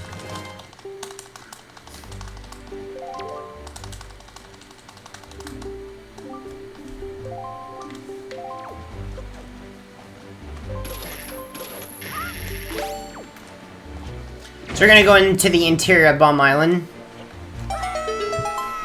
Is that the J-Bomb?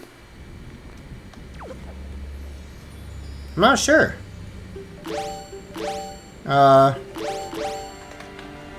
So anyway, this has a bunch of magtails, and we can skip a lot of this island. We can skip like the entire part right here. It's kind of cool. You can open this chest while on fire. So you get here early with an item slide, and we can just skip everything. And there you go. So I just basically used the Iron Boots item slide to make it so that I was invulnerable to the flames and open the chest. Because basically what I did was I made it so my hitbox was underneath the map. So actually my hitbox was too low to be hit by the flames. And I used the item slide to push up against the chest and open it while it was on fire, which is kind of cool. Then I don't have to lower the flames at all.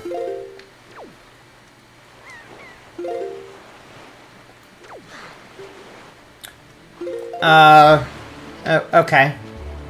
I mean, that's one way to do that item slide. That's not exactly what I wanted to do.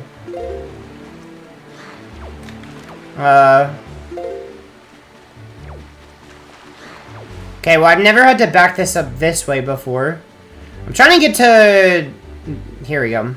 Right here.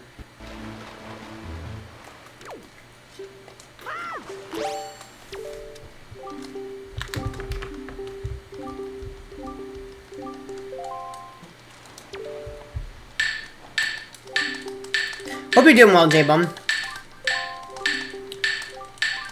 Alright, so now the boat is at Bomb Island. I want to get back to the boat, so I'm going to do the same thing where I island hop Void to get back to the boat.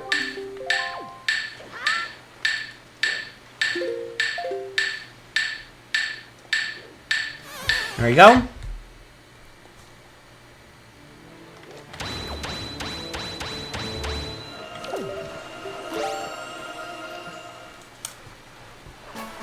You have a lot of fun decorating Windfall. I'm glad. There's a lot of stuff you can decorate.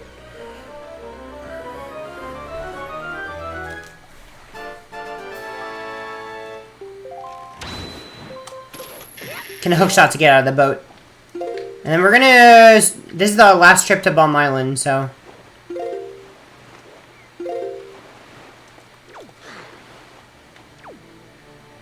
So super swim away to this reef right here.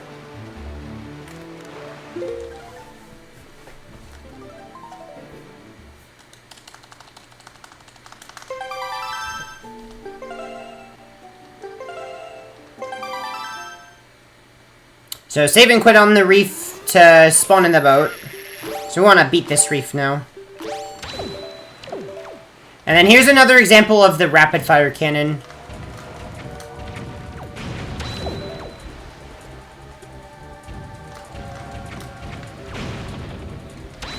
So very useful to take out gunships.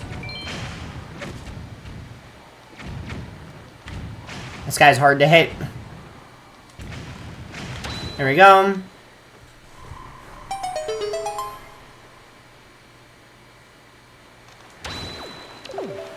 Here's another example of hookshotting you out of the boat.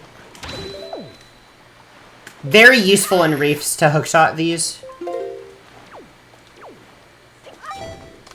I mean, you use leaf pumps to get to this. This is not how you're supposed to do this reef.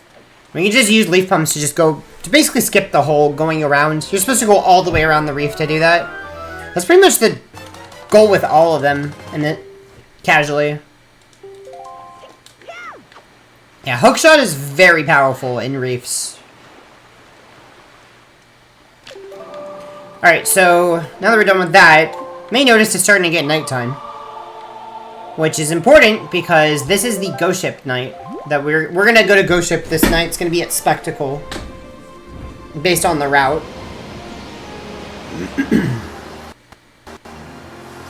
So, I'm gonna do a few things first, but I will be going to Ghost Ship.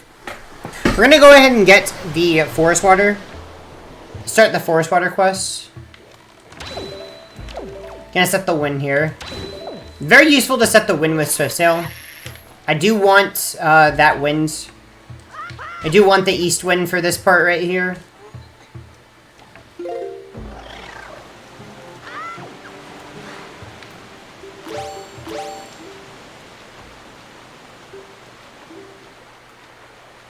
So we're gonna go ahead and get the forest water.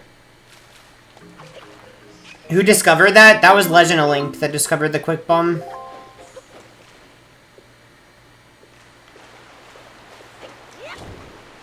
So this is why we wanted the east wind. It's very useful to leaf all the way to here. And then what we're going to do is we're going to item slide from here to the island. We're supposed to leaf to this island to get to this chest. We're going to item slide there instead. That's a very fast way to get to this island. And very easy, too. We're going to save and quit to get back to the start of Forest Haven.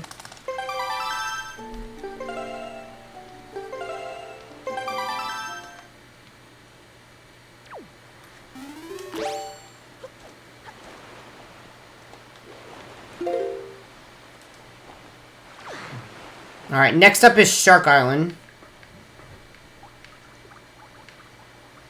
So, with the forest water, there's 8 trees. And basically, you need to pour forest water on all of them before the forest water expires. I hate to tell you this, but it's so easy in this run. You can literally go the entire run without the forest water expiring. I can literally go the entire last hour of the run without the forest water expiring. It's kind of a joke. Because you have 30 minutes. The GameCube version, they gave you 20. So it's a lot easier, and the Swift Sail makes it a lot easier, too.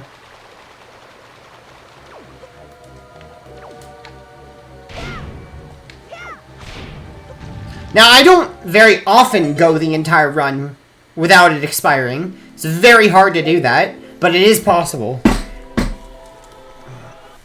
So you make it... Usually I make it by like 11 minutes. 11 minutes left, like on the timer itself, out of the 30. So we can do a lot of stuff in the meantime. Because Forest Water, the timer pauses during cutscenes like this. And loading zone. So it doesn't constantly go all the time. It does pause a lot.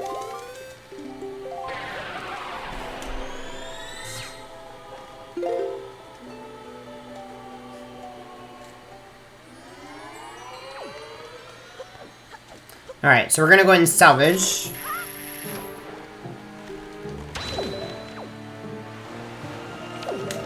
Alright. That's the wrong item. Did not want to equip that one. Alright, so we're gonna go to Ghost Ship from here. This is kind of a hard swim.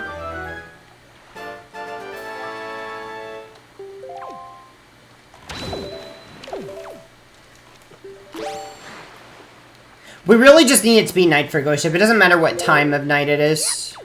As long as it's nighttime. As long as it's dark. It gives us a full 12-hour period to get there.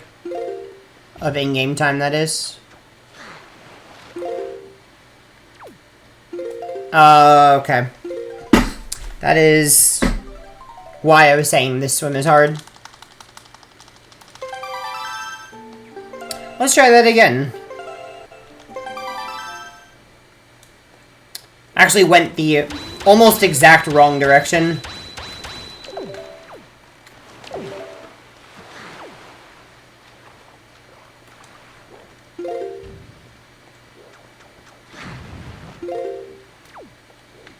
Alright, there. Whoa!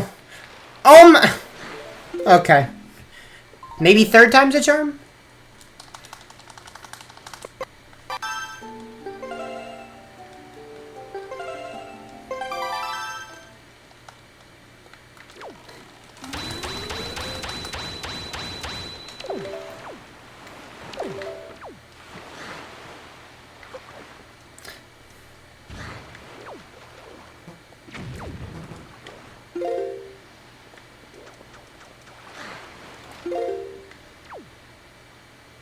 Alright.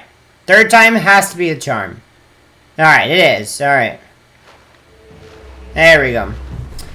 We're in there.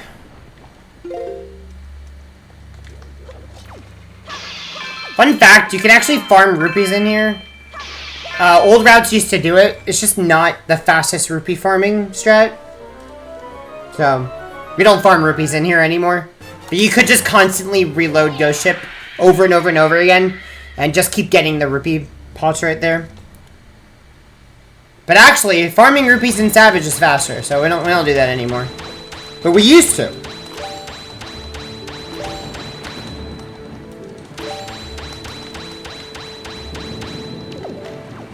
Alright, so we've done Spectacle Ghost Ship. We're gonna do the Spectacle minigame, which is basically the fixed version of Sploosh Kaboom. It's the non-dumb version.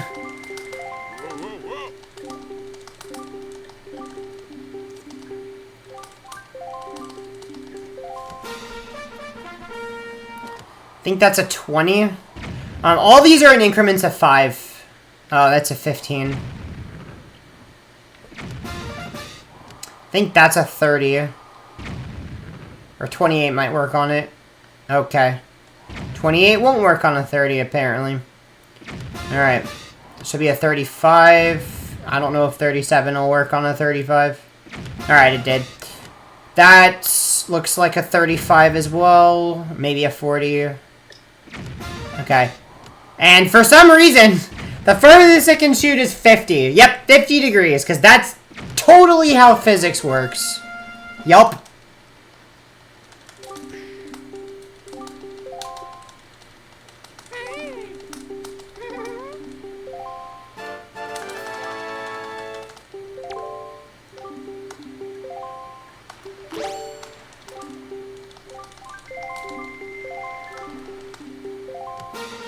Yeah, gotta love the physics. I think that's a 25 or a 30. That's a 30 or a 35. It's a 35. I think that's a 45. And then a 40. And then another 40. What? I could not tell that that was also 45. So then that last one's also 45. Or a 50. It's a 50. Alright. Yeah, these are pretty far. Not the greatest RNG.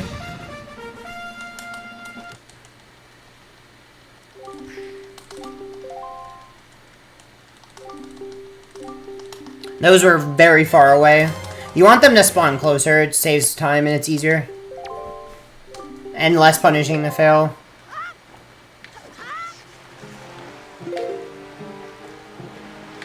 Okay.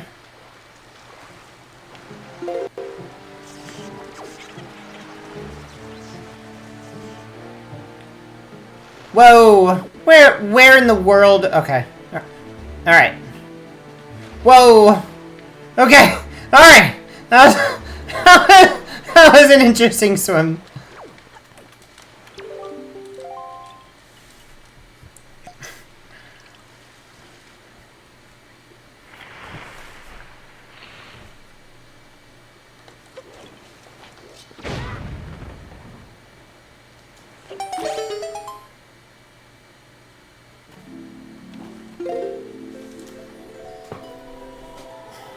Yeah, that swim was kind of all over the place.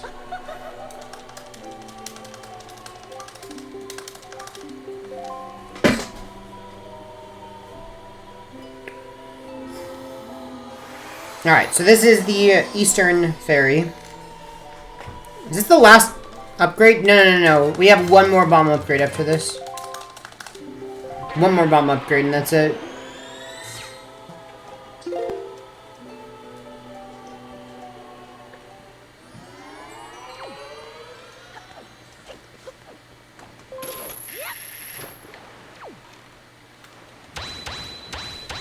Alright, now we're gonna go ahead and head over to Poprin.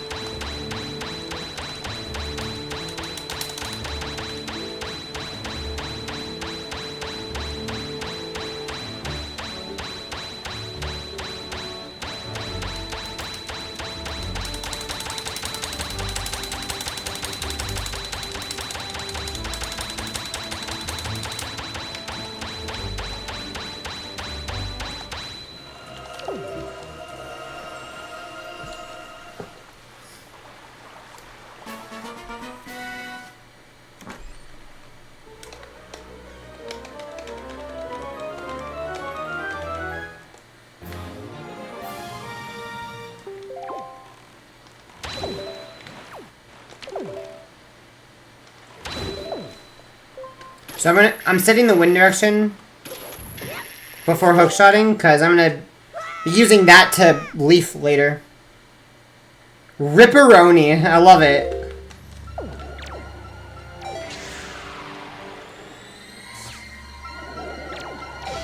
So yeah, light arrow is pretty useful here, but we can't actually light arrow the last 3 because it takes too long.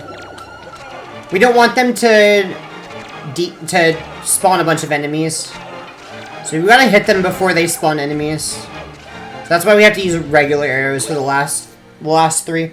First one, it's 1 and then 2, then 3. But yeah, the last 3 we have to, because the light arrows they have a long cooldown, as you saw. Like light arrows have a cooldown, regular arrows don't have a cooldown, so we can spam regular arrows for the last ones. And that's the general gist of, like, in general, Wizrobes, if 3 spawn, you have to use regular arrows. You can't use light arrows because you don't have enough time to hit the last one.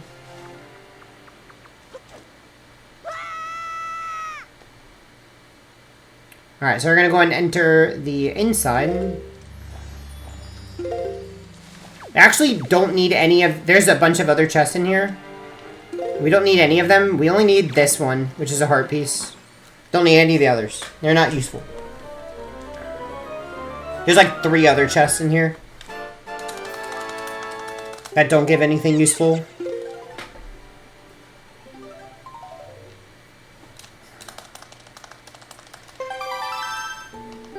Hey, a piece of heart for the marathon. What's up, Doc?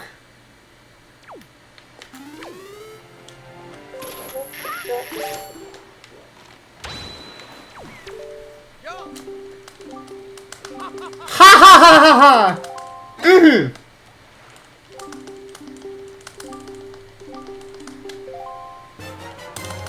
Now sing your own for charity? Thanks.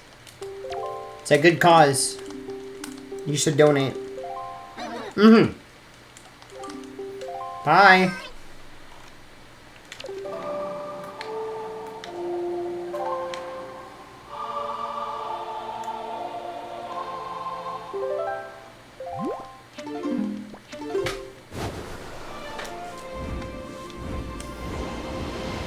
Alright, we're headed to Great Fish.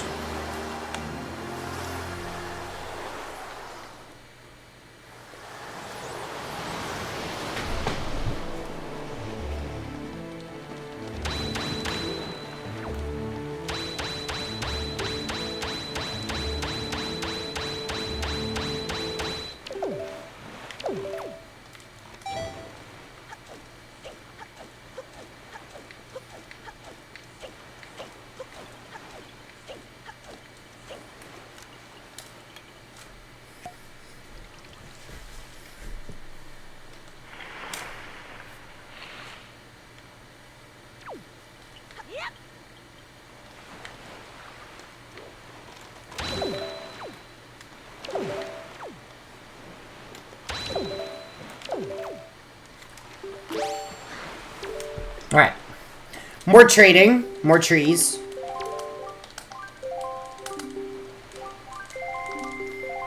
We noticed that items are just getting more and more expensive as we go.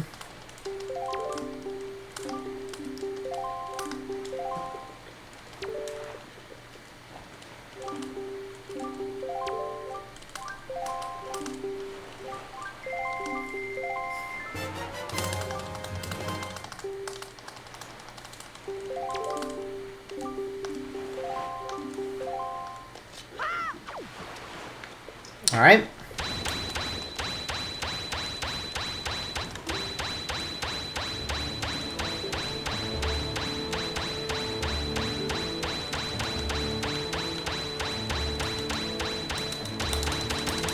We're headed to Three Eye Reef.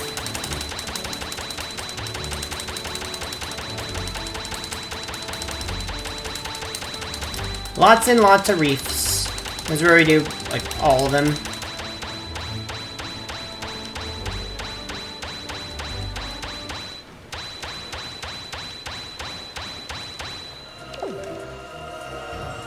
Just a reference, the HD version of this speedrun is over an hour faster than the GameCube version. Which is quite remarkable, considering that they're fundamentally the same game.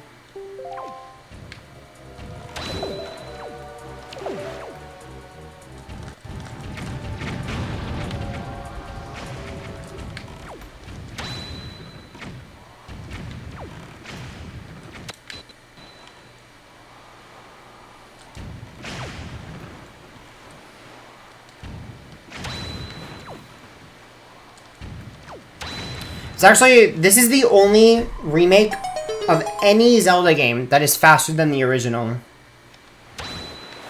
Like, of like any 3D Zelda, that is. Where the speedrun's faster. All the original's faster because they patch out all the glitches. Oh, I'm not getting good water RNG here. Oh, there we go. I did not mean to release that. Yeah, it's like... I don't know, we all hate it that Nintendo does it, but we have to acknowledge that Nintendo does do it. Nintendo loves patching out the glitches. They just always do. That's their #1 priority, I feel like, with remakes, is patching out glitches. Even if they're things that beginners would never stumble upon ever. They always patch out the glitches. But somehow, they managed to make a more broken game with HD. With Wind Waker HD, somehow managed to be more broken than the original. And that's the only time they've ever, like, managed to do that by accident. Usually it's, you know, they patch all the glitches and there's nothing left. They did attempt to patch a lot of glitches. They patched storage out of HD and they did a good job of it. They did a good job of patching storage out and making zombie hovering less powerful.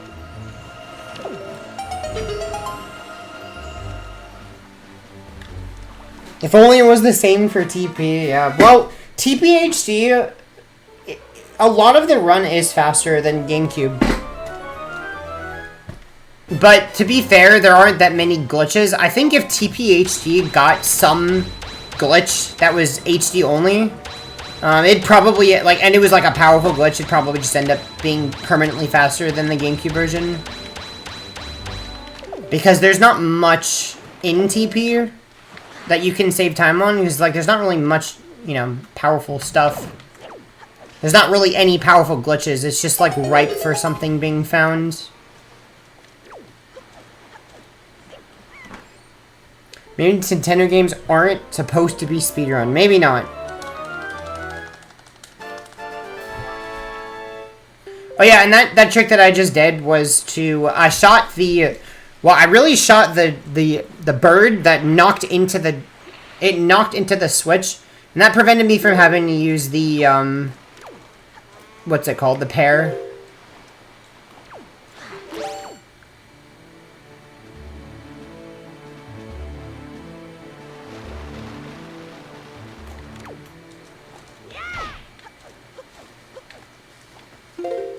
So this is Private Oasis. Or Link's Oasis. I guess it becomes Link's Oasis after you get the Cabana Deed. Or after, you know, then you own it. Okay. I don't really know what causes that to happen. There we go.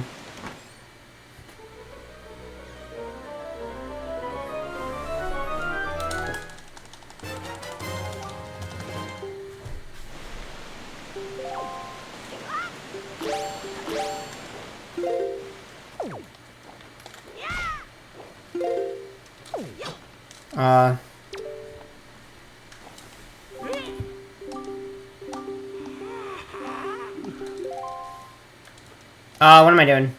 I want you to show this out again. There we go.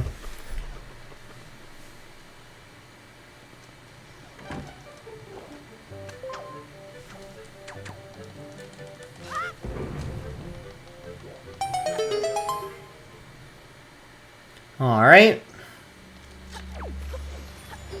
There's a way you can skip, like, all of this. You're supposed to take a bunch of caves, or a bunch of, not crawl spaces.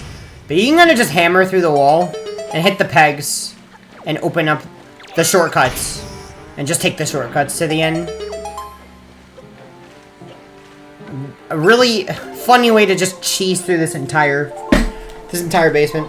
And as before, I almost got hit by that rat, but yeah, you don't want to get hit by the rats here because they take a lot of rupees. They can take a lot of rupees. They can take well over... I've had them take like 200 rupees from me before.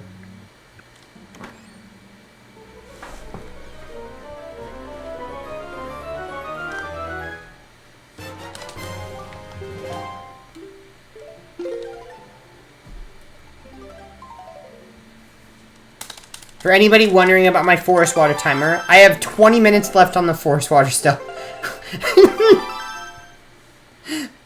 This is like the 30-minute timer is ridiculous.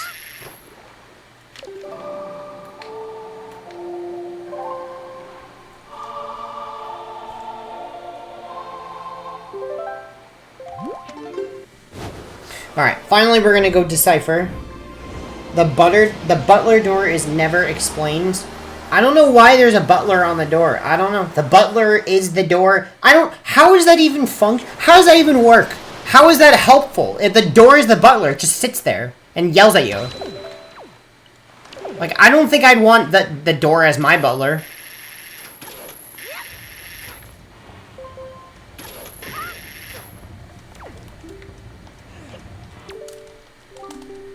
Yeah, I mean, like, what's the point? And it just sits there and screams at you and tells you... And that's literally the whole... That's it. Like in Hogwarts? Wait. You're talking about... Wait, there was a butler door in Hogwarts? But it's like, shouldn't the butler be doing things for you? Instead of just yelling at you?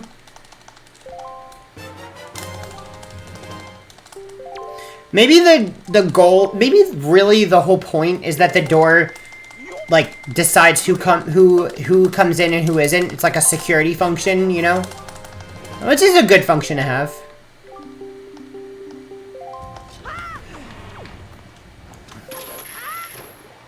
The door will be like, Link, did you want this person invited? And you're like, heck no!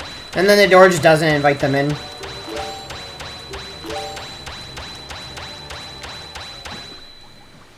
Alright, last octo of the run.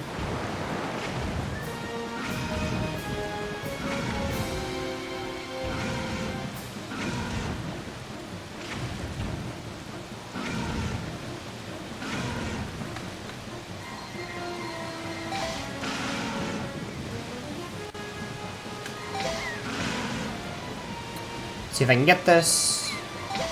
Nice! Good. So that's an example of light arrows being useful. I just sniped to the eye through the entire other side of the octo. Otherwise, I would have had to wait a long, long time to hit that. And for people wondering, boomerang is not useful. It's not the fastest... Well, I mean, you can use it on octos if you really want to. But boomerang is really slow because I think it's... What is it, like 3 hits of the boomerang required or something? Takes a lot of hits for the boomerang to actually, like, deal them. Yes, you can hit a lot of eyes at once, but it ends up not being faster. It ends up being the slowest way to deal with them. So the fastest way, obviously, the way that I did. And then you could also use regular arrows. That's also useful. But yeah, using the boomerang is just not good for the speedrun, unfortunately. Even though that's what I did as a casual. There's a painting blocking the way to the Gryffindor room with a person on it asking about the password. And I do not remember that. And it's been a while since I've seen Harry Potter, apparently. But yeah, basically, I guess he functions like the painting, you know? He's like, what's the password, you know? Which is a good thing to have. You don't want, you know, just anybody coming in.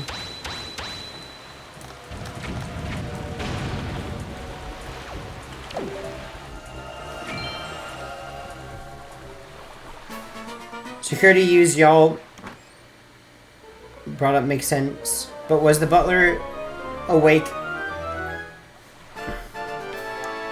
Han soloed into the door. I don't know. I mean, that just sounds brutal. How did he become the door? Like, how did the person become the door? That sounds like a terrible experience. Like, how does he go to the bathroom? Did I get good Swift Cell RNG? Well, if you mean auction RNG, no, I got Joypin. Because we don't do first try Swift Cell anymore.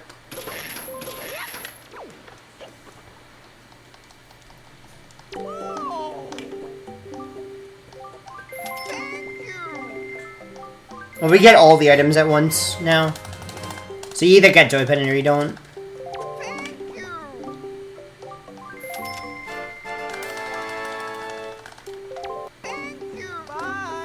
Alright. So now you see we only have 340 rupees left. Where did all our rupees go?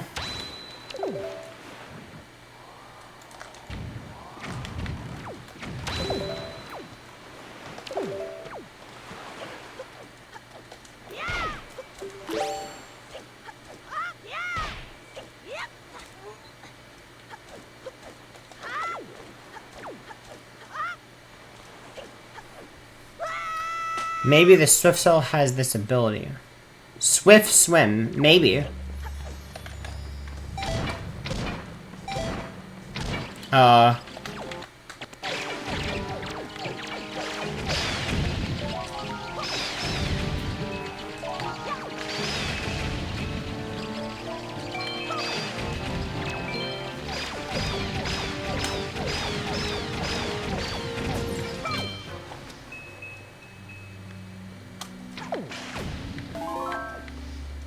Alright.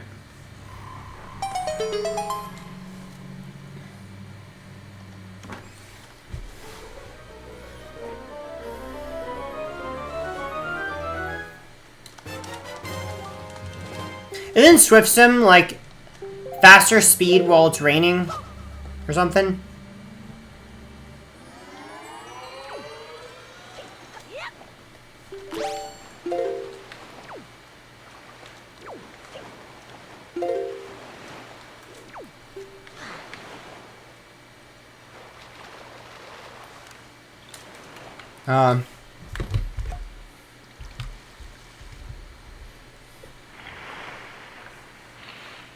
Alright, last trade. Well, I guess, no, not technically last trade.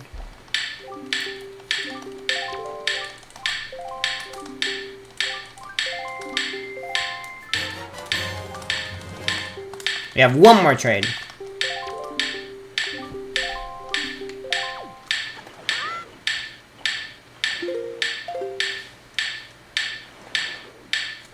Alright.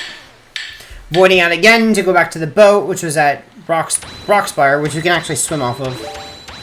Because we can't swim off of mother and child. So now we're going to Star.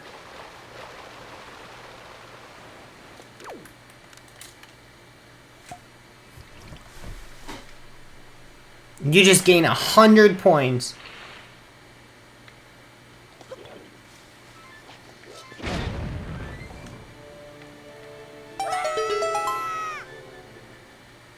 Do you think it's salad skip time?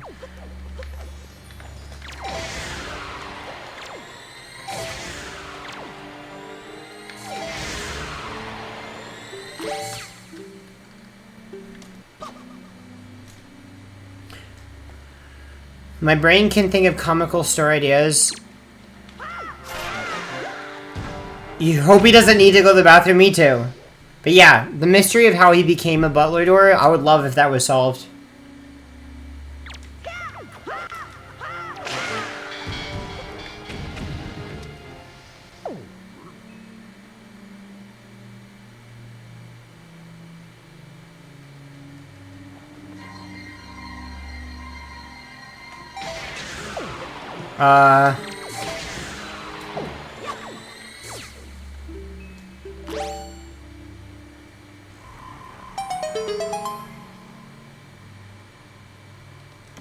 Zelda Theory Fuel.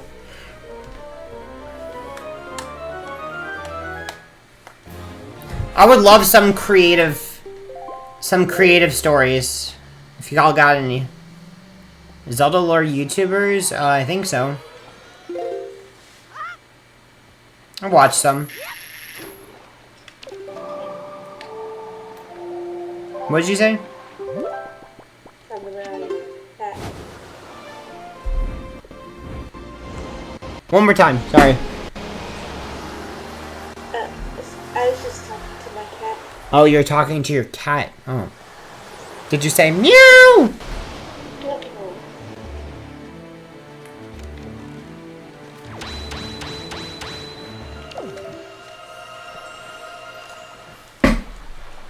Hello Gamer, Nintendo Black Crystal. No, I've just seen a game theory. Thanks for watching.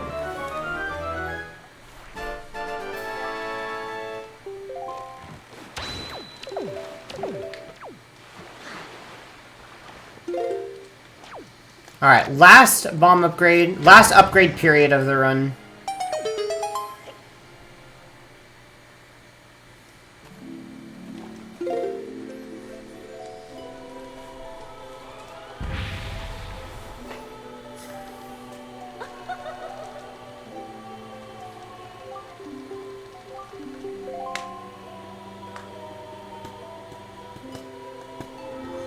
You like Zeltic's videos? Meow. Alright, so 99 bombs.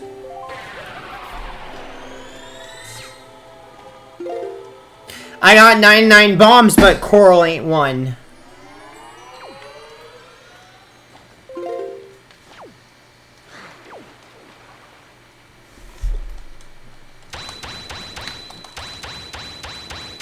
May I have some Woodmaker videos?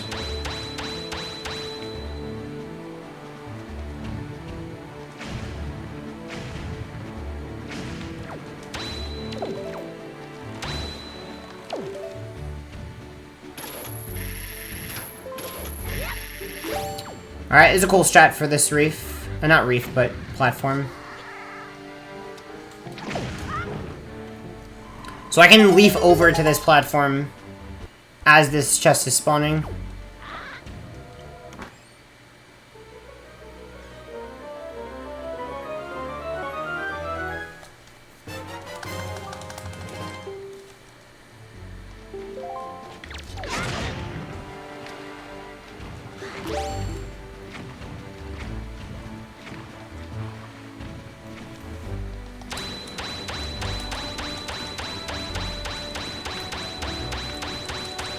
Alright, how many reefs do we have left? Like 3, I think?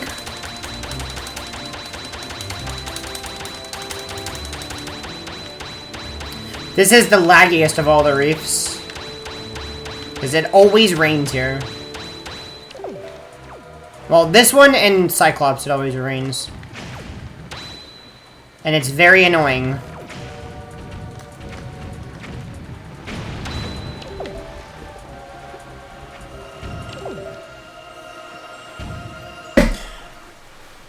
So this is probably one of the mechanics I don't necessarily agree with, is that they made it always rain in some of these reefs.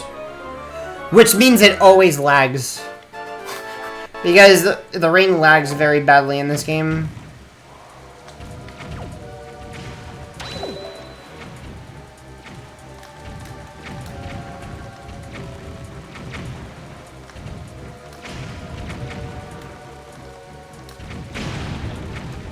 No, I don't want to get out of the boat. Okay. Well, yeah, I had a lot of lag there. Very laggy. But I guess it clears up after you beat the reef.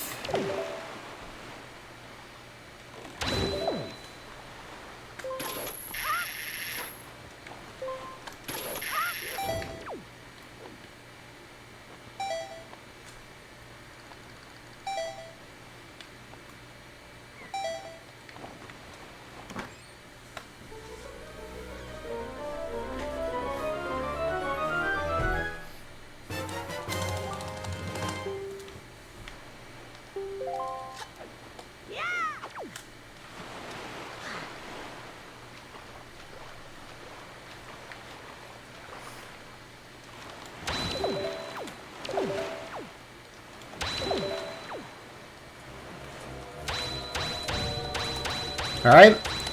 We're headed to Angular. Is Leaf the most broken item in Wind Waker?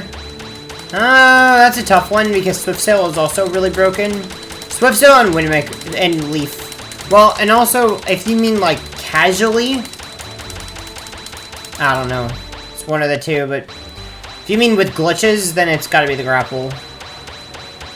And the Wind Waker is also pretty broken too in SD because of storage.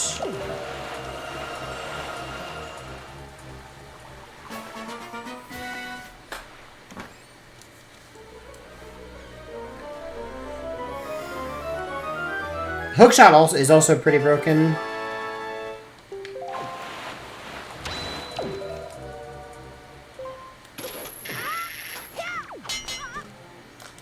Okay.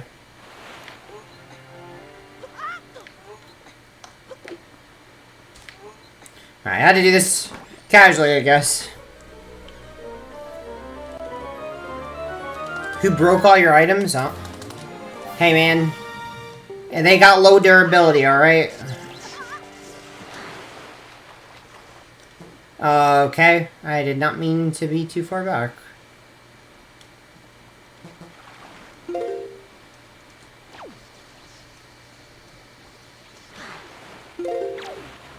Please. Okay. I did not mean to target that. Also, I almost hit the... Oh, man, that was almost bad. Alright. Alright, we got it. Alright. Almost failed, like, twice.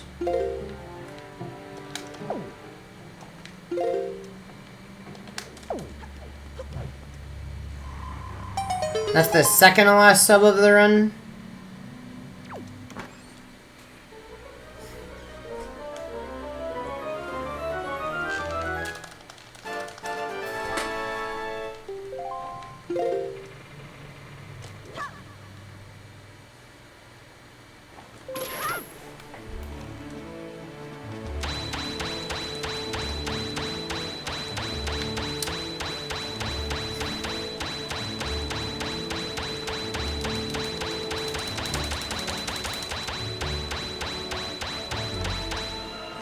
And this should be the last regular chart salvage, I believe. I think from here it's just Triforce charts.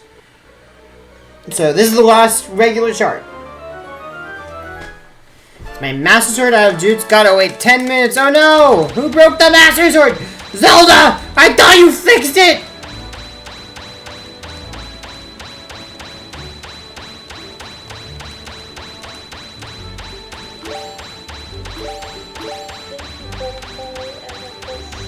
Oh, thank you. Thank you, Amethyst, for the follow.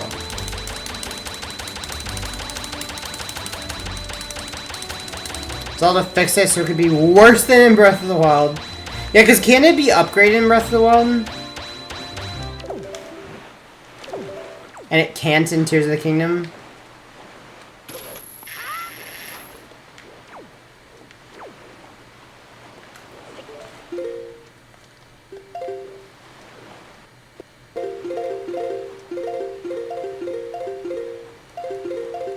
Very nice. So that's the only use in the run of... Well, there is one other potential use, but there I just used something called an odd shot, which is basically I got enough speed to reach a slope from a distance in one frame. And what that does is it projects Link up that slope pretty high. It's the opposite of a weird shot, where it basically makes your camera go really high. And that allows me to hookshot the chest from outside and skip the interior. So it's a really, really cool trick, but it's very difficult, because that tree branch is tiny. You have to land on it.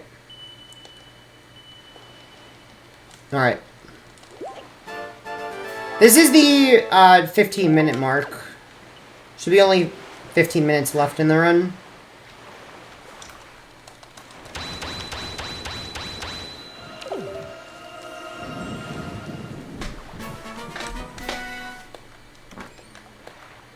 After finishing all three, you had more durability. Oh, Trial of the Sword. 60 base power. Yeah, I think it's a little disappointing. Because I think it's kind of interesting that the Master Sword is supposed to be the best game. The best the best weapon in Tears of the Kingdom, but it ends up being worse than a lot of other weapons. Like, there are a lot of weapons that are better than it.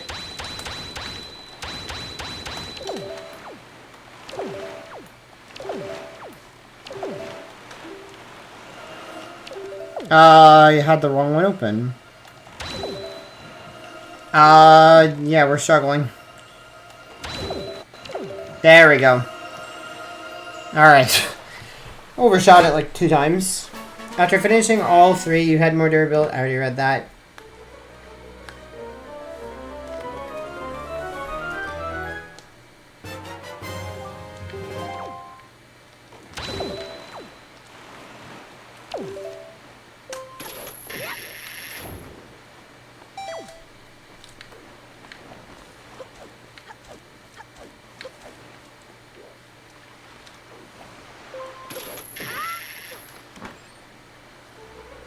Prepared it for 1,000 years so I could use stronger Zonai weapons.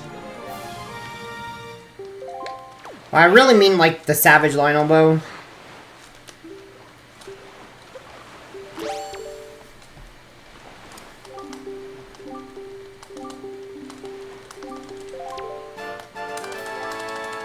And what else?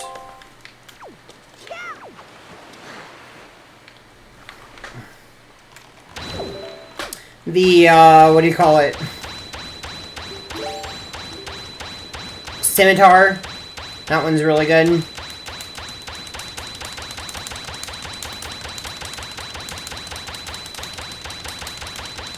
Could you have grinded Lionelbows and rubies for me instead? Sure. I mean, that's a real way if you want to beat the game easily. Just grind rubies and topaz.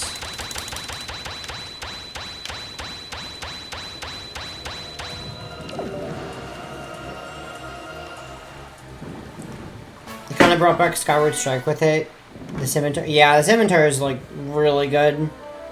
Really, really, really good. And you can rebuy it. And it has better durability than... I think it is... I'm pretty sure it has the best durability of any handheld weapon in the game.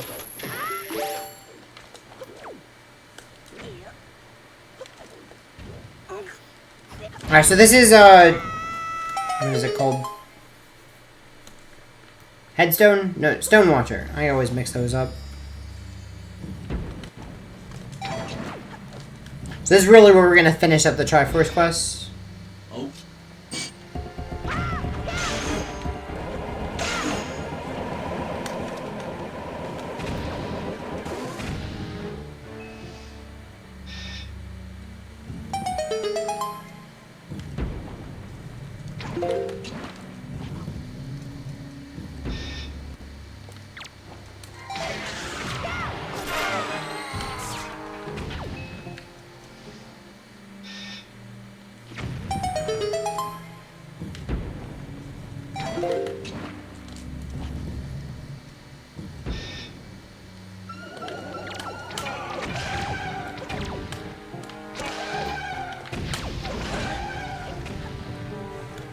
Alright, barely got that.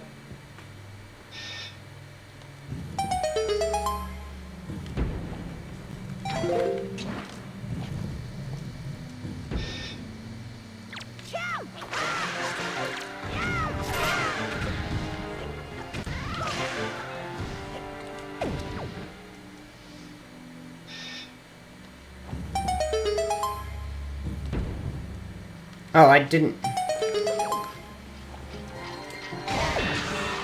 What? How did that miss?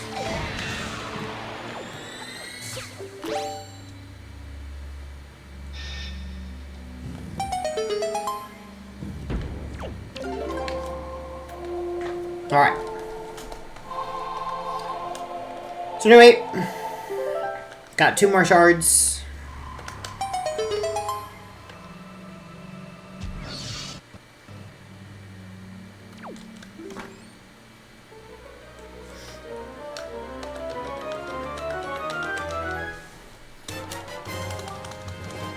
One more.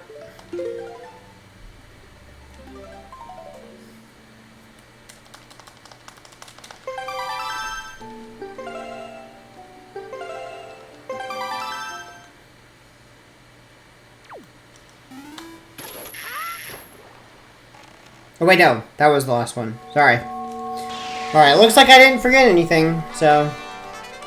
I got everything.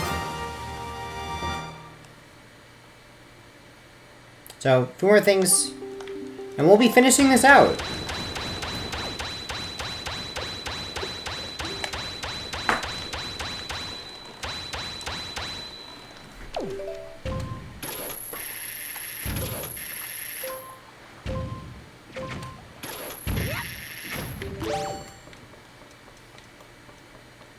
Alright, so really, you don't actually have to bomb these cannons from outside. You can hit them through the floor.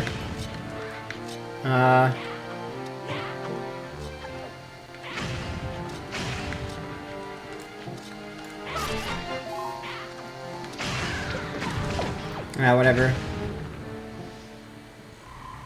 Am I on top of this? Okay, well. Here we go.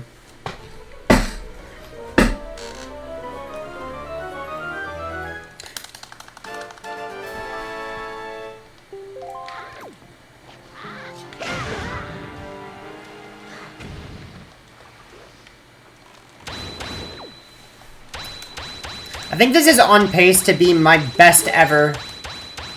I think this is on pace to be my best ever marathon run of this category. I've done 3 so far. I don't remember what my second one was. My first one was like 5:05 or something. Can't remember what my second one was. But this is like 4:53 pace.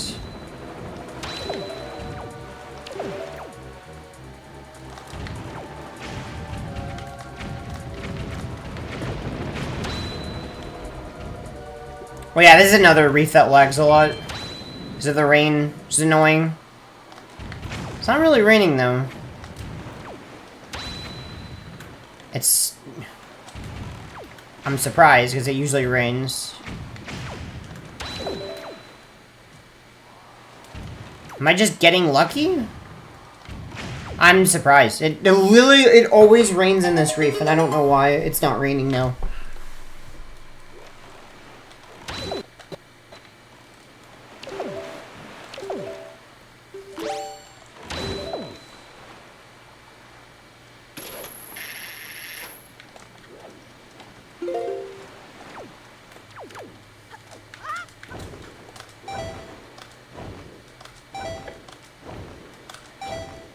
Oh my goodness, I barely made that. For whatever reason, Link, when he jumped off, he like... when he jumped off, he went really low. But I was able to back that up. We should have enough magic for the next reef. So I'm gonna go ahead and save and quit to get back to the boat. You could technically void out from this chest, but it's really hard because you're so far from the edge of the map. I haven't quite figured that one out yet. Haven't quite incorporated it, but it would save a good bit of time. Alright. So, one more submarine, one more reef.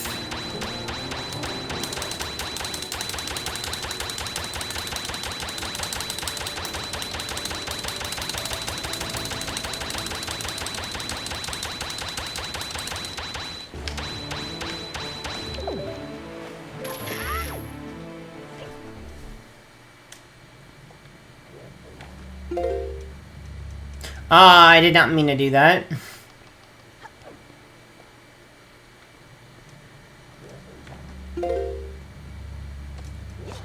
There we go.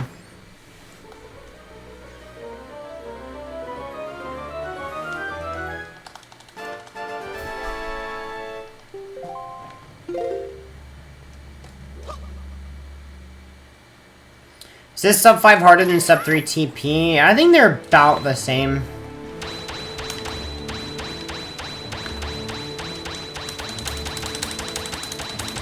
Or sub 3 and TP might be just like a little harder. I know, they're pretty close.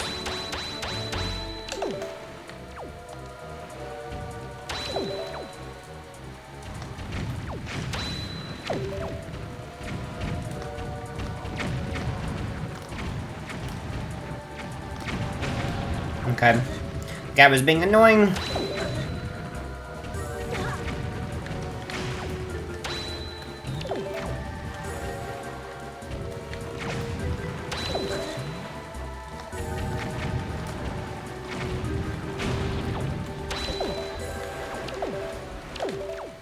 Alright, this is the last street for the run.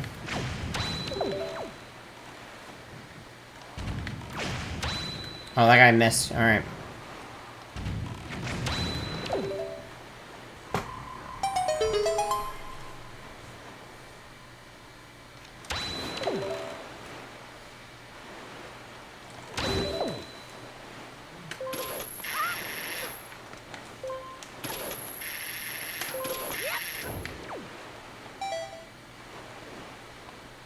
Alright, we have enough magic. Nice. Barely. Barely. I'm exact magic count. Alright.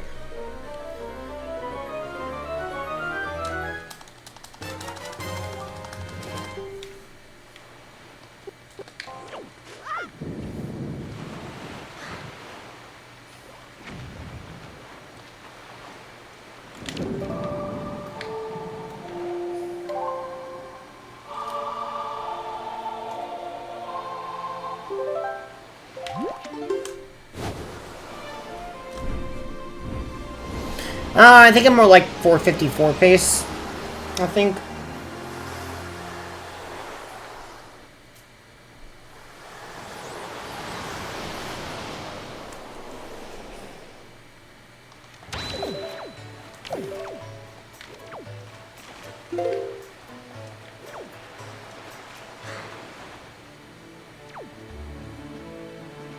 Alright, so we're gonna go ahead and head to Forsaken Fortress. There's actually one chest I've not gotten.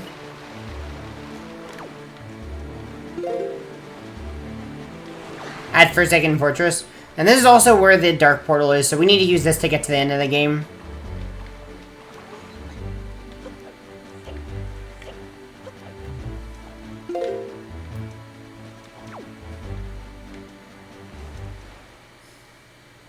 Alright guys, this is the last item in the game.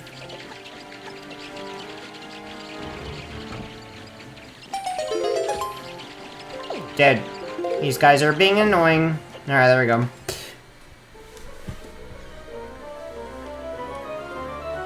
Alright. 20 hearts. That's it. Let's go beat the game. I have everything. That's 100%. The last part of the run is very RNG heavy. This is actually the most RNG heavy part of the entire run. Because I have to do a trick that only has a 38% chance of working. And if it doesn't work, I have to retry. And every reattempt is a minute and a half lost. So, it's, 20 hearts at peace. Yes. Yes. That is correct.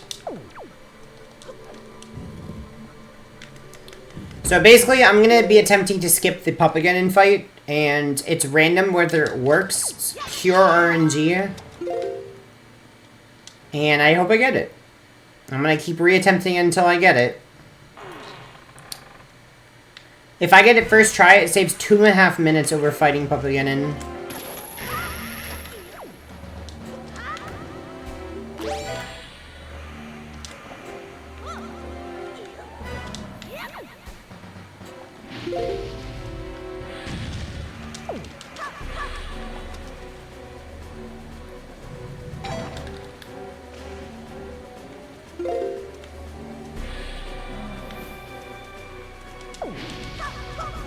Oh, okay. I didn't mean to get hit there.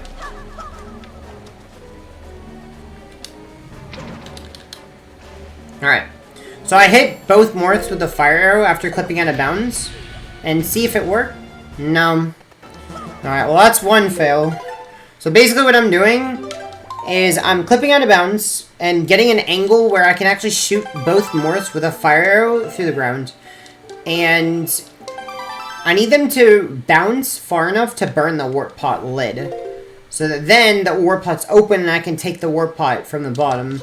Now I actually won't know. The cutscene for the warp pot opening, it's too far away for that cutscene to play. So I won't actually know if it worked until I actually take the warp pot and see if it takes me up to the top. That time it didn't, so that means that both morphs didn't bounce far enough, and I have to reattempt.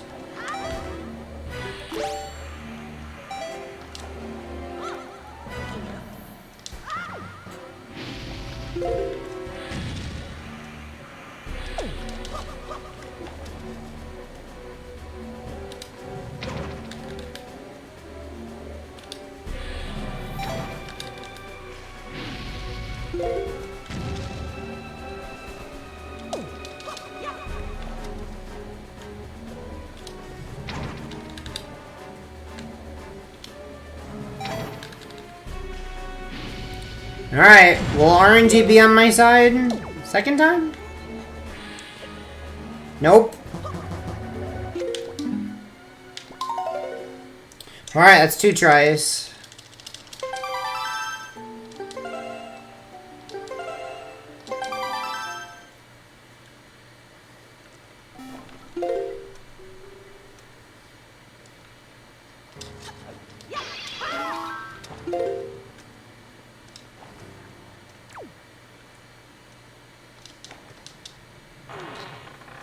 It is not the same as Puppet and Skip in any percent, because in any percent you don't have hook shot.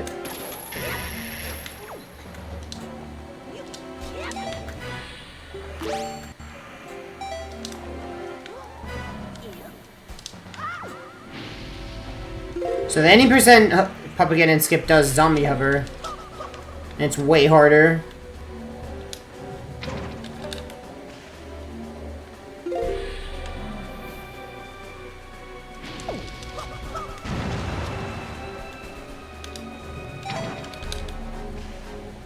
Alright, attempt number 3. Okay. Not 3. Alright, no, time for try number 4.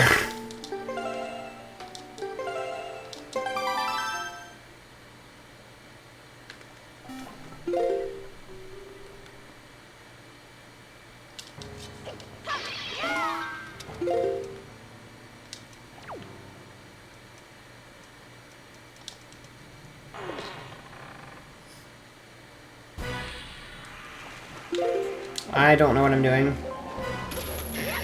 I don't know what I'm doing. Kinda losing my mind.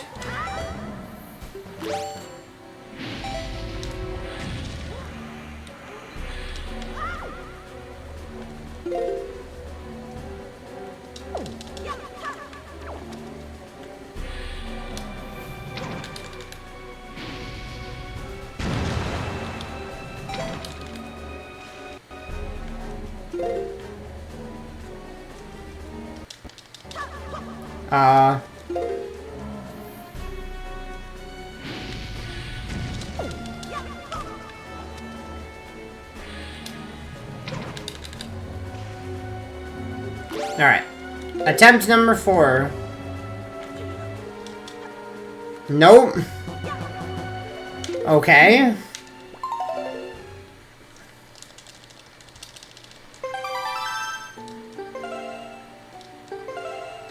RNG is not on my side right now, apparently. Wait, so that was 4, right? Yeah? So this is 5?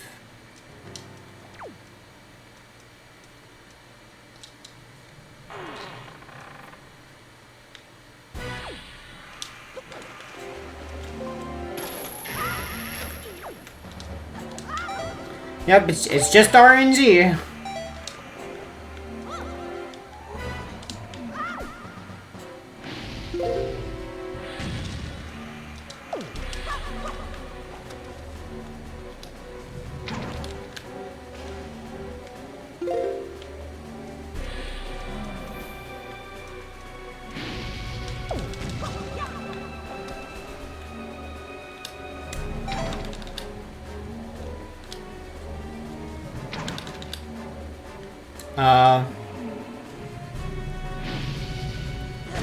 Okay. Kept missing.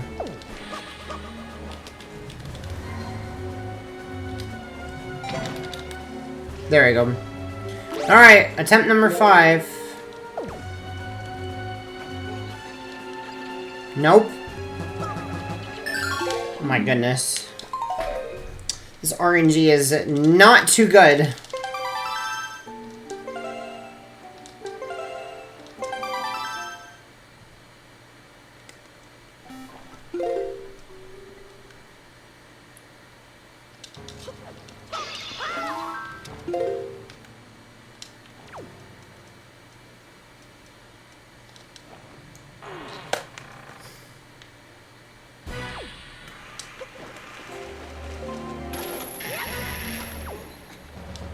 Alright, so this is attempt number 6.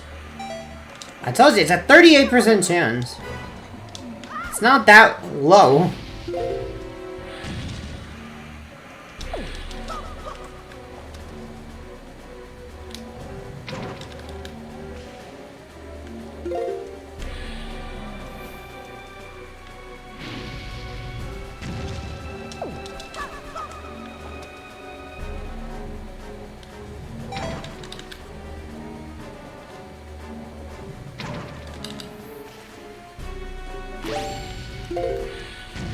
Alright, attempt number 6. Nope.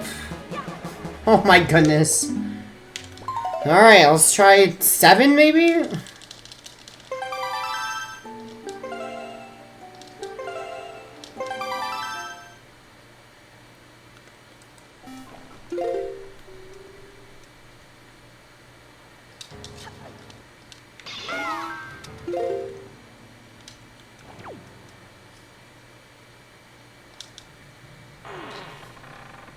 I'm starting to think it's patched. Nintendo released a patch. I mean, Nintendo hates glitches. Latest update of the Wii U patches? Wind Waker HD glitches? Not clickbait?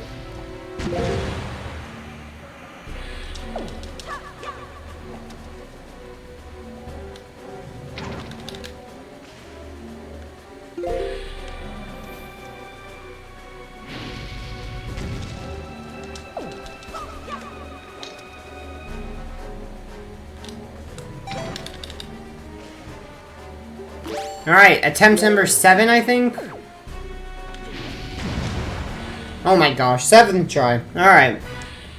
7th try, alright, alright. Guys, it's not a patch.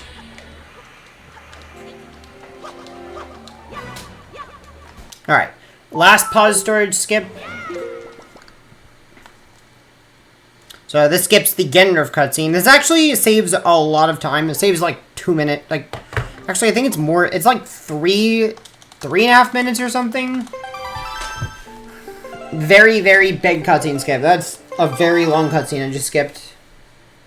7 is a lucky number. I agree. All right, about to be done soon. So unfortunately, not getting a sub 5 because I got bad RNG.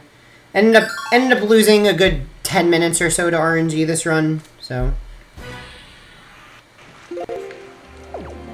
Which is not great. It's very, very below average of what, you know, like average RNG. It's very far below average. Well, let's finish this up.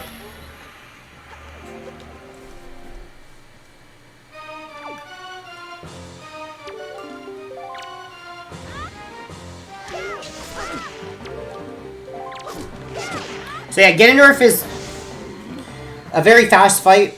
It's all damage based, so I just have to deal enough damage to advance each cycle. Every time Zelda talks to you, she'll shoot a light arrow. It's useful first phase, but second phase you don't have her.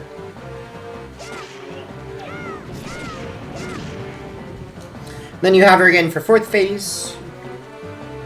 Fourth phase. I mean third phase. And then you just gotta do the final parry, and GG. 5:03:11. GG. Yeah, I ended up losing a large amount of time to RNG at the end. But, played pretty well. So, happy about that. thanks for the GG, everyone. And thank you for having me on the marathon. I appreciate it. No problem. Yep. Thanks for coming on. You're welcome. Well, it's pretty late, so I need to go sleep. No, it's actually at this point it's early. Crab Rave 2.0. Yep. Alright, well, anyway. Oh, good luck with the rest of the marathon. I'll see you later.